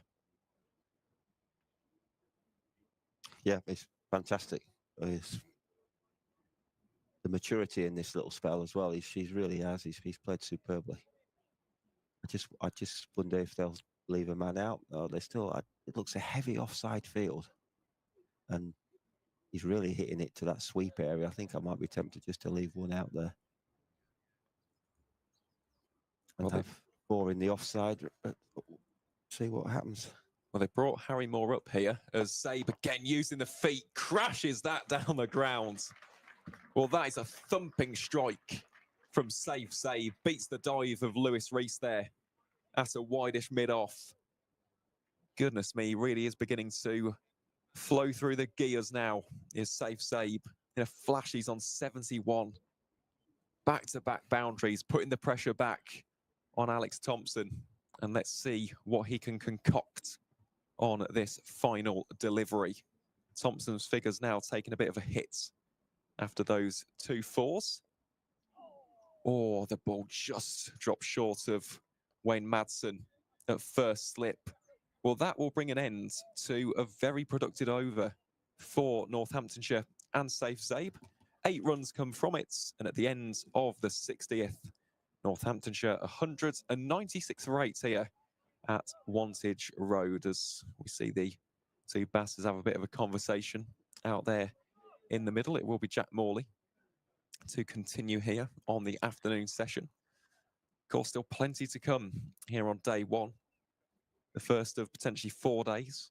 And I'll tell you what, if it's up to this standard, it'll be a very, very watchable one, because the battle here between the bats and the spin has been one which has been rather captivating. Here is Morley then to Dom Leach, who wafts the bats That one doesn't connect. And yet again, Brooke Guest whipping the bails off in a flash. I dare say the conversation between Safe Save and Dom Leach possibly didn't include the words "have a waft at one outside off stump" between those overs. Yeah, on the up. Yeah. Good, because in the last over, he played absolutely perfectly. Good defence. Never looked like missing one. Safe goes. Another one of those overs, please, Dom. That'd be perfect. Yeah, don't worry about that, Safe. I've got you covered. Wash. Well, here is Morley to Leach again, and Leach thunders that one, and you can hear the reaction of the crowd. Well, that is a wonderful strike from Dom Leach, and not only is it a first boundary for Dom Leach, more importantly for the home side, it's the 200 up for Northamptonshire. As we watch that back, really crisp shot that's from the Northants number 10. Defence, what defence? Let's go out there and It's a good option, wasn't have it? a swing. Well, considering just how much of a gap there is, now the fielder comes up ever so slightly. It wasn't actually a bad option. Wasn't the best delivery from Jack Morley. It was invited to be hit. And yeah, Dom Leach did exactly that. Just gave it a nice big whack and got the results got the reward as a result of it. Here is Morley again into Dom Leach. Oh, round his legs. Wow. Must have spun. Well, that is not ideal for Northamptonshire County Cricket Club at all. We spoke about just maintaining that defensive approach, keeping that solid defence. And it has. It was around the legs, wasn't it? Yeah, That is. to be fair, if you've got a ball there, you'd probably expect to try and score off it, wouldn't you? Even though it was last ball of the over. So he's a little unfortunate, I think, in some ways there. He is, but it's a 9th wicket to fall, isn't it? For Northants, 200 for 9 now. The score here at Wantage Road. He must have got a little bit of glove or bat on that, surely, to drag that back. Well, this will be the angle, won't as it? far as that's gone. Let's have a look. Potentially just off the... Maybe it's hit the stumps quite hard, though. It's true. Yeah, I don't know. Good bit of bowling, nonetheless. Done the job, isn't it? Whatever it's come off, whether it came off anything at all, it's in the back of Dom Leach. Yeah, 200 up. 200 for 9 off 60.5 overs. Yuzvendra Chahal, the last man for Northamptonshire. What was stats we got for Chahal? I don't know a lot about his batting. Well, in terms of his career best, it's in the 40s, but the issue is it came about 8 years ago. But he's due then. Well, that's one way to look at it, Rips. It's that positive mental attitude that you've got. And that has, on the benefit of that slow motion replay, That looks like it's that turned. has turned. That's gone round the legs of Dom Leach. And now, don't crucify me for saying this, chaps. And take into consideration, at one point, Northants were 89 for 6 here. With the amount of turn that we've seen with the 2 spinners bowling, with the seam movement with the Store early doors, and we might not get that replicated with the Northants seam as the conditions have changed slightly. Is 200 looking like a all right first innings score? Well, we'll have to wait and see, won't we, Dan, as that first ball is defended back from Yuzvendra Chahal. So 200 for 9 now after 61. What are your thoughts on that, Rips? I think we're edging there. Yeah, I can't say it's par. I think it feels a bit light, but I feel like knowing that Derbyshire have got to bat last, I think that's important that we might be happy to concede a small first innings lead now, and then we'll go bat well in 3rd innings, and they've got the worst of the conditions in the last innings. If the game unfolds like that, then we might not be far off. But it's that old adage. I'm on the fence a bit, and you never know till you've seen them both bat. But I certainly am happier than I was at 80 odd for 9 and 80 odd for 6, weren't we? You could have thought, okay, 140 here, we're done, and that's way under par. But Safe and Brodie have got us competitive. I think got us competitive. We have a class spinner, and Rob Keogh's a prolific turner of the ball, and we've got Safe, and we've got variety of spin. We've got probably the best new ball bowler in division in Ben Sanderson if he nips a couple out. I just got it's going to be a very, very good all-day cricket match, a bit like the one we had in Derby. Yeah. I wonder if Luke Proctor goes to spin a little bit earlier as well, having seen the turn that's been on offer here. So Justin Broad, James Sales, Gus Miller, and Luke Proctor himself will offer seam bowling options, but try and get that ball into the hands of the spinner whilst that seam's still hard.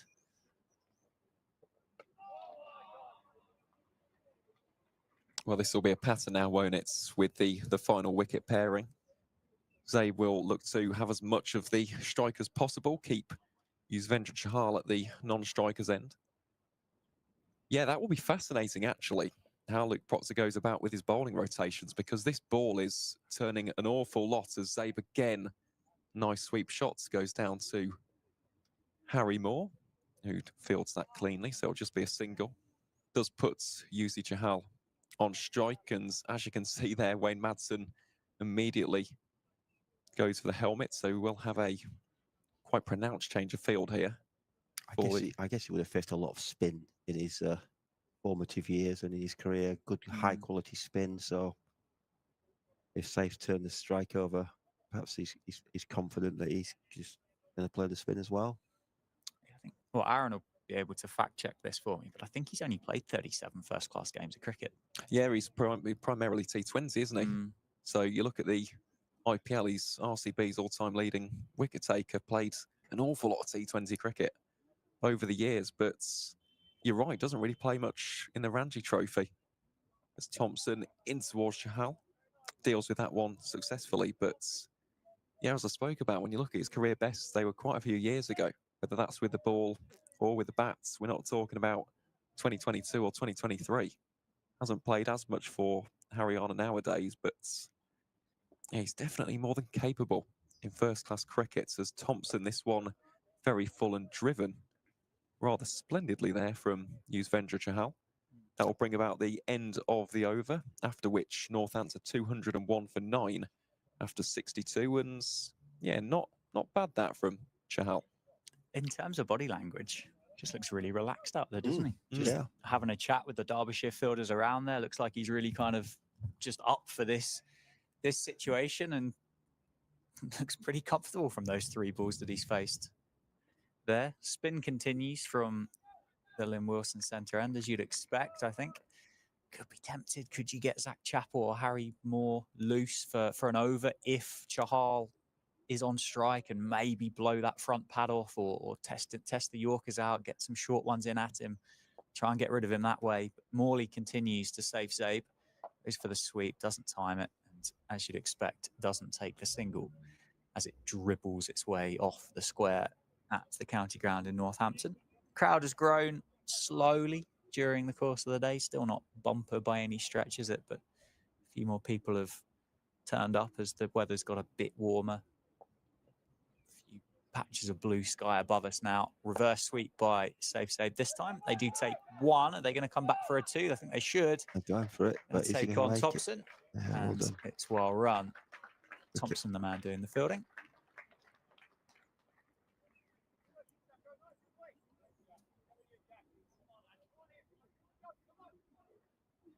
Safe getting that far in front of square to allow the 2 to come back for a second. 203 for 9. Shimmies down into the front pad, drops into the offside, and again, doesn't take the leg bye on offer.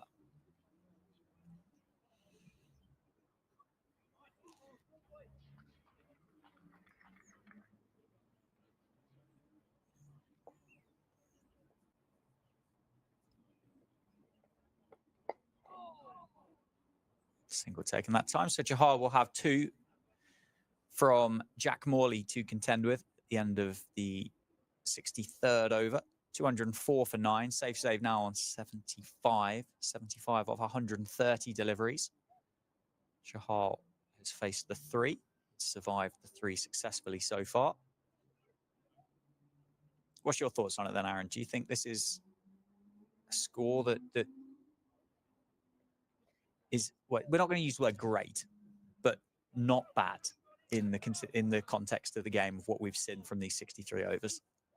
Respectable is how I'd describe it so far. It's certainly not excellent. It's definitely not good. But given the situation that Northampton were in, I mean, it's definitely better than 89 for 6 because at that point, the surface was doing all sorts.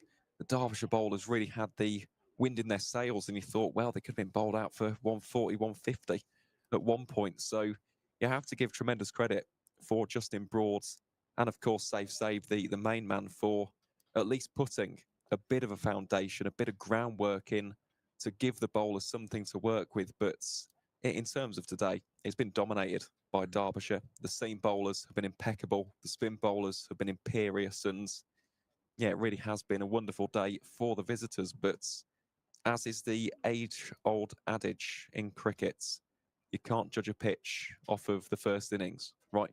Derbyshire have to bat themselves. And given the spin options that Northamptonshire possess, the likes of Chahal, the likes of Safe, who plays that one very smartly out into the covers for no run, because they're not going to run at this stage. But you look at their spin options, they'll be just as confident on this wicket. A couple of early breakthroughs put the pressure on Derbyshire. You never know. Save again, powerful cut shots, but it's the exact same result. Ends in. Okay, I'm testing the water with you two now about what I put forward about bringing a fielding circle in for just this kind of situation where you have to still have 4 or 5 in the circle to make it more entertaining. Yeah. Are you voting for it? Because this is, it gets bland, doesn't it? Hate is a strong word. It gets bland.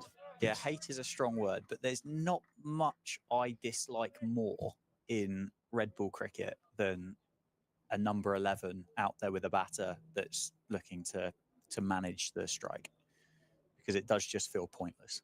Could we not just have a conversation where we go, well, you can have some runs and we'll call it the end of the innings and we'll just shake hands and we'll start again for the next one? I didn't put that forward. No, but that's how it feels sometimes as a spectator. You just think, well, we're going through the motions here. But Derbyshire have got 3 now here, haven't they, for Yuzvendra Chahal to deal with. But it's a great field, isn't it, this for Thompson? Well, I think that hasn't actually carried. Whether it has any battle glove in it, not entirely sure from our position here in the comms box, but no celebration there from the usually animated. What do you reckon, Aaron? I know you're a cricket connoisseur, aren't you? Is this something that gets your ticker going? Not really. No, okay, I've got to be honest, because again, in terms of stats and stuff like that, how many runs does it actually add? It feels like it just takes the sting out of a game more times than not. You can understand the logic, of course, and the reasoning behind it, but you're right, as a spectator, especially if you're paying to watch it, it does feel like the game just loses. If Derby have got to bring 4 men into the circle, they've got 1 man in a slip. If they've got to find another 3 men or even 4 men to come in, then this passage of play, Safe's got some proper boundary options to try and find. I just think that could be entertaining. So are you saying that as a law kind of enforcement? Not a proactive bit of captaincy. No, I put this forward as a rule change with when I was fed up of seeing it. I just thought it's not really, and I was serious. I went to Alan Fordham about it and said, look, is this really adding to our spectator entertainment, or this by just having what we always have in white ball cricket? Just say, okay, well, you've still got to have 4 in there. Yeah. And therefore, there are opportunities maybe to score boundaries still, rather than actually it's almost impossible to score. Yeah, Morley. You can pump some 6s maybe. Yeah. But not that's that's pretty special when all the men are on the ring. Yeah, it's a skill to try and manipulate a 2, yes, but it's when it just happens. Oh, it happens a bit less maybe. I just watch less first team cricket than I used to, but this is taking me back to thinking, I'm not sure. It certainly happens more than what I think a lot of people would like. And to kind of back up your point, Aaron, that you made, how many runs does it actually add? There's been 21 balls in this partnership, and it's added 5 runs to the tally. So yes, it's not really affecting the game in any way, shape or form. If it lasts 50 balls, as say goes for a reverse sweep, doesn't time it, doesn't take the single, does it add 15, for example, and then you get to the end of the 4th innings and one of those teams that went through this process wins by 7 runs, you go, well, that was a brilliant partnership, don't you? But at that time, and I mean, if you can't get the connoisseur on board for it, I'm just not sure there's many people that are going to be paying an admission fee for this. It's That's down a great the ground. shot. What a shot. Shimmies down the ground, beats Harry Moore. 4 for safe save. He moves to 80. 209 for 9. Partnership now worth 9. Well, that's a great shot, wasn't he? Yeah. Used his feet, got to the pitch, and really a strong shot, slightly into the spin. And he was the one guy that's in the circle. So that's I'm getting on a roll with this now. No, Because he was up, he allowed us to score some runs. If he'd have been back as well. Yeah, interesting here. The field's come in for Derbyshire, with the exception of at least 1, maybe 2. Fielder down there on the boundary at deep backward square. Yeah, the man from deep point is coming into what would be a 30-yard circle as well. So there is a single down on the leg side, but I dare say it's not going to go that way. It's going to go over the leg side, down towards the covers, and it's going to go for a couple of bounces for 4. Back-to-back boundaries for Zabe. Moves to 84, 213 for 9 now the score. So is there a single here on offer for safe save to keep the strike? I think I'd be bringing that man up from deep backward square and putting him somewhere, putting him in a cover. Take that single away.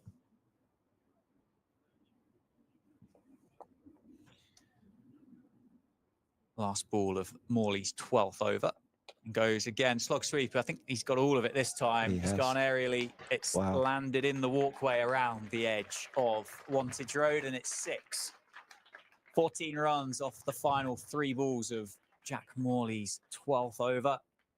Save moves to 90. 219 for 9, and the partnership. This game plan's brilliant. Partnership's 19 off 25 now. It's Safe's done brilliantly, but it's when the field's in, that's when the action is, isn't it? I think that's what I'm alluding to with you're spot my on. imaginary circle. I'm only trying to wind you up, Rips, that's all. It's easily done. But Safe's done everything that we'd want him to do, and they've set a plan that they've kept to as well. There hasn't been this kind of scattered thinking where you turn a single down 1 ball and then you run the next, and there's still 4 balls left. So we've been pretty clear. Yeah, 219 for 9 after 65. Thompson continues from the David Capel end.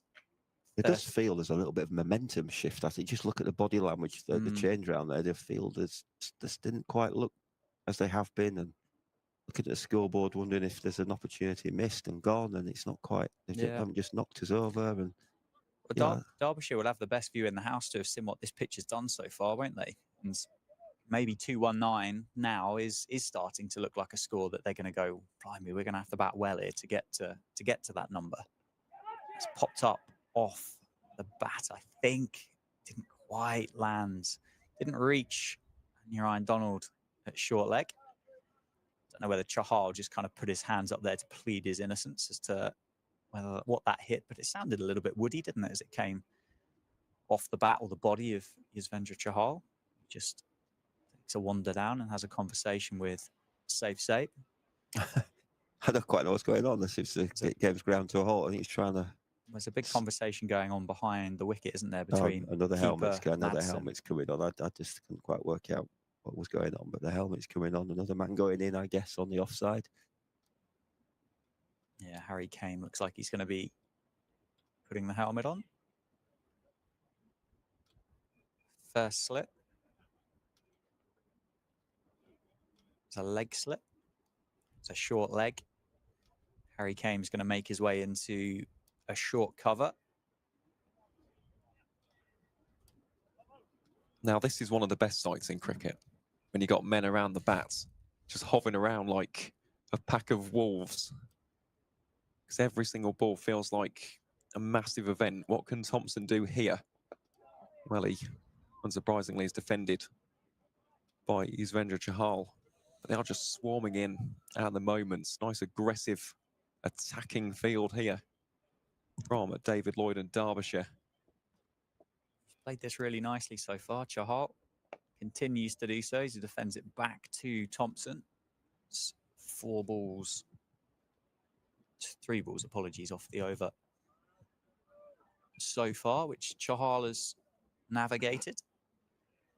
Plenty of company, as you say, around the bat. And I don't know whether he's about to get, is he going to get one more, or are they just going to have a bit of a shuffle round here? Move another fielder onto the leg side. So a man goes out just off the edge of the square, down at a square mid-wicket. There's a catching mid-wicket as well. That's, oh, it's popped up off the bat there and it's gone past Nye Donald at short leg. That would have been a heart in the mouth moment. Just quietly here, save at the non-striker's end has got himself up to 90. 90 off 139 for the Northants, number 6. A massive partnership with Justin Broad. Pace off by Thompson, which is defended back to him by Yuzvendra Chahal. 66 overs then have been bowled. 219 for 9. And yeah, there's, as you say, body language experts. We'll be just having a look at those Derbyshire fielders right now. And a few hands on hips, aren't there? There's feet being dragged between fielding positions. And I suspect with the turn on offer, you get to a point you think, wow, it's got to be a bit of a formality before long.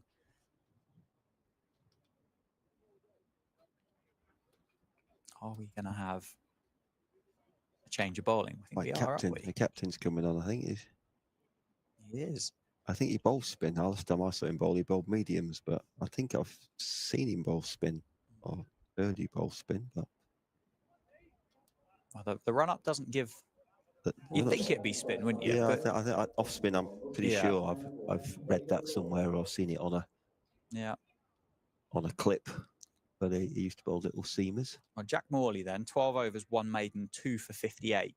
Certainly asked plenty of questions, but that run rate, 4.83 for Morley. The 14 runs off the final 3 balls of his last over certainly wouldn't have helped that, but no. The captain trying to get this job finished himself.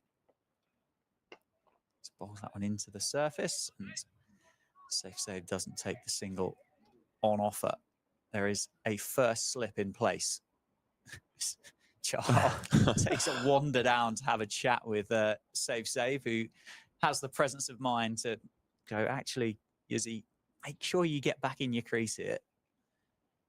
Wow. Yeah, and I think that's fair enough. If you'd have taken the bails off, I don't think he could have complained too much. One guided away, splits those 2 fielders, but again, doesn't take the single on offer. It's quite a long, it's a long end this for Safe Save, isn't it, to target? It's a deep pocket down towards the Jackson Grundy there for the leg side. Yeah. If he slog sweeps... I think he slog sweep pickup is the... That boundary gets shorter. Is the way he goes. Does go sweep. Appeal for a stumping by Brooke Guest. Tidy work, but umpire unmoved. You see that boundary just cuts in, doesn't it, as it goes towards the Spencer Lounge. So the slog sweep is on for Safe Save, but it's 2 very deep pockets down towards the Jackson Grundy and the Briggs Forrester stand. Goes for the reverse, doesn't get it. And that's 4 gone. So what's the Derbyshire tactic for the last 2? Same, they coming in. Safe takes his opportunity to... Or they're just saying, well, get 1 and you go along at 1 and over. That is where it really does get grim. Maybe that is the plan then for the, because we haven't got too long now until tea, have we? Not sure how many overs are remaining in the day off the top of my head. 29.3. Whole timings get a bit thrown out, don't they? When you start at 10:30 in the morning. There's been so there's much 9 wickets down, and you have to go on after the tea break. It's there's been so much spin bowled as well. You normally get to, well, there's 32 overs remaining, so we'll have tea then. But there's, let's say, 29 left at the end of this over, and it's gone. Well, it's all done anyway. Safe Save has gone for 90. Tried to be aggressive against David Lloyd, and he's run past one there. Tidy work by Brooke Guest to wrap up that first innings of Northamptonshire. They are all out for 219. Safe Save the standout by a distance. 90 of 144 deliveries batted for 3 hours, 10 fours, 2 sixes. Brilliant partnership with Justin Broad. He made 45 himself, 45 of 64 deliveries. Wickets spread around for pretty much everybody. Everybody had a wicket for Derbyshire who bowled today. Zach Chappell, 2 for 33 from 13. Harry Moore, 1 for 16 off 10, which is incredible figures. Lewis Rees, 1 for 24 off 7. Martin Anderson, 2 for 28 off 10. Jack Morley, 2 for 58 off 12. Alex Thompson, 1 for 54 off 14. And David Lloyd, 1 off 5 balls. 219, as I say, all out for Northamptonshire. And you both have said, well, we can't judge the pitch until both teams have had a bat on it. And we're not far away from seeing both teams have a bat on it. Absolutely. And I think in terms of the two teams, if you're looking at this on paper, 219 all out, if you would have asked Derbyshire at the start of the day that they would have bowled Northamptonshire out within, 67 overs, they'd be absolutely delighted about that. So I think they'll be the happier of the two sides. But given where Northants were at 89 for 6, you have to give tremendous credit to Justin Broad and especially Safe Save. That is such a valiant 90. They've given themselves a little bit of hope. It's a glimmer, it's a little ray, isn't it, in that first innings. They'll be disappointed, though, not to register another batting bonus point, which has been rather problematic in the Championship this season. They've got one of the lowest totals in the entirety of the division. So they'll be frustrated. But as for Safe Save and Justin Broad, they've just given them a bit of a foundation and a bit of a platform to work with as we head into Derbyshire's innings. Agreed. Yeah, I think we fought back well. I think we're slightly under, but not by much. And I say the challenge for Derby batting last could easily overtake what we may concede on the first innings. So yeah, great. Safe's innings there was absolutely sensational. Really had everything. Really high class. And Brody gave us a little bit of momentum in the middle. And yeah, just hopefully feel the momentum. Although I think still Derby's couple of sessions, but the momentum's just got with us at the end. And if we can carry that into the ball, and Sando knocks a couple over, and Charles got wizardry and men round the bat, who knows where we'll be by close of play. Yeah, absolutely. Well, the heavy roller makes his way out to the middle. And let's take a quick 5-minute breather, shall we, between innings, and we'll be back for the start of Derbyshire's.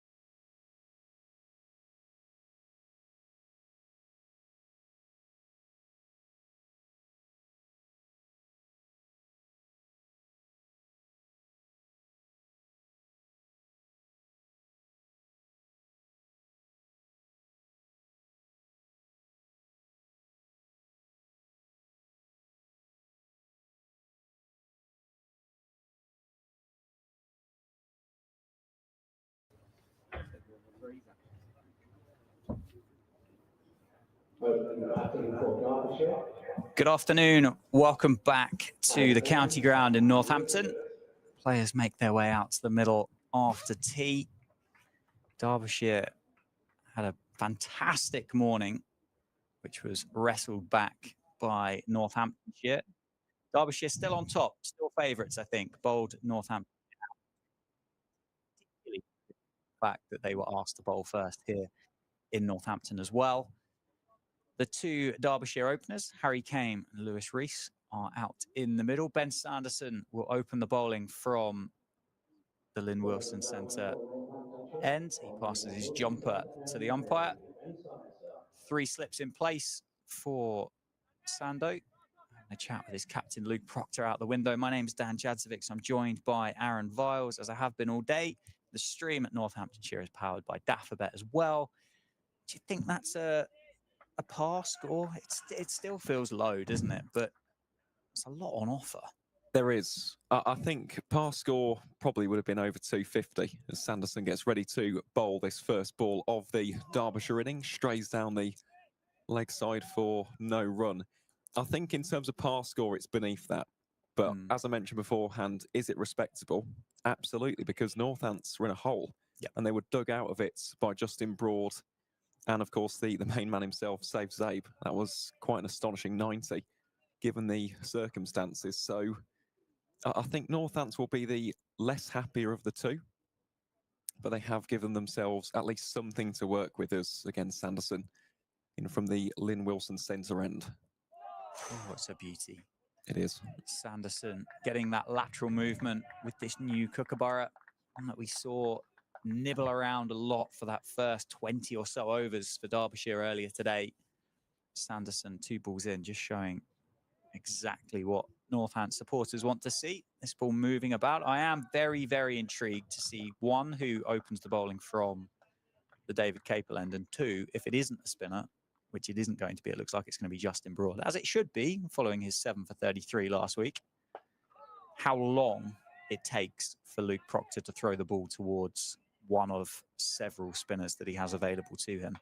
Well, that was the interesting thing about David Lloyd's approach, wasn't it? He didn't immediately go for spin, but as soon as Jack Morley started turning it, all of a sudden, Alex Thompson was on from the David Capel end, and they went 2 spinners back to back. So, yeah, something for Luke Proctor to think about as we head into this innings, and 219 all outs.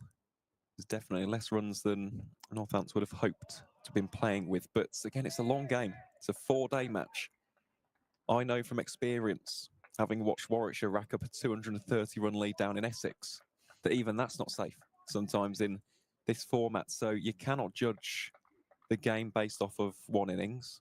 They're not 90 all outs or 80 all outs. 219 is at least a total on the board. So Northants can at least take that into consideration. But yeah, it's far from ideal. And the problem in that innings was just the lack of partnerships. Yeah, absolutely. Harry Kane gets off the mark. Just turns that one into the leg side. Comes back for a couple of runs. Yuzvendra Chahal, the man down on the boundary, does the fielding. Opens the account. 2 for no loss. The other thing as well that is the noticeable difference is the overheads have changed significantly from this morning. From 10:30 this morning, it was dark. It was gloomy. There was a thick blanket of cloud that was low as well. And as the day's gone on, it's slowly burnt off, as you'd expect kind of at this time of year, wouldn't you? There are patches of blue sky above, as you can see with the shadows on the screen whilst you're watching. So you'd think, from a Derbyshire perspective, and you'd hope that might just be a little bit more sociable to bat against the seamers and this new ball. Well, most definitely. It was very, very overcast earlier on, gloomy, quite dull, quite dreary overhead. We didn't see too much swing, though, and that is the interesting thing, actually. We've mentioned about the Kookaburra ball. It doesn't have as pronounced a seam or as pronounced a lacquer in comparison to the Dukes, but realistically, it was movement off the surface and maybe just some natural lateral movement from Lewis Rees, given that left arm angle. So, yeah, I don't think we'll see too much swing in this innings. The key thing will be the spin, and when Proctor will pull the trigger and bring on his X factor, which is, of course, Yuzvendra Chahal. He opts not to from the David Capel end just yet, as you called it there, Dan. It will be Justin Broad, but that is the kind of mark to watch out for. When will Proctor bring out Chahal?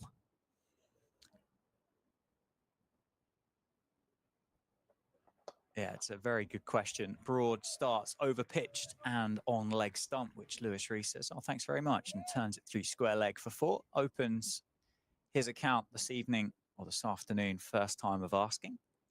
It's a nice one. It's a freebie, that, isn't it, for Lewis Rees to get off the mark. But Justin Broad, as I say, career best last week down at Bristol, 7 for 33 as Northants bowled Gloucestershire out cheaply on a pitch that assisted bowlers, I think would be the polite way to describe it, wouldn't it? I think. But he hits the seam hard. He does get this ball just to nip about. Some of those deliveries that he bowled as well were absolute beauts. Be hoping to replicate something similar. Dare say this pitch is slightly less in favour of the bowler than that one last week. Well, it definitely was bowler friendly, wasn't it, down in Bristol? Strange, though, because Bristol usually isn't like that, and that's why that abandonment came as such a surprise, especially given that it was a hybrid wicket as well. And usually the bounce of the hybrid wickets, at least from what we've seen in the Championship, has been pretty true. They haven't degraded as quickly as the natural wickets, but yeah, to have it abandoned basically 2 sessions in definitely wasn't ideal for Northants either, given the situation of the game. They were just 9 runs behind with 8 wickets remaining, could have had a healthy lead. They're in a good position to go on and get that first victory of the season. Definitely a frustrating day down in Bristol last week for Northants. Has any more been said about the pitch, or is it? I don't really know whether anything more does need saying, or whether if anything more is said. Whether that's is that gone? Well, there's a big appeal behind the stumps, wasn't there? The slip cordon of Miller, James Sales, and Rob Keogh went up big there. McManus didn't really, did he? And I think Justin Broad made a polite inquiry back to the umpire. But I don't know whether it would be something that will be kind of shared with the public afterwards or not, or whether it's an internal kind of conversation, or if it, I mean, it doesn't happen very often, so I dare say people will be speaking about it. Well, they will, as Broad comes into bowl here too. Lewis Rees, that one squirms away.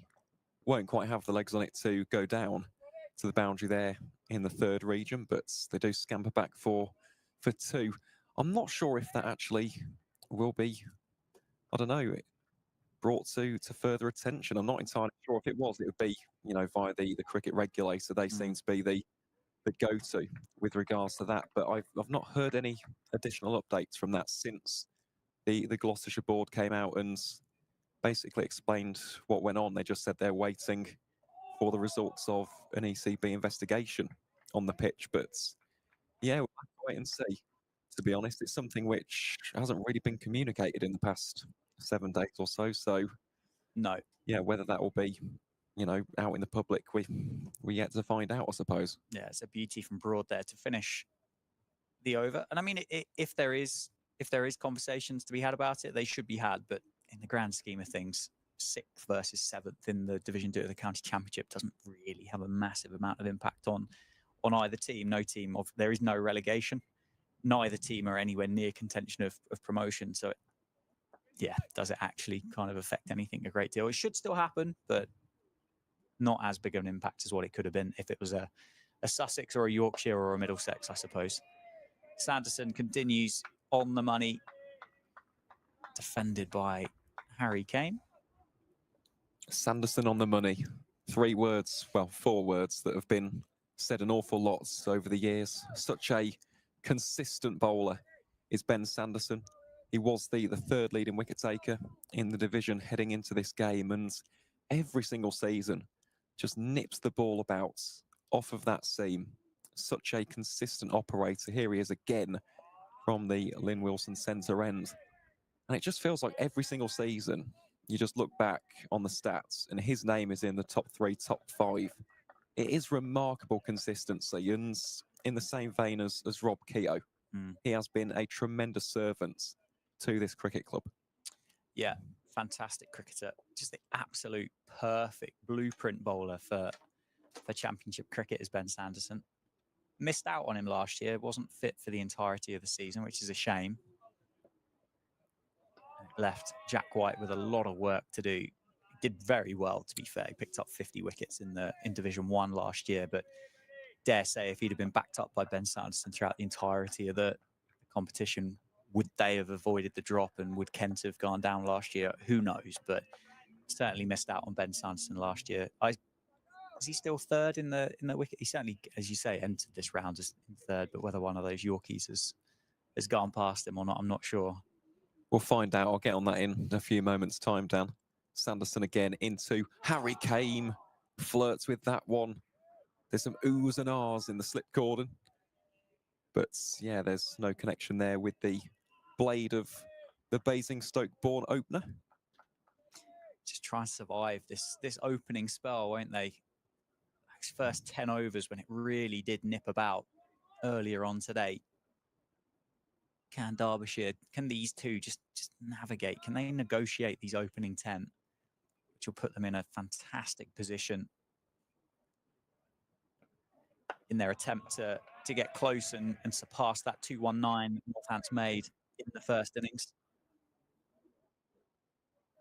Well, just to confirm, Ben Sanderson still is the third, although he has been joined actually by Toby Rowland-Jones, who's also on 37, but yes, Sanderson's average is slightly better, 24.7 compared to 25.81. And yeah, you have to think by the end of the season, should be on course for around about 50 wickets, which would be a very commendable effort. Here he is again, that one left well alone by Harry Kane, and that will signal the end of the third over, at the end of which Derbyshire are 8 for none.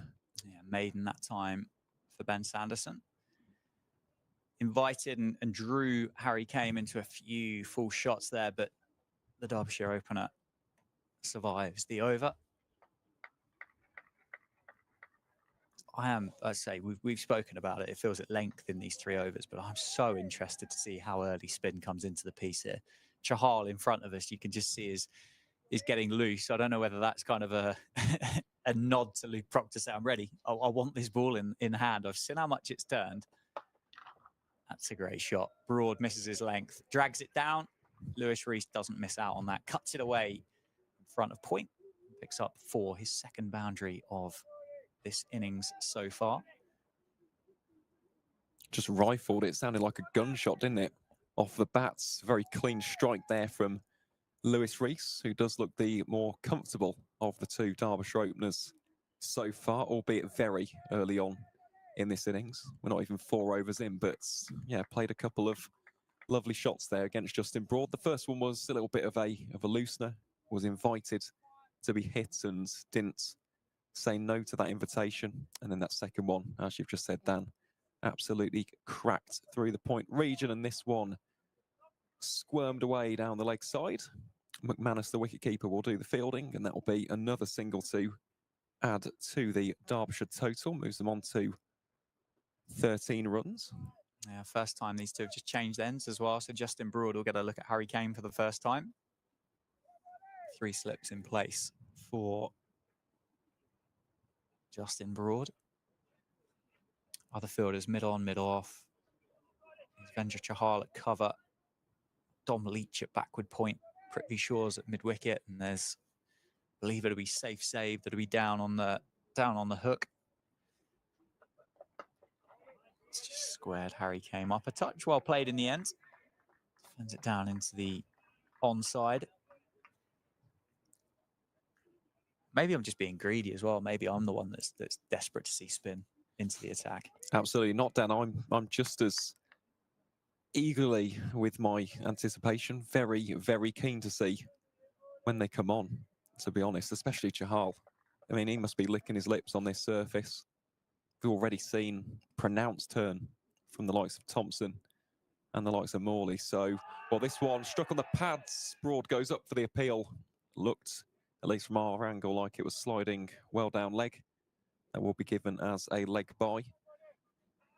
But yeah, on this surface, for it to be day one and for so much purchase and grip to be in the surface already, really does mean that this game will be intriguingly poised for the remainder, because both teams have got some very capable spin bowlers. I think in terms of sheer star power, you'd have to argue that Northants probably have the better of the spin battle, but Thompson and Morley definitely showed off their pedigree in that first innings. So too did David Lloyd with that wicket of safe save, as that one is played with cushioned hands by Lewis Rees out towards backward point for no run. Yeah, certainly the Chahal CV is incredibly impressive, isn't it? To be capped by India in any format is incredibly impressive. To do so, what, 152 times across the ODIs and T20s, amazing. As you mentioned earlier, those that weren't watching the stream at that point, RCB's all-time leading wicket taker in the Indian Premier League as well. But it's worth caveating, it's 37 first-class games for a man that's 34 years old. Yes, he's taken 97 wickets in those 37 first-class games at an average of 35. But he's not played a great deal, has he? He hasn't. For someone of his experience, you'd expect probably to be more towards 100 first-class matches. But I suppose that is the niche that he kind of carved out for himself. It's only in the latter stages of his career now where he's wanted to go back to consistent first-class cricket, because he really had carved out that niche for himself as a T20 specialist bowler. Was outstanding for RCB. I'll never understand why they let him go. That's one of the strangest decisions in world cricket. Sanderson in towards Harry Kane here, because every single season he'd rock up and take at least 20 wickets, and he'd take 3-fers and 4-fers. It'd be economic. Yes, he'd have the odd game where he might go for 35, 40 runs, but that's T20 cricket. That will happen. His value to a team in T20s cannot be understated. And in first-class cricket as well, I always think it is nice when you see a leg spinner as Sanderson comes into bowl here. Kame plays down the correct line. Doesn't get any bat on that, so that'll be another dot ball for Ben Sanderson. But I just feel like with leg spinners, yes, at times they can be expensive, but you're there to win matches. And even if you go for a few runs, you leak a few boundaries, you leak a few quick singles and twos, you still have your value to the team, because you're spinning the ball both ways, you're inducing those inside and outside edges. Yuzi Chahal really is a great weapon for Proctor to possess, as Harry Kane is solid in his defence, impregnable for the time being. And that will be another dot ball as the sun basks us here in Northampton. Really is much nicer afternoon compared to the morning that we had here. Yeah, it's positively beaming down, isn't it? I think there might even be a few of the spectators that kind of might have removed one of the 4 layers that they were wearing at 10:30 this morning. So that's good to see, isn't it? The ice cream van is in. I've seen a few people risk an ice cream. It's good ice cream as well. Is it? Very good. You'll have to force yourself to have one over the next few days. Very good. Very, very good. I'll keep you to that, Dan. Just depends on the weather, doesn't it? I think you said one of the days it might be bitterly cold, so yeah, maybe ice cream won't be. The next 3 days don't look brilliant, but the county ground here seems to have a bit of a microclimate. So who knows what it's going to be over the next 3 days. Hopefully it's like this and we get 3 days of proper full action cricket as Ben Sanderson sets up another dot ball for Harry Kane. He's 2 off 19 now, the Derbyshire opener. Sanderson, 1 ball left in his 3rd over, just to attempt to complete his 2nd maiden of 3. 14 for no loss to score, or 4.5. Came on 2, Rees on 11.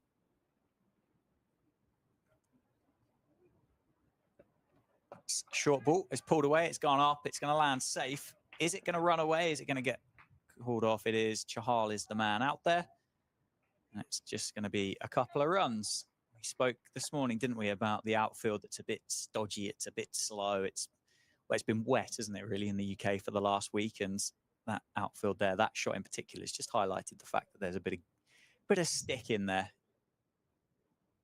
Yeah, it just plugged a bit, didn't it? After that, you feel like on a drier outfield, it might have just skidded off and potentially gone to the boundary rope before, but no, still a decent over that for Derbyshire in the grand scheme of things. Yes, just the 2 runs coming from it, but given the reward that the Derbyshire team has had early on in the Northampton innings, they'll be happy just to maintain their wickets as Rees plays that one solidly in defence. Yeah, 16 for no loss after 5. Justin Broad continues from the David Capel end. Safe save having a stretch on. He's at backward point at the moment. Slip cordon of Miller, Sales and Keogh. Different personnel in that slip cordon today than what we've seen over the course of the season for Northamptonshire today. That one nicely timed, whipped through mid-wicket. That's going to give Luke Proctor something to chase. He's quick across the outfield. Certainly going to pick that one back up. Lewis Rees is going to come back for a 3rd. Nicely timed, nicely chased down by the captain. Harry came on strike. Yeah, just textbook that from Lewis Rees. Times it nicely, a little clip through mid-wickets, as you can see on the replay. A good hustle shown there by Luke Proctor. But we are just questioning, when will we see the spin come on, given how much turn the likes of Thompson and Morley were able to extract from this surface.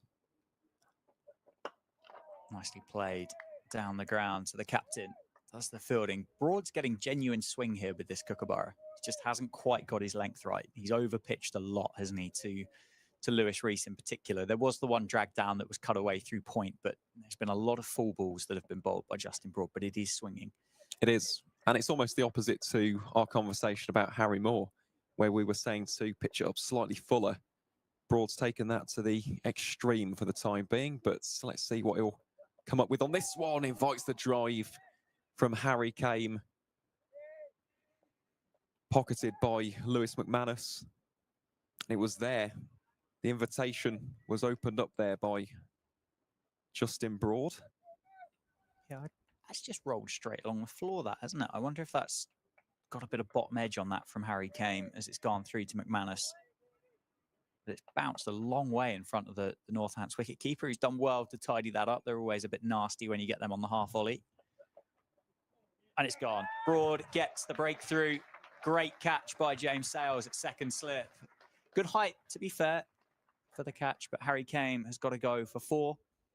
4 off 22. There was a big drive the ball before. That one, the length was better from Justin Broad and invited the drive. Harry Kame pushed at it, a thick edge, carried comfortably to James Sales, who made a good catch. And Northampton have got their first wicket. 19 for 1 off 5.5 overs. And that man that got 7 for last week at Bristol has got 1 for 14 off 2.5 overs. Yeah, he's in a bit of a purple patch at the moment, is Justin Broad. And we said about just dragging back the length of the delivery slightly. He's done that very nicely there. It's that angle of uncertainty for Harry Kame, and unfortunately just never looked comfortable at the crease in this evening session compared to Lewis Rees. He's put together a fluent 14 from 12, 4 from 22. Really struggled to get off the mark there, did Harry Kame. And now striding out to the middle will be Brooke Guest, the Derbyshire wicketkeeper. Fine number 3, has to be said. Really has improved his batting in the past couple of seasons. Been up there consistently as one of the county's leading run scorers. And in terms of scoring areas, loves it through the covers. Will also, if we get to see him against spin, go for the sweep. Typical keeper, you love a good sweep shot. So Brooke Guest, definitely a handy contributor with the bat for Derbyshire. Unusual as well to see a wicketkeeper so high up the order in red ball cricket. White ball cricket, yeah, get them up there as high as you possibly can, because why not? But traditionally, you don't normally see a wicketkeeper walk out much higher than 6. But Brooke Guest, I agree with you, is a quality operator. Starts there, covers that delivery up from Justin Broad nicely. Starts with a dot ball into the covers. And it's 19 for 1 after 6. Broad with the wicket. That of Harry Kane. Lewis Rees will be the man on strike as Ben Sanderson takes the cap off, takes the jumper off, makes his way down to the end of his mark at the Lynn Wilson centre end. Still the 3 slips in place. I would say, and I don't know whether it would be in agreement, but Broad, albeit has missed his length, looks like he's got more out of this surface than Sanderson. Whether that's a bit of extra height, that bit of extra pace, still he's got a little bit more out of it than what Sanderson's managed to get so far. Oh, that's a good ball from Ben Sanderson. That's exactly what he does.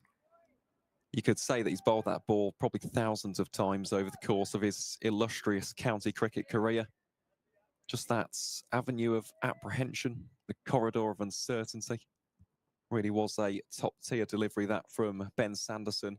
Yeah, I think of the 2 bowlers, Sanderson's been the more consistent, but in terms of what he's getting through the air with the swing, as well as that inconsistent bounce, I do think Broad looked the more likely of the 2 to take a wicket. And Sanderson, again, making Lewis Rees play this one defensively. Fenced out towards Yuzi Chahal, who gives the ball a bit of a tweak again, maybe just that subliminal messaging to his captain, Luke Proctor. He wants to bowl, doesn't he? Yuzvendra Chahal on this wicket. He knows that he can be a difference maker. Although for the time being, Proctor opting to go with the tried and tested Ben Sanderson, who once more has been in imperious form in the county championship. Again, makes Rees play off the back foot. Oh, Chahal. Shy at the stumps, and Derbyshire will come through for an overthrow. A little bit of a miscommunication in the middle there between Rees and Guest. And thankfully for the visitors, no damage done, but a little bit of a heart-in-mouth moment for Derbyshire there. Yeah, Chahal had 1 stump to aim at in the end, having picked that up on the angle. I think Lewis Rees was, well, it would have been close, I think. It would have been close. Great bit of fielding. Good pick up by Chahal. Now, one thing I can say for certain, if Rob Keogh is just starting to get those shoulders loose, he doesn't normally warm up unless he has to. And it does take him a little while to get warm as well. So we are going to see Keogh get a trundle before too long. Proctor is blessed with options today. That could be a positive. It could be a negative, depending on how you look at it. He's got Dom Leach. He's got himself. He's got James Sales. He's got Gus Miller that could all bowl seam. He's then got Yuzvendra Chahal, Rob Keogh, and Save that all offer spin and all offer a variation of spin as well. It could be quite difficult for Luke Proctor to settle on the combination that actually has or hold key to kind of unpick this Derbyshire lineup. Yeah, he's certainly spoiled for choice, isn't he? In this game, plenty of bowling options. I do fancy spin to win, though, on this surface, given that it's day 1 and it's already been turning square. That's your under-13 cricket sledges coming out there, isn't it? Absolutely.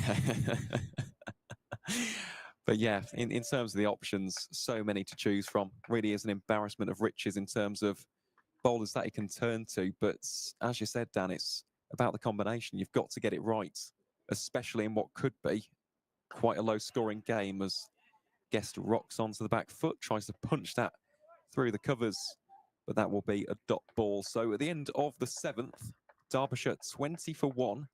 Lewis Rees still on 15, and Brooke Guest yet to get off the mark after 4 deliveries. But even though we are talking about spin and speaking about it almost being the difference maker in this innings, it's been a good start, this, hasn't it, from Broad and Sanderson, keeping that discipline, the line and lengths, which we saw Derbyshire get quite a bit of reward from.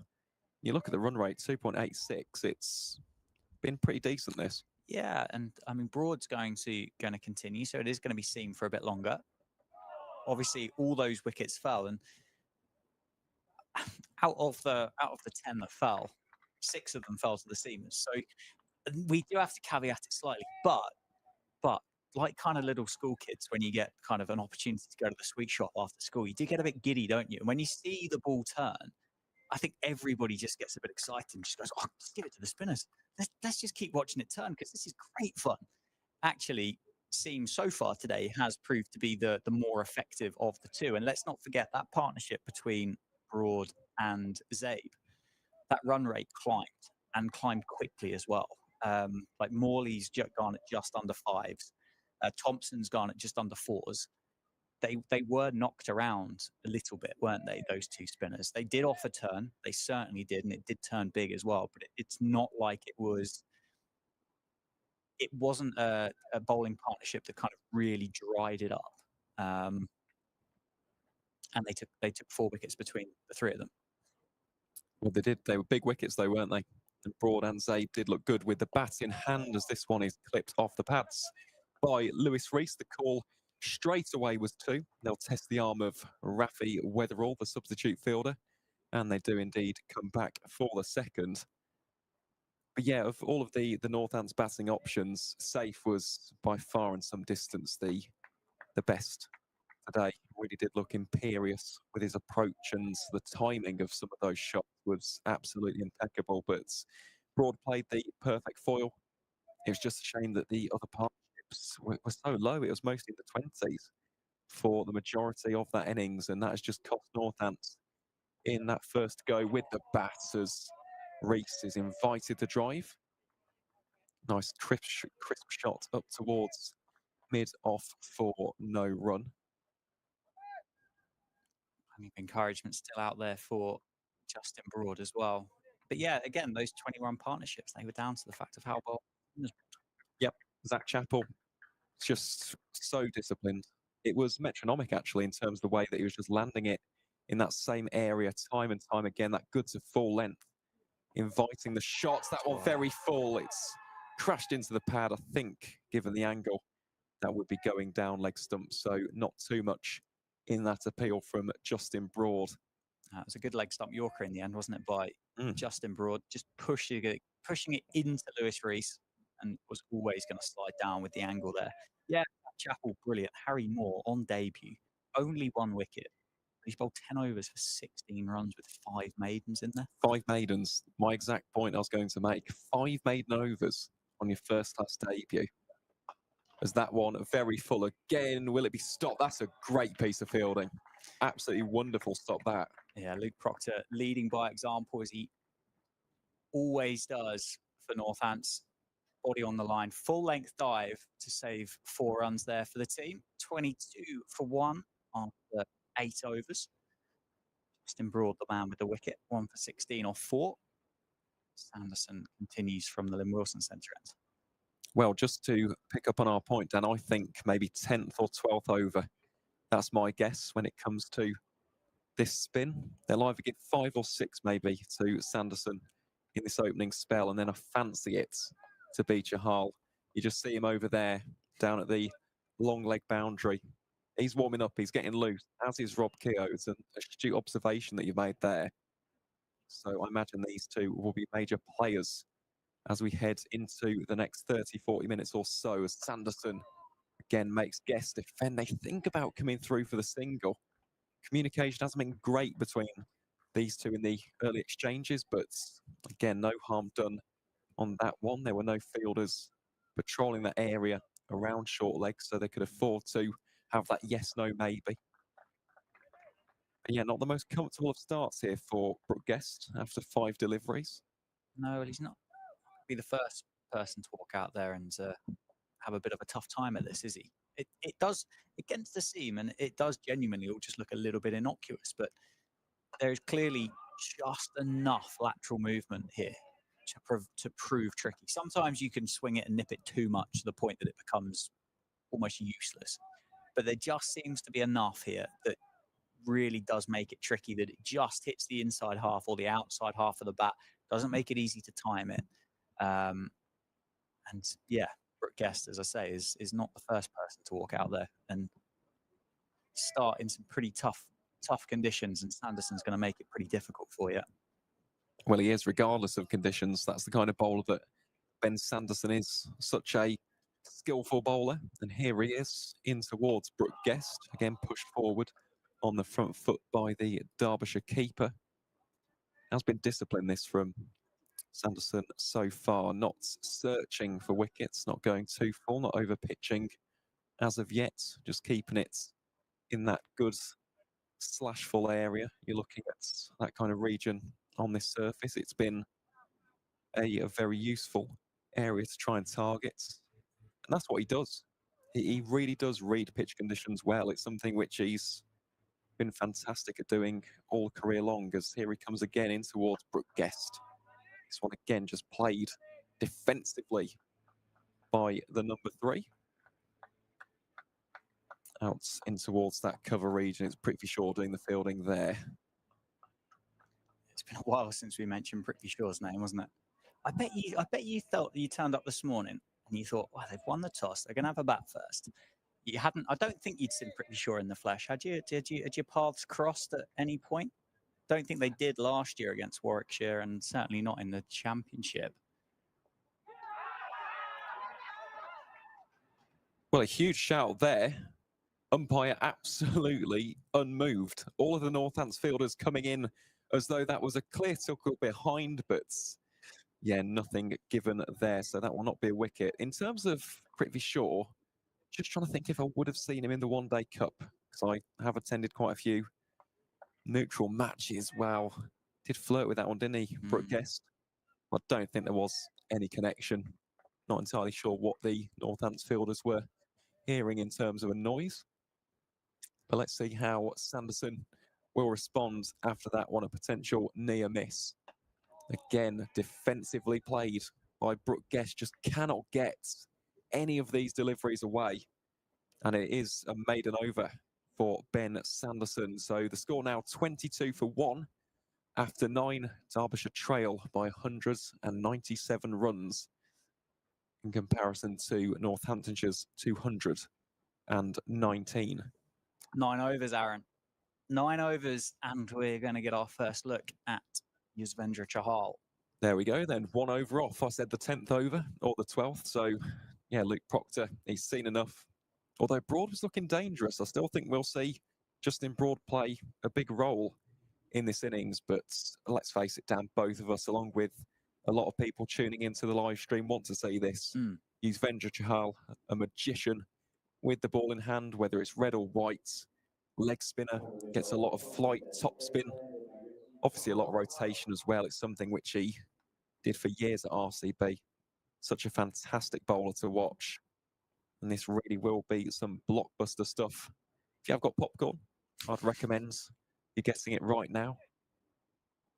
And this will be a tricky passage of play now for Lewis Reesons and Brooke Guest, because I suppose at this stage of your innings, you're not really facing too much spin usually. No. It's predominantly seen here in England. So let's see what Chahal has up his sleeve. Yeah, I mean, this ball is... The ball is newer. It's harder. The seam's going to be more proud than what it was when the 2 Derbyshire seamers came into the attack earlier on today. And does that mean it's going to grip into the surface a little bit more? Is it going to bounce a bit more? We simply don't know, do we? We'll have to find out and see what Chahal can do here. But yeah, this is also going to be quite testing for Brooke Guest. He's not looked massively comfortable against the seam, although he is quite a confident player against spin. Here is Chahal, and there we go. Brooke Guest will get off the mark on the 11th delivery, plays it out towards Justin Broad out in the covers. Good shot, that's real assured stroke from Brooke Guest, playing that off the back foot. But again, you can already see the change in the field. Short leg and a slip in place here for Yuzvendra Chahal as Rees looks to work that through mid-wicket. Slight misfield there from Gus Miller, and that will be another single. So strike rotation quite key for these two at the moment. Just get into some confidence. Maybe try and see off Chahal for the time being, but you'd imagine that we'll be seeing an awful lot of him in this innings. Here we go then again. So Brooke Guest worked out to Rafi Weatherall at backward point for another dot ball. That's Tom Leach. They has just borrowed Rafi Ah. Weatherall's jumper. Just There we go just then. to let you know, I was going to say, I thought Rafi was injured. he is. Yeah, Yeah, he's suffering from a stress fracture, unfortunately. there we go then. But obviously, on a brisk day in Northampton, Dom Leach has said, "Do you mind if I just borrow your jumper?" I'm surprised that's allowed in the regulations. That's a good point, actually, because that whole kind of fuss and well, furore that was made about numbers on t-shirts and jumpers and things. Because you've also got Yuzvendra Chahal out there who does have a 6 on the back of his playing shirt, but doesn't have a number on the back of his jumper. And you think if it's not going to be enforced, what was the point in the first place?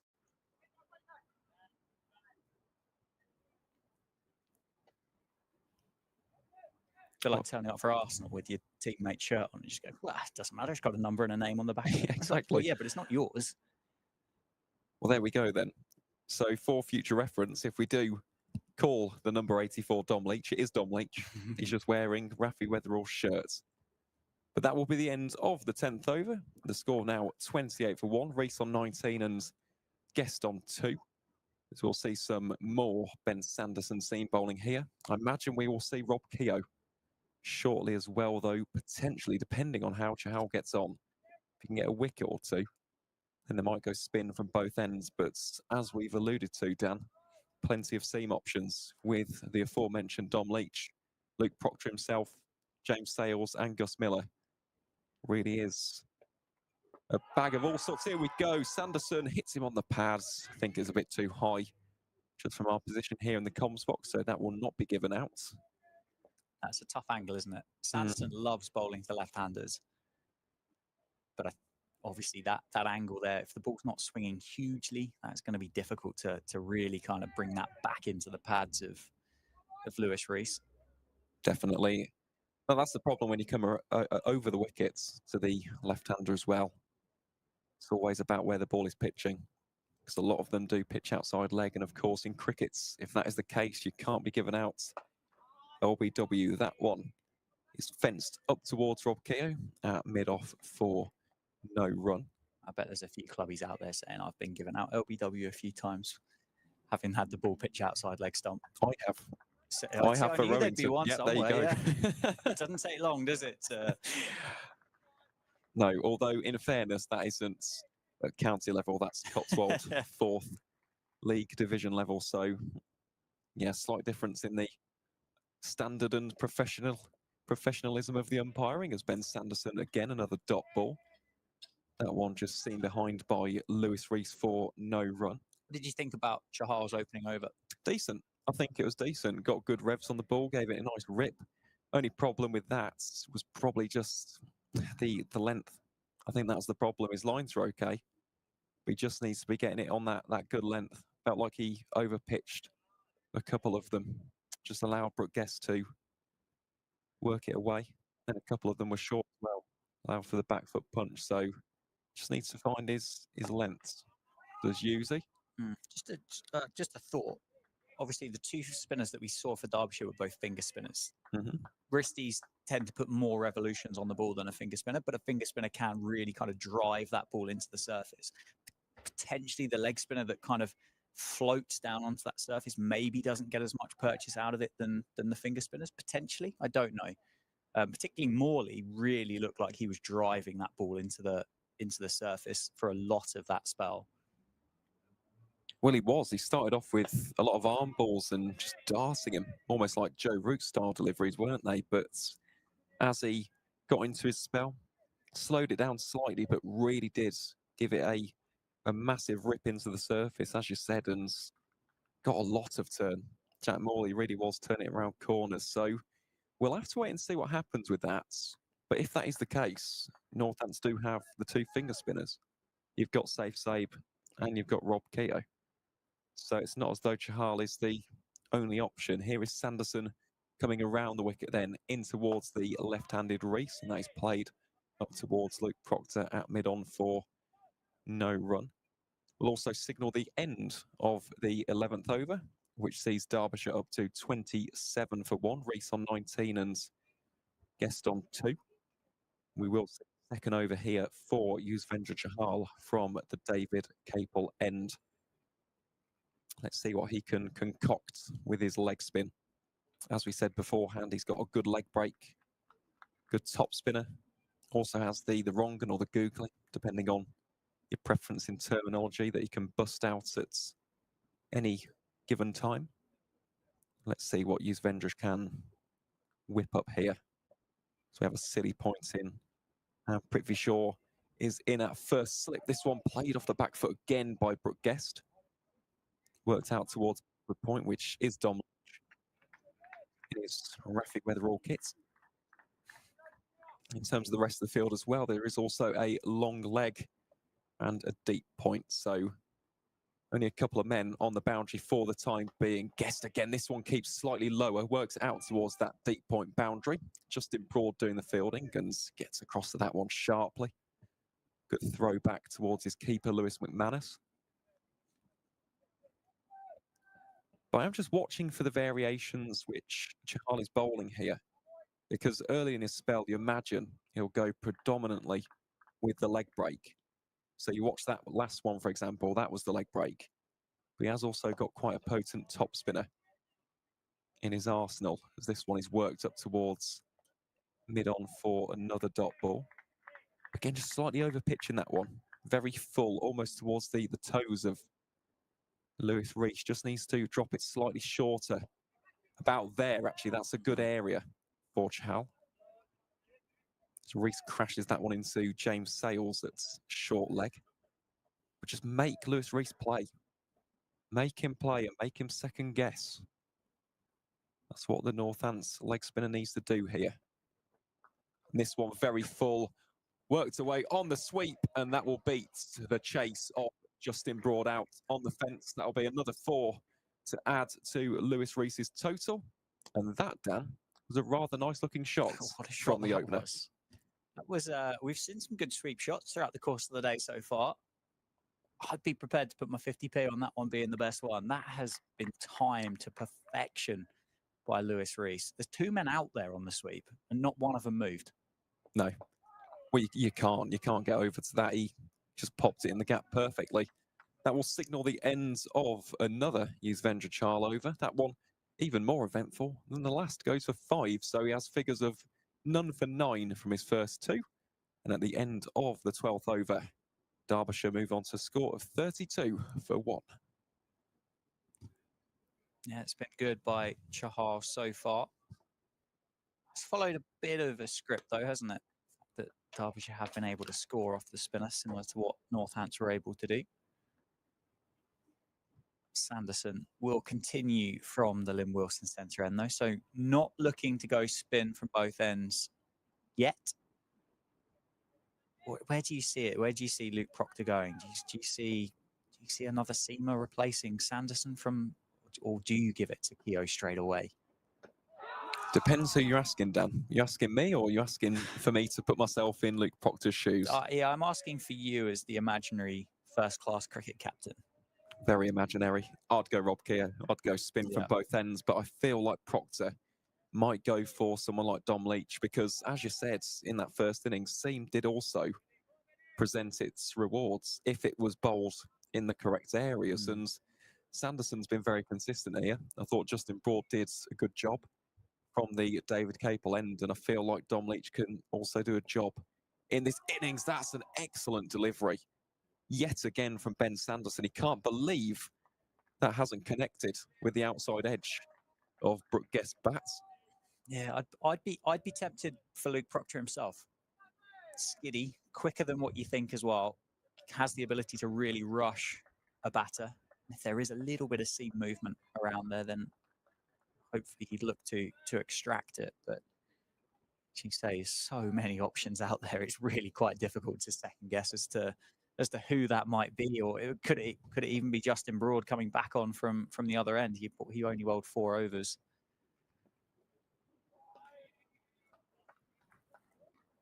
That's the trials and tribulations, though, isn't it, of the cricket captain? That's why I'm glad to be up here in the commentary box. Yes, we can have these conversations, but it doesn't directly impact the game, whereas Luke Proctor's decisions certainly do. And it is a bit of a conundrum, because so far Justin Broad has been the wicket taker You know, Charlie's gone for 9 runs. He hasn't quite found the correct length as of yet, albeit it's very early on in his spell as Sanderson again into Brooke Guest.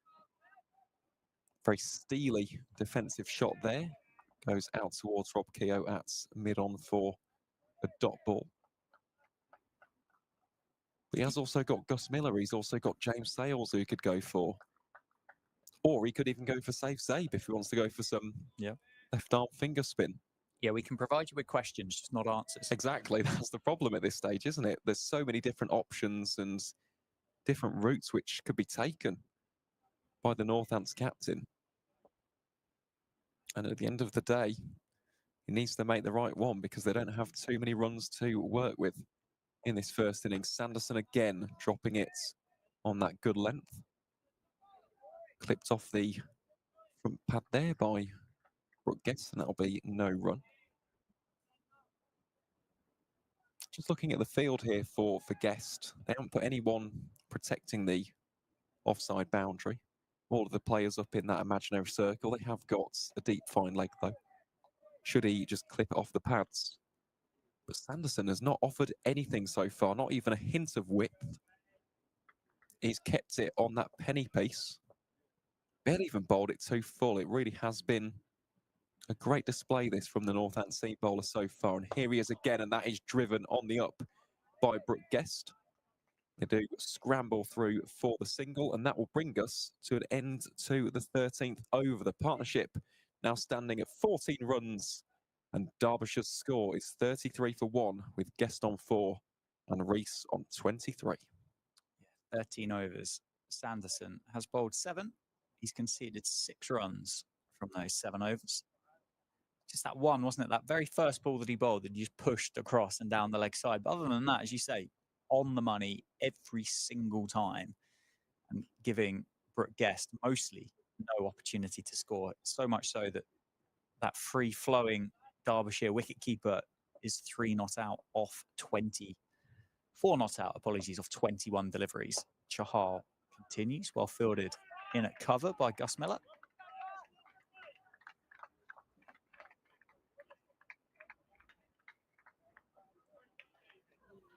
Well, no change in the field just yet for Brooke Guest. Still has that silly point fielder in. That one again defensively worked back to the bowler. But he has got the option for the sweep should he want to take it. And the key question there, should he want to? Because they have got the protection down at deep fine, but that square leg region is completely unguarded at the moment. So let's see what Chahal can concoct here.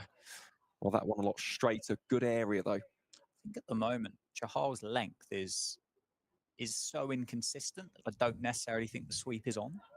A lot of them are over pitched as well, which makes that sweep shot very, very difficult. So until Chahal really kind of, well, that's not far away from Sales, is it? But until Chahal really settles on a length, I don't necessarily know whether the sweep is the strong option here. Well, that's down to Brooke Guest, isn't it? We saw that with Justin Broad. He got into sweep in very early on in those respective spells from Thompson and Morley. That one gets a few oohs from the Northamptonshire fielders, but nothing doing there. Better, though, from Chahal this. Really got into some rhythm in this over so far. 4 consecutive dot balls. What can he do here on the 5th? Well, that one's slightly shorter. It's a little bit of a loosener, really. It allows for Brooke Guest to relieve the pressure. That will be that for the over then. So just the 1 run coming there from Chahal's 3rd. He has figures of none for 10. And Derbyshire move on to a score of 34 for 1. Here we go then, Dan. I think your prediction, your prophecy, may have come true because Luke Proctor has got the ball in hand here from the Lynn Wilson centre end. So it will be him to continue. Ben Sanderson will be given a much-deserved rest. Fantastic opening spell. Really set the tone and the tempo here for the home side. And Luke Proctor himself will be hoping for more of the same. Yeah, he'll certainly give you a spell to like a lead from the front captain, Luke Proctor. And we saw that with the bit of fielding up off Justin Broad earlier on in the piece, but should be a quick spell for Luke Proctor. And I feel like the bowling for Procky has got better and better as the season's gone on. He hurt his shoulder last year down at Somerset. I'm sure it was down at Somerset, and ended up missing that game. And on the recovery, I think became a bit of a reluctant bowler, just didn't quite trust the body. As this season's gone on, he's bowled with good pace, good rhythm. And as I say, he's quicker than what you think. It's a really quick and strong shoulder from Luke Proctor. So he does have the ability just to rush a batter. Well, he's skiddy. You mentioned that word earlier. He really is. He rushes you for time. Because you think when he's, I wouldn't exactly call it a trundle, but it's not exactly charging in either. No. But you think he's going to be a military medium, and he isn't. He does actually get quite a bit of velocity on that cricket ball, and it is good to see him back and bowling in rhythm. Here he is then to Brooke Guest. Guest plays that one confidently down towards mid-off, but that will be no run. A very nice looking shot for no run. No, he's looked, Brooke Kester's looked very good for 5 off 29, isn't he? Looks stylish for the 29 balls that he's faced. Chahal just hasn't quite settled in. When it's been good from Chahal, it's looked really tricky. It's turning, it's gripping into the surface as you'd expect. It's drifting, it's wobbling in the air almost as it's going towards the batter. But again, as we expected, with clearer skies, it just isn't offering as much, is it? No, it For the isn't. seamers. By comparison. And also in terms of the areas as well, you think of Harry Moore. Yes, he could have pitched it slightly fuller, but even then, it wasn't, you know, like he was offering up a buffet of full tosses and short balls. It was still pretty controlled. He just wasn't inviting the drivers. Proctor in again to Brooke Guest. And he does look very stylish, does Brooke. It's just a case of, he likes a quick boundary or two to get off the mark. That's when he starts to build up that confidence. You can see with his footwork as well, when he's stepping into the shot, and there's a bit more conviction in the striking. We haven't seen that as of yet, but it's been as a result of some great bowling from Ben Sanderson, and Proctor has also got it pretty spot on in this opening over. In fact, it's a maiden over for the Northamptonshire captain. So at the end of 15, that partnership's still only at 15. They've only added a further run in these last 3 overs. And the score now for the visitors is 34 for 1. Shall we do an update from the other games, Dan? Do you think? Do you want me to go around and give you some numbers? Oh, I'll go for it. Go on. Treat myself. I will fix the TV first, though. Where would you like to start? Division 1 or Division 2? Let's go with Division 2. Gotcha. Because of the promotion race. Well, in fact, while you're sorting out the TV, Dan, I'll sort that. So, starting then with the game between Leicestershire and Yorkshire at Grace Road. Yorkshire 188 for 6 after skittling the Foxes for 98. So that's already a pretty healthy lead of 90 runs. Middlesex are 315 for 5 at Lords against Gloucestershire. Jack Davies on 87, Joshua De Carey's on 50 as well. Good to see those two in the runs as Chahal continues his spell and is smacked by Lewis Rees. Dom Leach will do the fielding though, coming across from long leg. Good show of speed there from Dom Leach and just restricts it to a single. And finally in the game between Glamorgan and Sussex down in Hove, Glamorgan were bowled out for 186 runs, and in reply Sussex are 80 for none. Chahal then into Brooke Guest. That's a very good delivery from Chahal. Guest didn't really know how to play that one. Bit of extra zip and zing and bounce on that ball from Yuzvendra Chahal, and again he'll be loving that.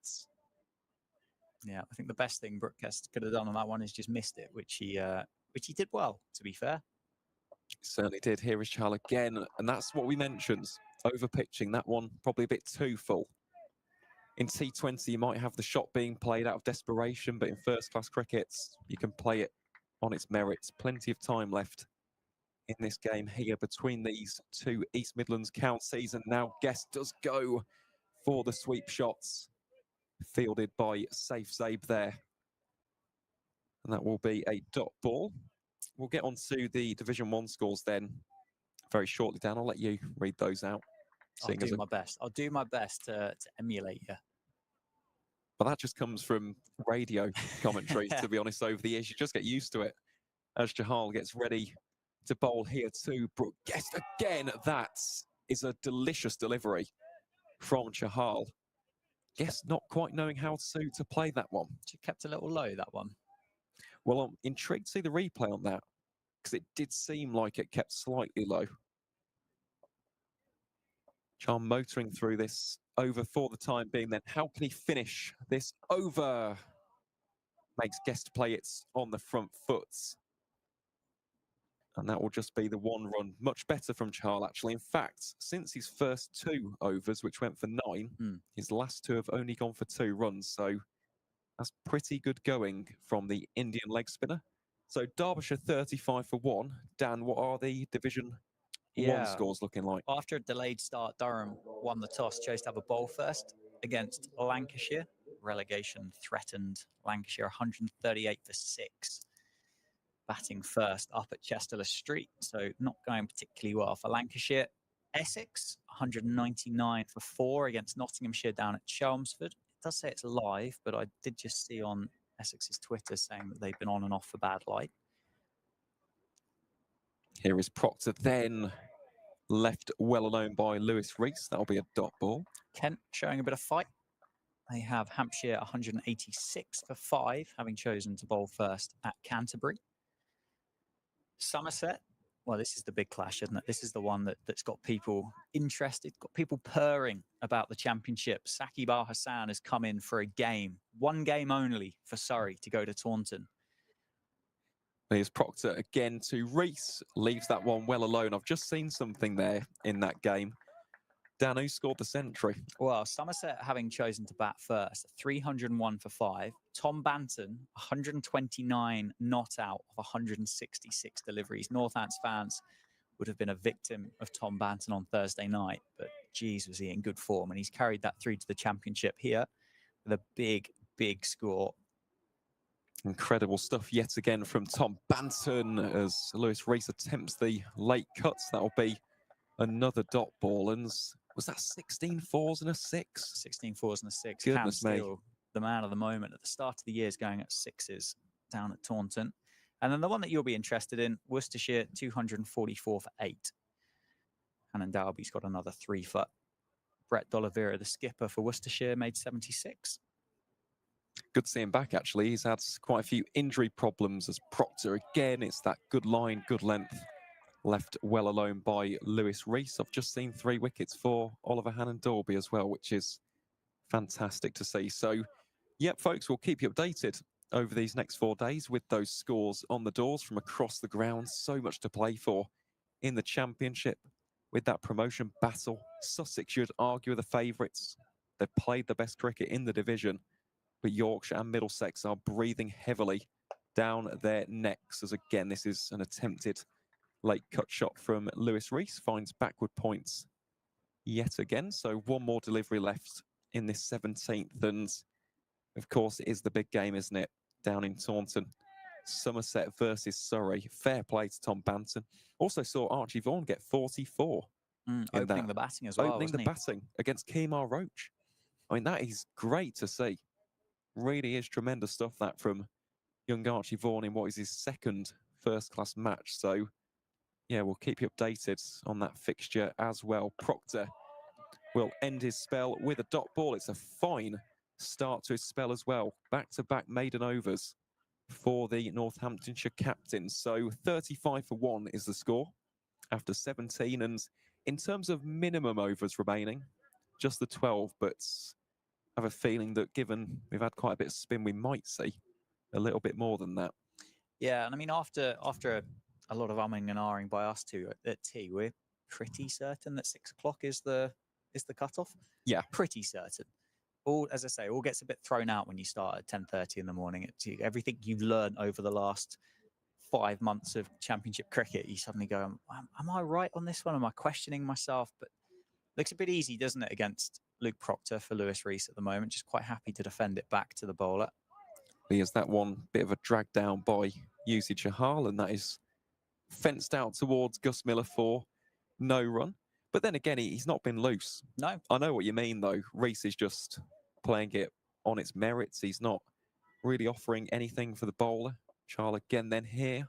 Oh, that's a beautiful delivery. Catches the gloves of Lewis McManus. They will scamper through there. In the end, that really was a jaffa from Yuzi Chahal. Interestingly, I don't think that's been signalled as anything. That actually might have come off the bat. Oh, okay. We'll watch the replay there. Yeah, Brooke Guester's moved on to 6. Oh, it was genuine edge. Drop catch by McManus behind the stumps. Was a difficult chance, though, wasn't it? That's just reflexes and reactions at that point. Wow. Well, half opportunity. I think it'd be harsh to say that Brooke Guester's been dropped on 5, but technically he has. Well, you're making a note of it anyway. Yep, as is the case of the commentator. Here is Lewis Reese then, clips that off his pads down towards that deep or long leg, I suppose. It's not really fine leg, but long leg position. That is Dom Leach doing the fielding there.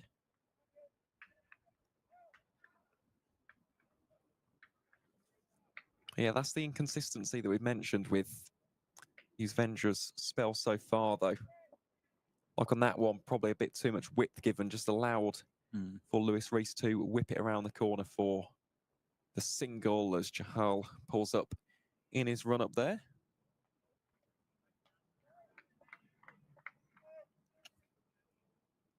What can Yuzi do here? Well, that one is a lot flatter, a lot straighter. Played back to the bowler for no run. There's a little bit of a chuckle with Lewis Reese down at the non-striker's end. And yeah, the field currently unchanged. So they've got that silly point in, deep points. Got Dom Leach hovering in a backward point as well. This one given a bit more flight. Well outside of the off stump of Brooke Guesto. So that'll be another dot ball. Partnership creeping up very slowly but surely. It was 14 5 overs ago. It's now on 18. But Derbyshire well aware of how quickly things can change on this surface. That'll be a dot ball to finish then. Just the 2 runs coming from that over, courtesy of Yuzvendra Chahal. And at the end of 18, Derbyshire are 37 for 1. Yeah, 11 overs minimum remain in the day. 37 for 1. Brooke Guest having a tough time. He's faced 43 deliveries for just 6 runs. Encouraging that there is turn for the leg spinner, as you'd expect from what we saw earlier today. I suppose worth mentioning, remembering as well, the fact the heavy roller came on this pitch during that interval. So maybe that little bit of seam movement just got taken out of it, as you'd expect it to do so. Day 2, if it's nice and dry and sunny here, will be a good day to bat. Are we going to get a nice dry and sunny day 2? Who knows? Who knows? Luke Proctor continues from the Lynn Wilson centre end, starting his 3rd over. Bowled 2 maidens so far. Gets a bit of bounce, bit of life, bit of spark out of the pitch and gets Lewis Reese up into the gloves, who plays it well in the end. Takes the handle, takes his hand off the bat handle. That's complicated to say, isn't it? Drops safely into the leg side.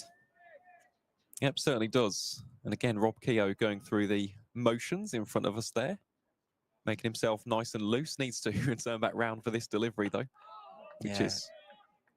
He's suffered with a bit of a bad back earlier this year, so it certainly takes a little while to make sure that he's ready to go. But quality operator with the ball in hand. He's got massive hands. Yeah. Massive hands, massive fingers, and really gives the ball a real good tweak. So I suspect there will be plenty on offer for Rob Keogh. What end he bowls from is yet to be decided. It's into the thigh pad of Lewis Reese, but Guest interested in the leg bite. Lewis Reese less so. Proctor starts his 3rd over with 3 dot balls. Do you think it'll be a replacement for Proctor, or do you think they might have a look at him from the Lynn Wilson centre end? Chahal has been good, but it's not been consistent, has it, from Chahal from those 5 overs? No, that's been the problem, as Proctor again in towards Lewis Reese here. That's a good leave from Lewis Reese. Read the line of that ball expertly. Yeah, that's been the problem with Chal, is the inconsistency so far, because he's bowled a few absolute beauties, but the ones which haven't been beauties have been far too over pitched. They've been easy to work away for the singles or even for more than that. So, yeah, we'll have to wait and see what Proctor goes for here. But he's bowling quite well so far. And, of course, if this next delivery, I should say, is a dot ball, that's 3 consecutive maiden overs. So he's keeping it tight. He's creating that dot ball pressure for his spin bowler, which is exactly what you want as a wicket-taking option, which is the type of bowler Chahal is. Yeah, and this over has looked more challenging for Lewis Rees than those previous 2 as well. Can Luke Proctor make it 3 in a row? He can. Can he? There's a chance.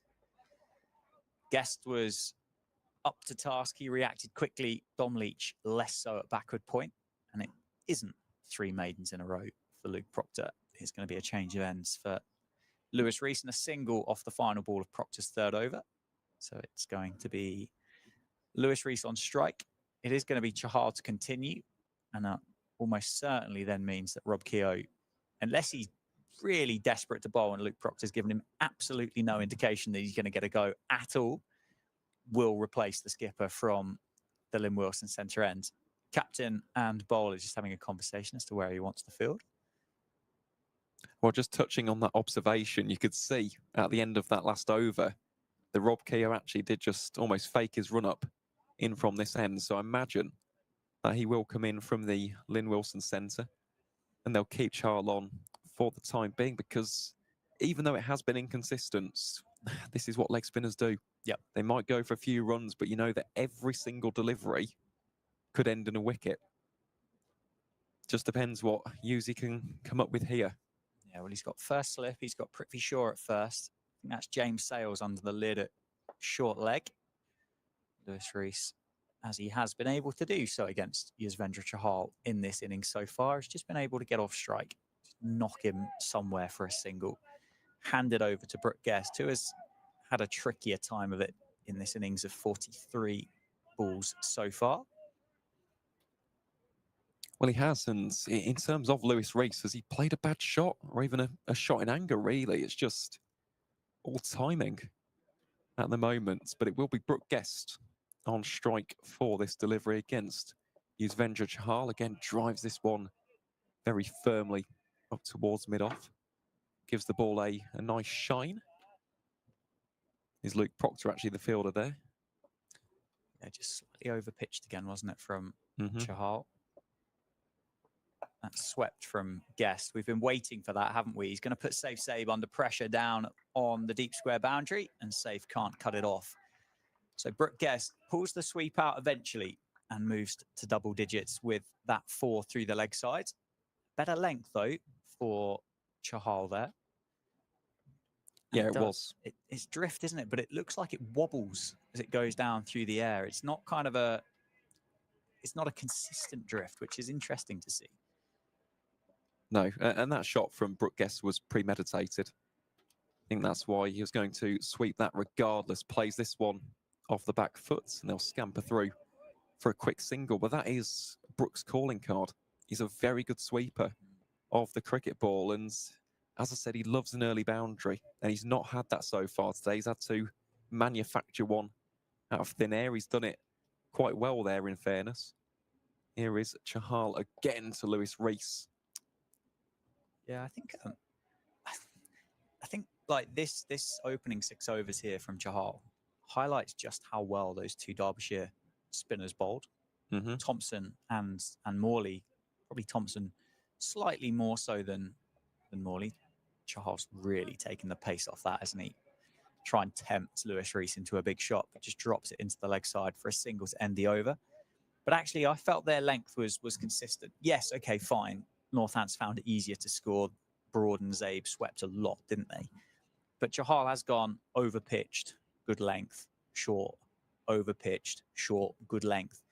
And it has allowed Derbyshire to kind of know that there's going to be a ball that's going to come along. Whereas it did feel like Northants, that partnership did have to make the running against those 2 finger spinners. But we're going to see Northants' own finger spinner here. Rob Keogh is going to replace the captain, Luke Proctor, who bowled 3 overs, 2 maidens, no wickets for 1 run. You can see the off spinner of Rob Keogh. David Ripley said earlier today on commentary, he does give it a real good tweak.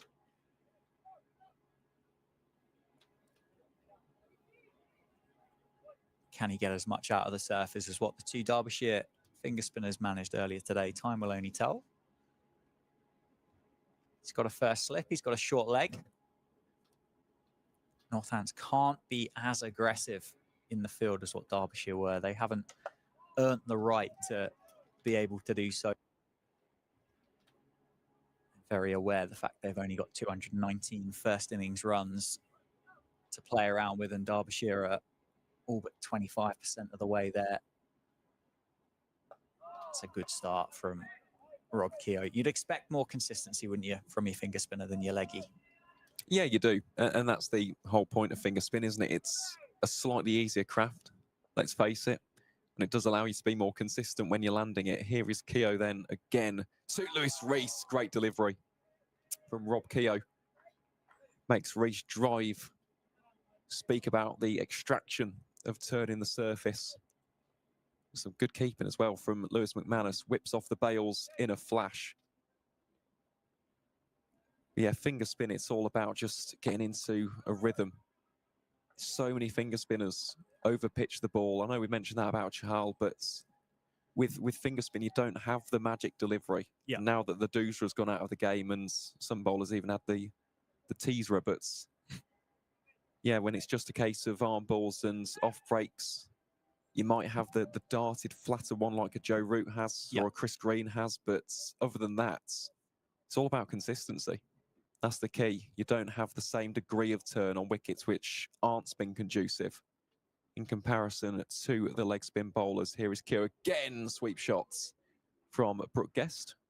You can see the real difference in style here as well, can't you? Keogh really looking to flight this ball up. He's a tall man. He's going to get a nice bit of drop on that and then bite into the surface compared to those 2 Derbyshire bowlers that were Thompson less so, but really trying to drive that ball into this pitch at Wantage Road. It's nicely finished off the over there. Just 2 runs from it. 47 for 1 then off 21 overs.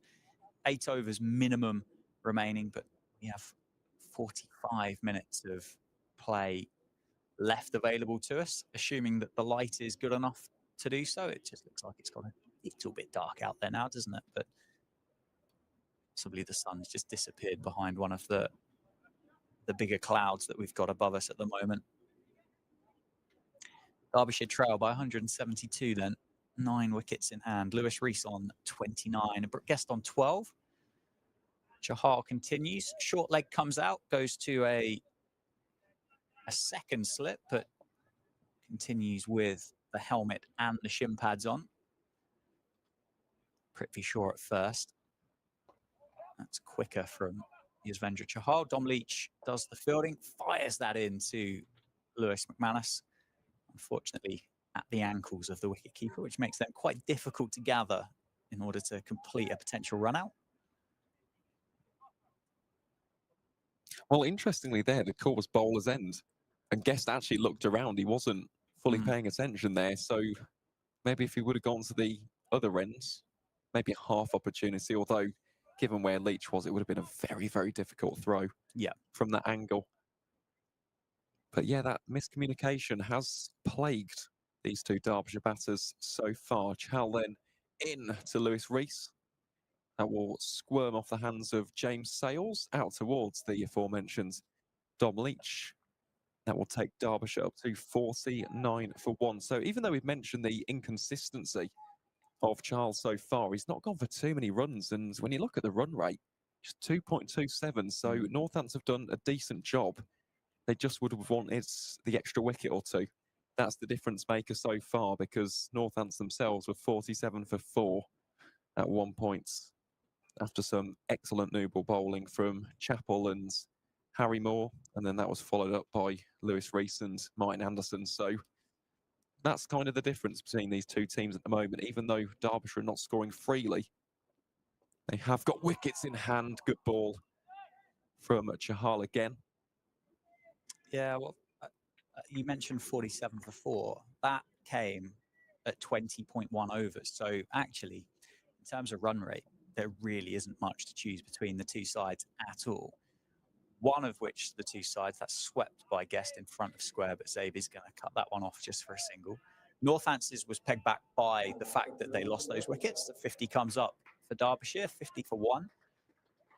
Derbyshire don't have to make the running here. No. They've got time. That they have got 3 days of cricket left to play. 3 days in a session, obviously, if you include what we've seen so far and what we're going to have up till the close of play today.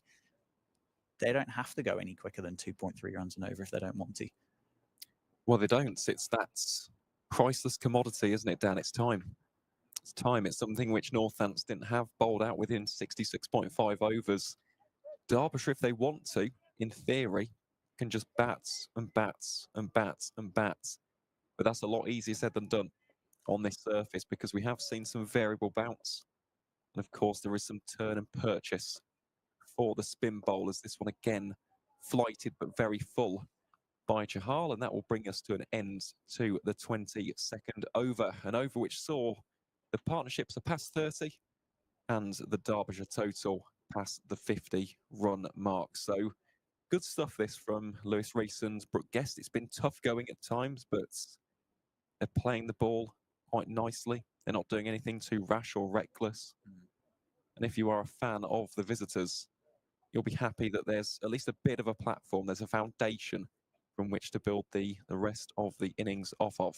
Yeah, they've started both of these innings incredibly well, haven't they? With the ball earlier this morning and then with the bat later on this afternoon.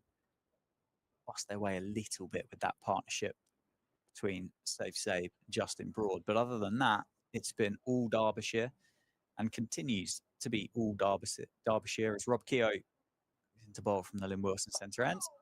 Starts on a good length. It's met by a solid forward defence by Lewis Rees, who's now on 31 off 58 deliveries. But we saw that one in the last over from Rob Keogh that did spin and beat the outside edge of Lewis Rees. That one there's just squirted away off the face of the bat.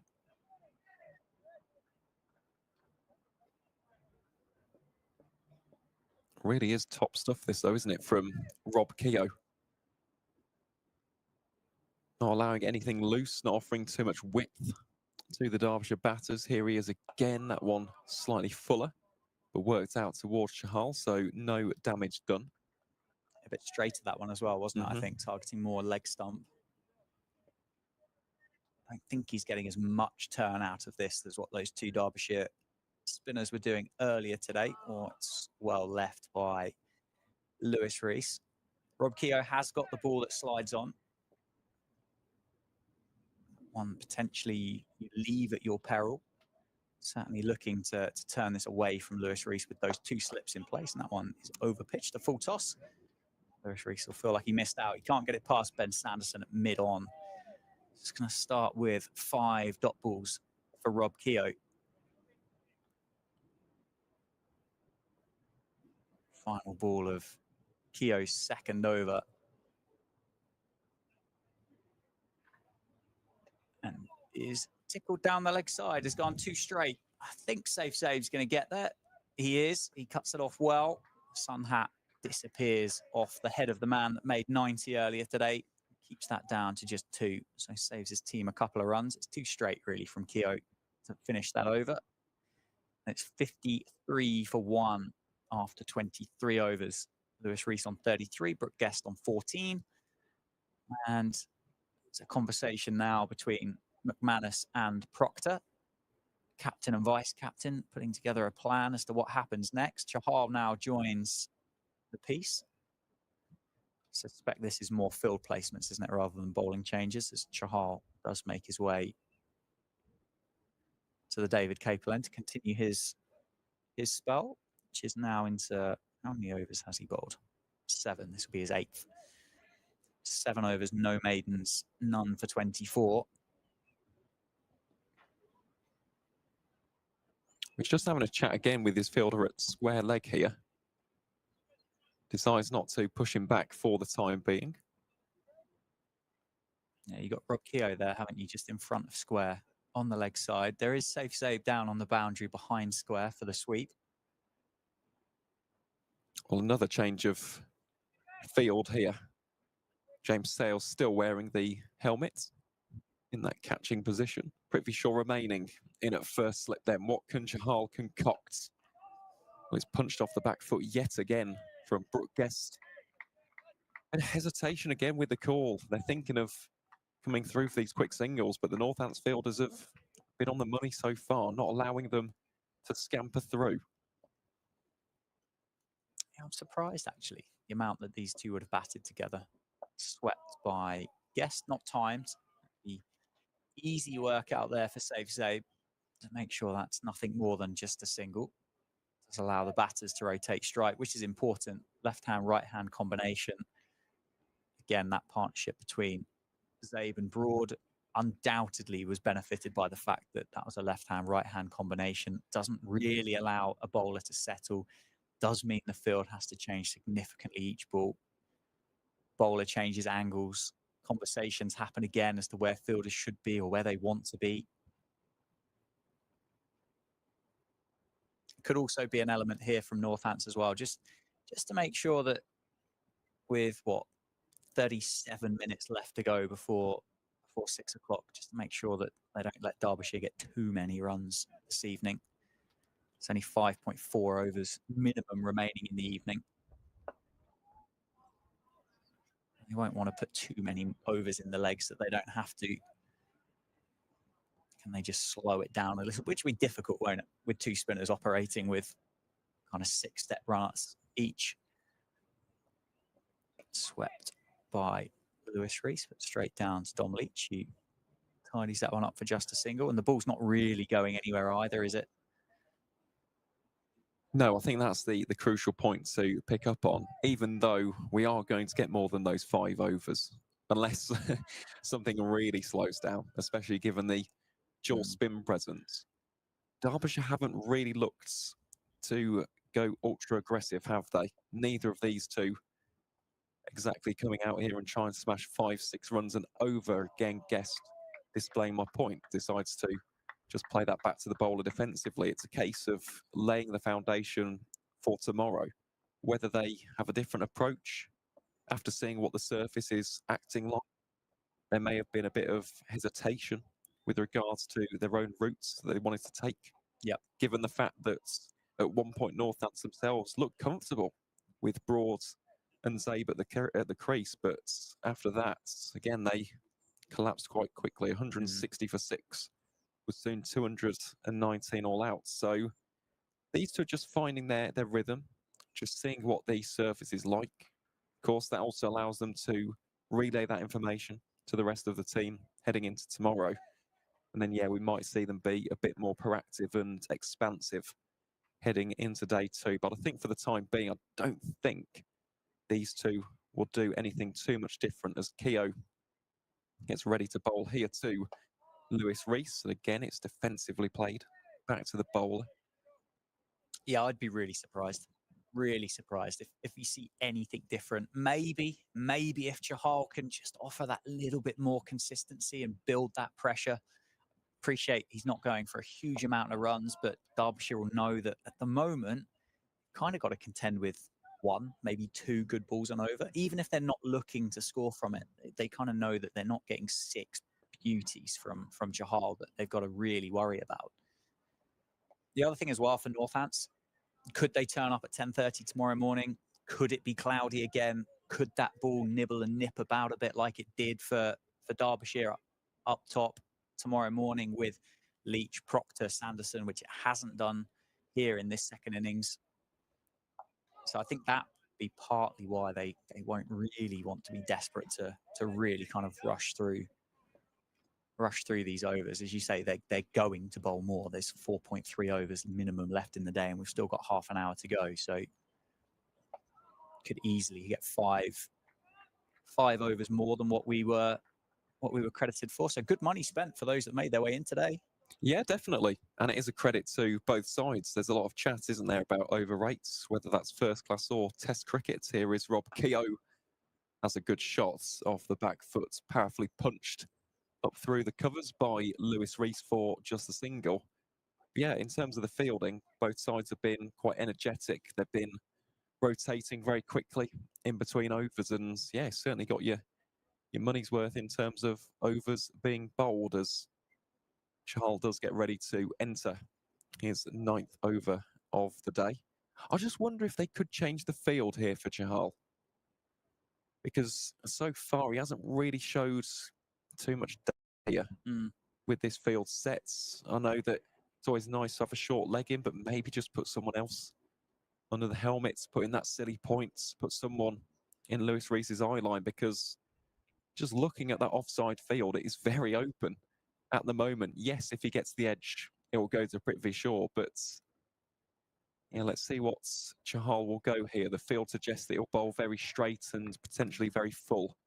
I think as well, with that offside vacant, it's going to be against the spin, isn't it, for Lewis Rees? And Chahal probably won't mind that if there becomes a bit of a gate to potentially be able to bowl through for Lewis Rees. Suspect, as well, as we've said, 2.24, 2.23 runs per over. It's very much a case of, let's see this through. There's a big appeal for LBW there. Chahal loved it. I don't know whether Lewis McManus was particularly thrilled by the shout.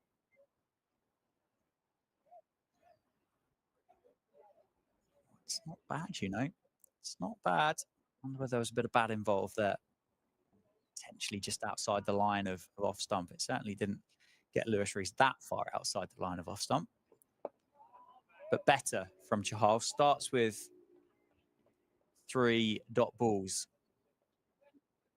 It's quite a good appeal, that, Aaron. Yeah, it is. I don't think it was actually as clear-cut as we first thought. That one a lot slower, a lot loopier there from Yuzvendra Chahal.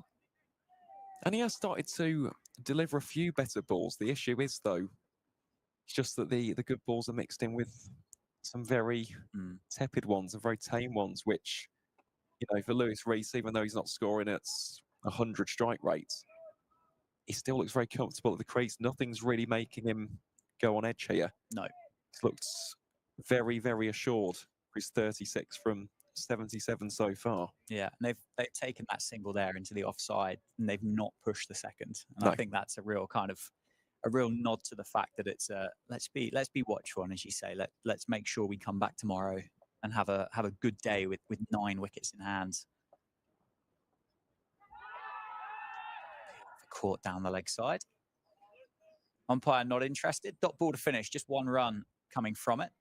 And plus as well, if they can keep Northampton out here and Derbyshire going 1 down, having been bowled out for 219 and really just kick the life out of this Northampton 11, that's going to be pretty tough to come back tomorrow morning at 10:30 with 9 Derbyshire wickets in hand, with, say, another, 20 runs added to the board there. 15, 20, take it up to 70, maybe 75. It's going to be a tough day for Northants. It will be, and they'll have to bowl very well. Not that they've bowled poorly. Again, this is just us picking up on little bits and pieces. It's not a case of buffet bowling and every single over there's been a boundary and the deficit is something ridiculous like 50.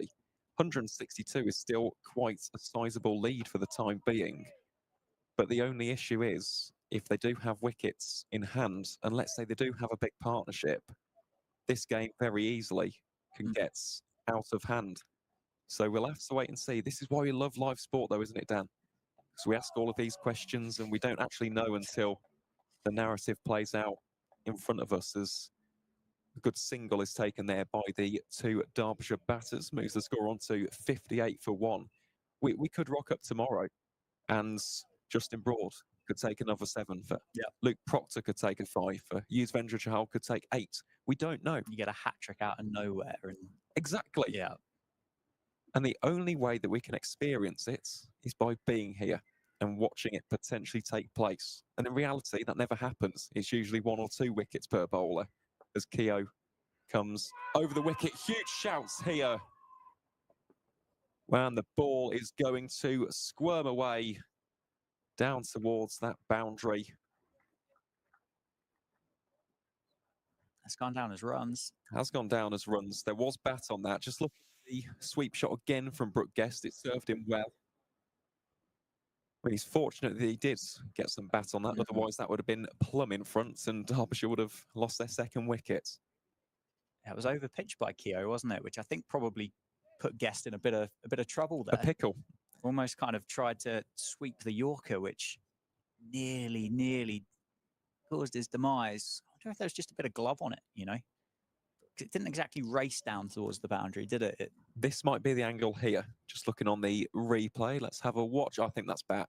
Probably just toe end of the bat. That's probably what's made the velocity a little bit less fearsome than if it had come off the middle. So that ball again is played defensively, but again for Guest living dangerously there. Not entirely sure that that was the right option from the Derbyshire number 3. Lunges forward to that one. It has been a good start, this, from Rob Keogh. The only problem is he hasn't been able to extract that same degree of turn that Alex Thompson or Jack Morley did in the Northants innings. Again, textbook forward defence from Brooke Guest. And that will be a dot ball to round out the over then. So Keogh has figures of none for 10 from his 4 overs. And at the end of the 27th, Derbyshire are 62 for 1. Just looking at the partnership, currently stands at 43. So even though it's been pretty tough going, we haven't exactly seen a flurry of 4s and 6s in comparison to that partnership between Broad and Zabe earlier on. They've done their job. Yeah. They've seen off the new ball. Yes, they've struggled at times against the spinners, but they haven't really allowed them to find too much rhythm. And crucially, they've got runs on the board, which is exactly what you need on a potentially tricky surface. So I don't mind the intent here from Reese and Guest, but the key will be tomorrow, because if you've had this difficult passage of play, you need to hammer home the initiative. Tomorrow, they can't play like this. You can't go at 2 runs and over for the entirety of day 2, because that'll be to their detriment. If a few wickets fall quickly, you've worked all of that innings just to, have about a 50-run lead, 50, 60. Wouldn't really be worth it, as that ball, skids past McManus. It's a good job that Prithvi Shaw is there to take that. But this really is attritional cricket so far. A Safe Zabe coming on to bowl his first over of the day. That is worked through the covers. A bit of a chase here. Out in the deep will be Ben Sanderson with the chase there. And they'll come back for 2. Again, just a very nonchalant shot that, isn't it, from Lewis Reese? A simple push out through the covers, leans into the shot, doesn't have to put too much force or power behind it. It's been a brilliant 80-ball innings from Lewis. Sorry, 81-ball innings from Lewis Reese. He's not really put a step wrong, has he? That was the appeal for LBW the over before from Yuzvendra Chahal, but at the moment just quite happy to kind of pad that away from Safe Zabe. A couple of seamers maybe just to finish the day for Northants, just to make sure they don't bowl too many overs. Well, potentially. Key then again is, who do you go for? Do you go for the captain, Luke Proctor? Do you give Sando maybe just one more? Give Gus Miller one? Maybe James Sales, Dom Leach, of course, the current loanee. He will be a new signing in 2025, though. So this is the game of chess, which is being played out. And these next 25 minutes could be crucial, because all it takes is for one good delivery. Maybe this one from Safe Zabe. We'll have a look. Won't be this delivery because it's defended out towards mid-off for no run. Will bring us to an end to the over. So Derbyshire 64 for 1 at the end of the 28th. But if Northamptonshire can get one of these 2 outs and bring to the crease a night watchman, maybe spark something there. They could get their wicket or potentially the wicket of the other set bats. And all of a sudden, tomorrow looks very different, because they haven't scored the runs quickly. If they were to be 64 for 2 or 70 for 3 or 75 for 3, that's not as great of a position as the one they're currently in now. So this is a crucial passage of play, and Northants have to be on the ball here. They can't allow them to just drift for the next 20 minutes or so, as Keogh coming over the wickets into the right-handed Brooke Guest, works that out behind square leg for 1. I think we need to nod to the fact that it is clearly tough going out there Mhm. to score.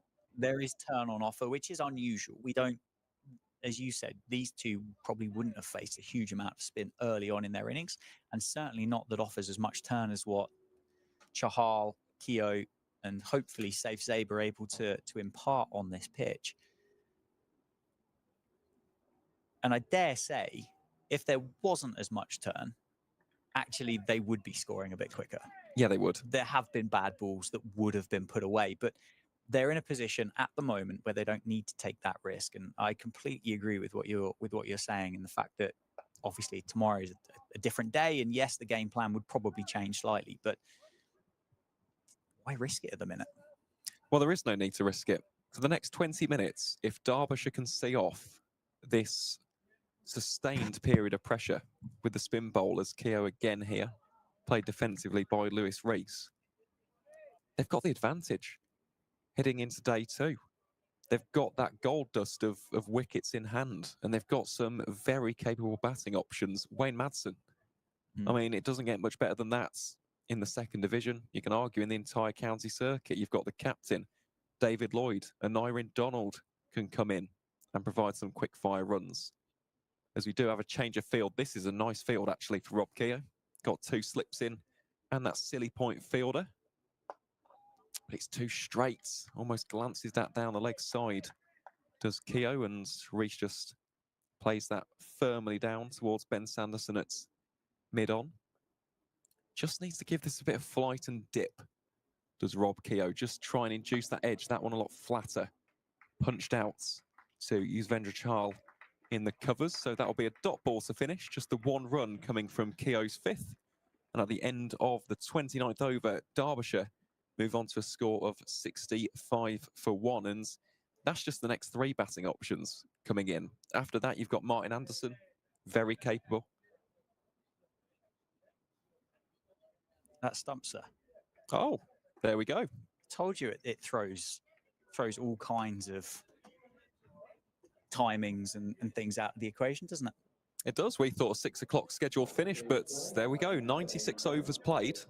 And that will be that for day 1. Well, I'll tell you what, Dan, I think that is safe to say that Derbyshire's day. 65 for 1 at stumps, the deficit 154 after losing the toss. Let's not forget that. Northamptonshire won the toss, chose to bat first, bowled out for 219 within the first couple of sessions. And then Lewis Rees and Brooke Guest dropping anchor, steadying the ship, 39 and 20 respectively. Really good day for the visitors. And now they have that platform, that foundation to build off of heading into day 2. So, decent day's worth of cricket. It's been captivating, to say the least. We haven't really been able to take our eyes off of the spin battle, but definitely in favour of the visitors in these early passages. Yeah, of course, and well worth remembering the fact that Northants won the toss and elected to have a bat here as well, just to kind of put that kind of percentage into Derbyshire's favour just a little bit more. And with the exception of that brilliant 90 from Safe Zabe and the partnership with Justin Broad, not really much to write home about or get excited about for Northants at all over the course of those 96 overs. Derbyshire have been brilliant. Zach Chappell, Harry Moore with the new ball, fantastic. Martin Anderson, I thought, bowled really well, bowled with some real good pace, bowled some brutes of deliveries. The 2 spinners, yes, they were expensive, but yes, they did come up against those 2 batters that had to be proactive and built that partnership, but they did eventually get the reward that they'd worked hard for, and they bowled Northants out for 219. And yeah, as you say, dropping anchor, watchful, whatever you want to describe it as, brilliant by Lewis Rees and Brooke Guest to get through to stumps this evening with 1 down. That wicket of Harry Kane was bowled by Justin Broad with a good catch by James Sowers at second slip. And Derbyshire find themselves 154 behind Northampton's first innings score with 9 wickets remaining. And momentum Derbyshire, I think, would be fair to say. Oh, 100%. Mickey Arthur will be absolutely delighted with his side's outputs today. But again, for Northants, it's far from game over, isn't it? Let's face it, the partnership not even 50 at the moment. If the conditions do change tomorrow, we'll have to check the forecast. Bit of cloud about if that ball does nip off the surface. this could be a very different complexion heading into lunch. But again, that first hour, it is the commentator's cliche. It will be absolutely crucial, and you just feel like whoever wins that battle in the early exchanges of day 2 could go on to have the advantage. Yeah, of course. Well, thank you everybody for joining us today. It's been a pleasure. The stream at Northants is powered by Daffabet. My name's Dan Jadzovic. I've been joined by Aaron Viles all day, and we'll be back tomorrow at 10:30 for day 2.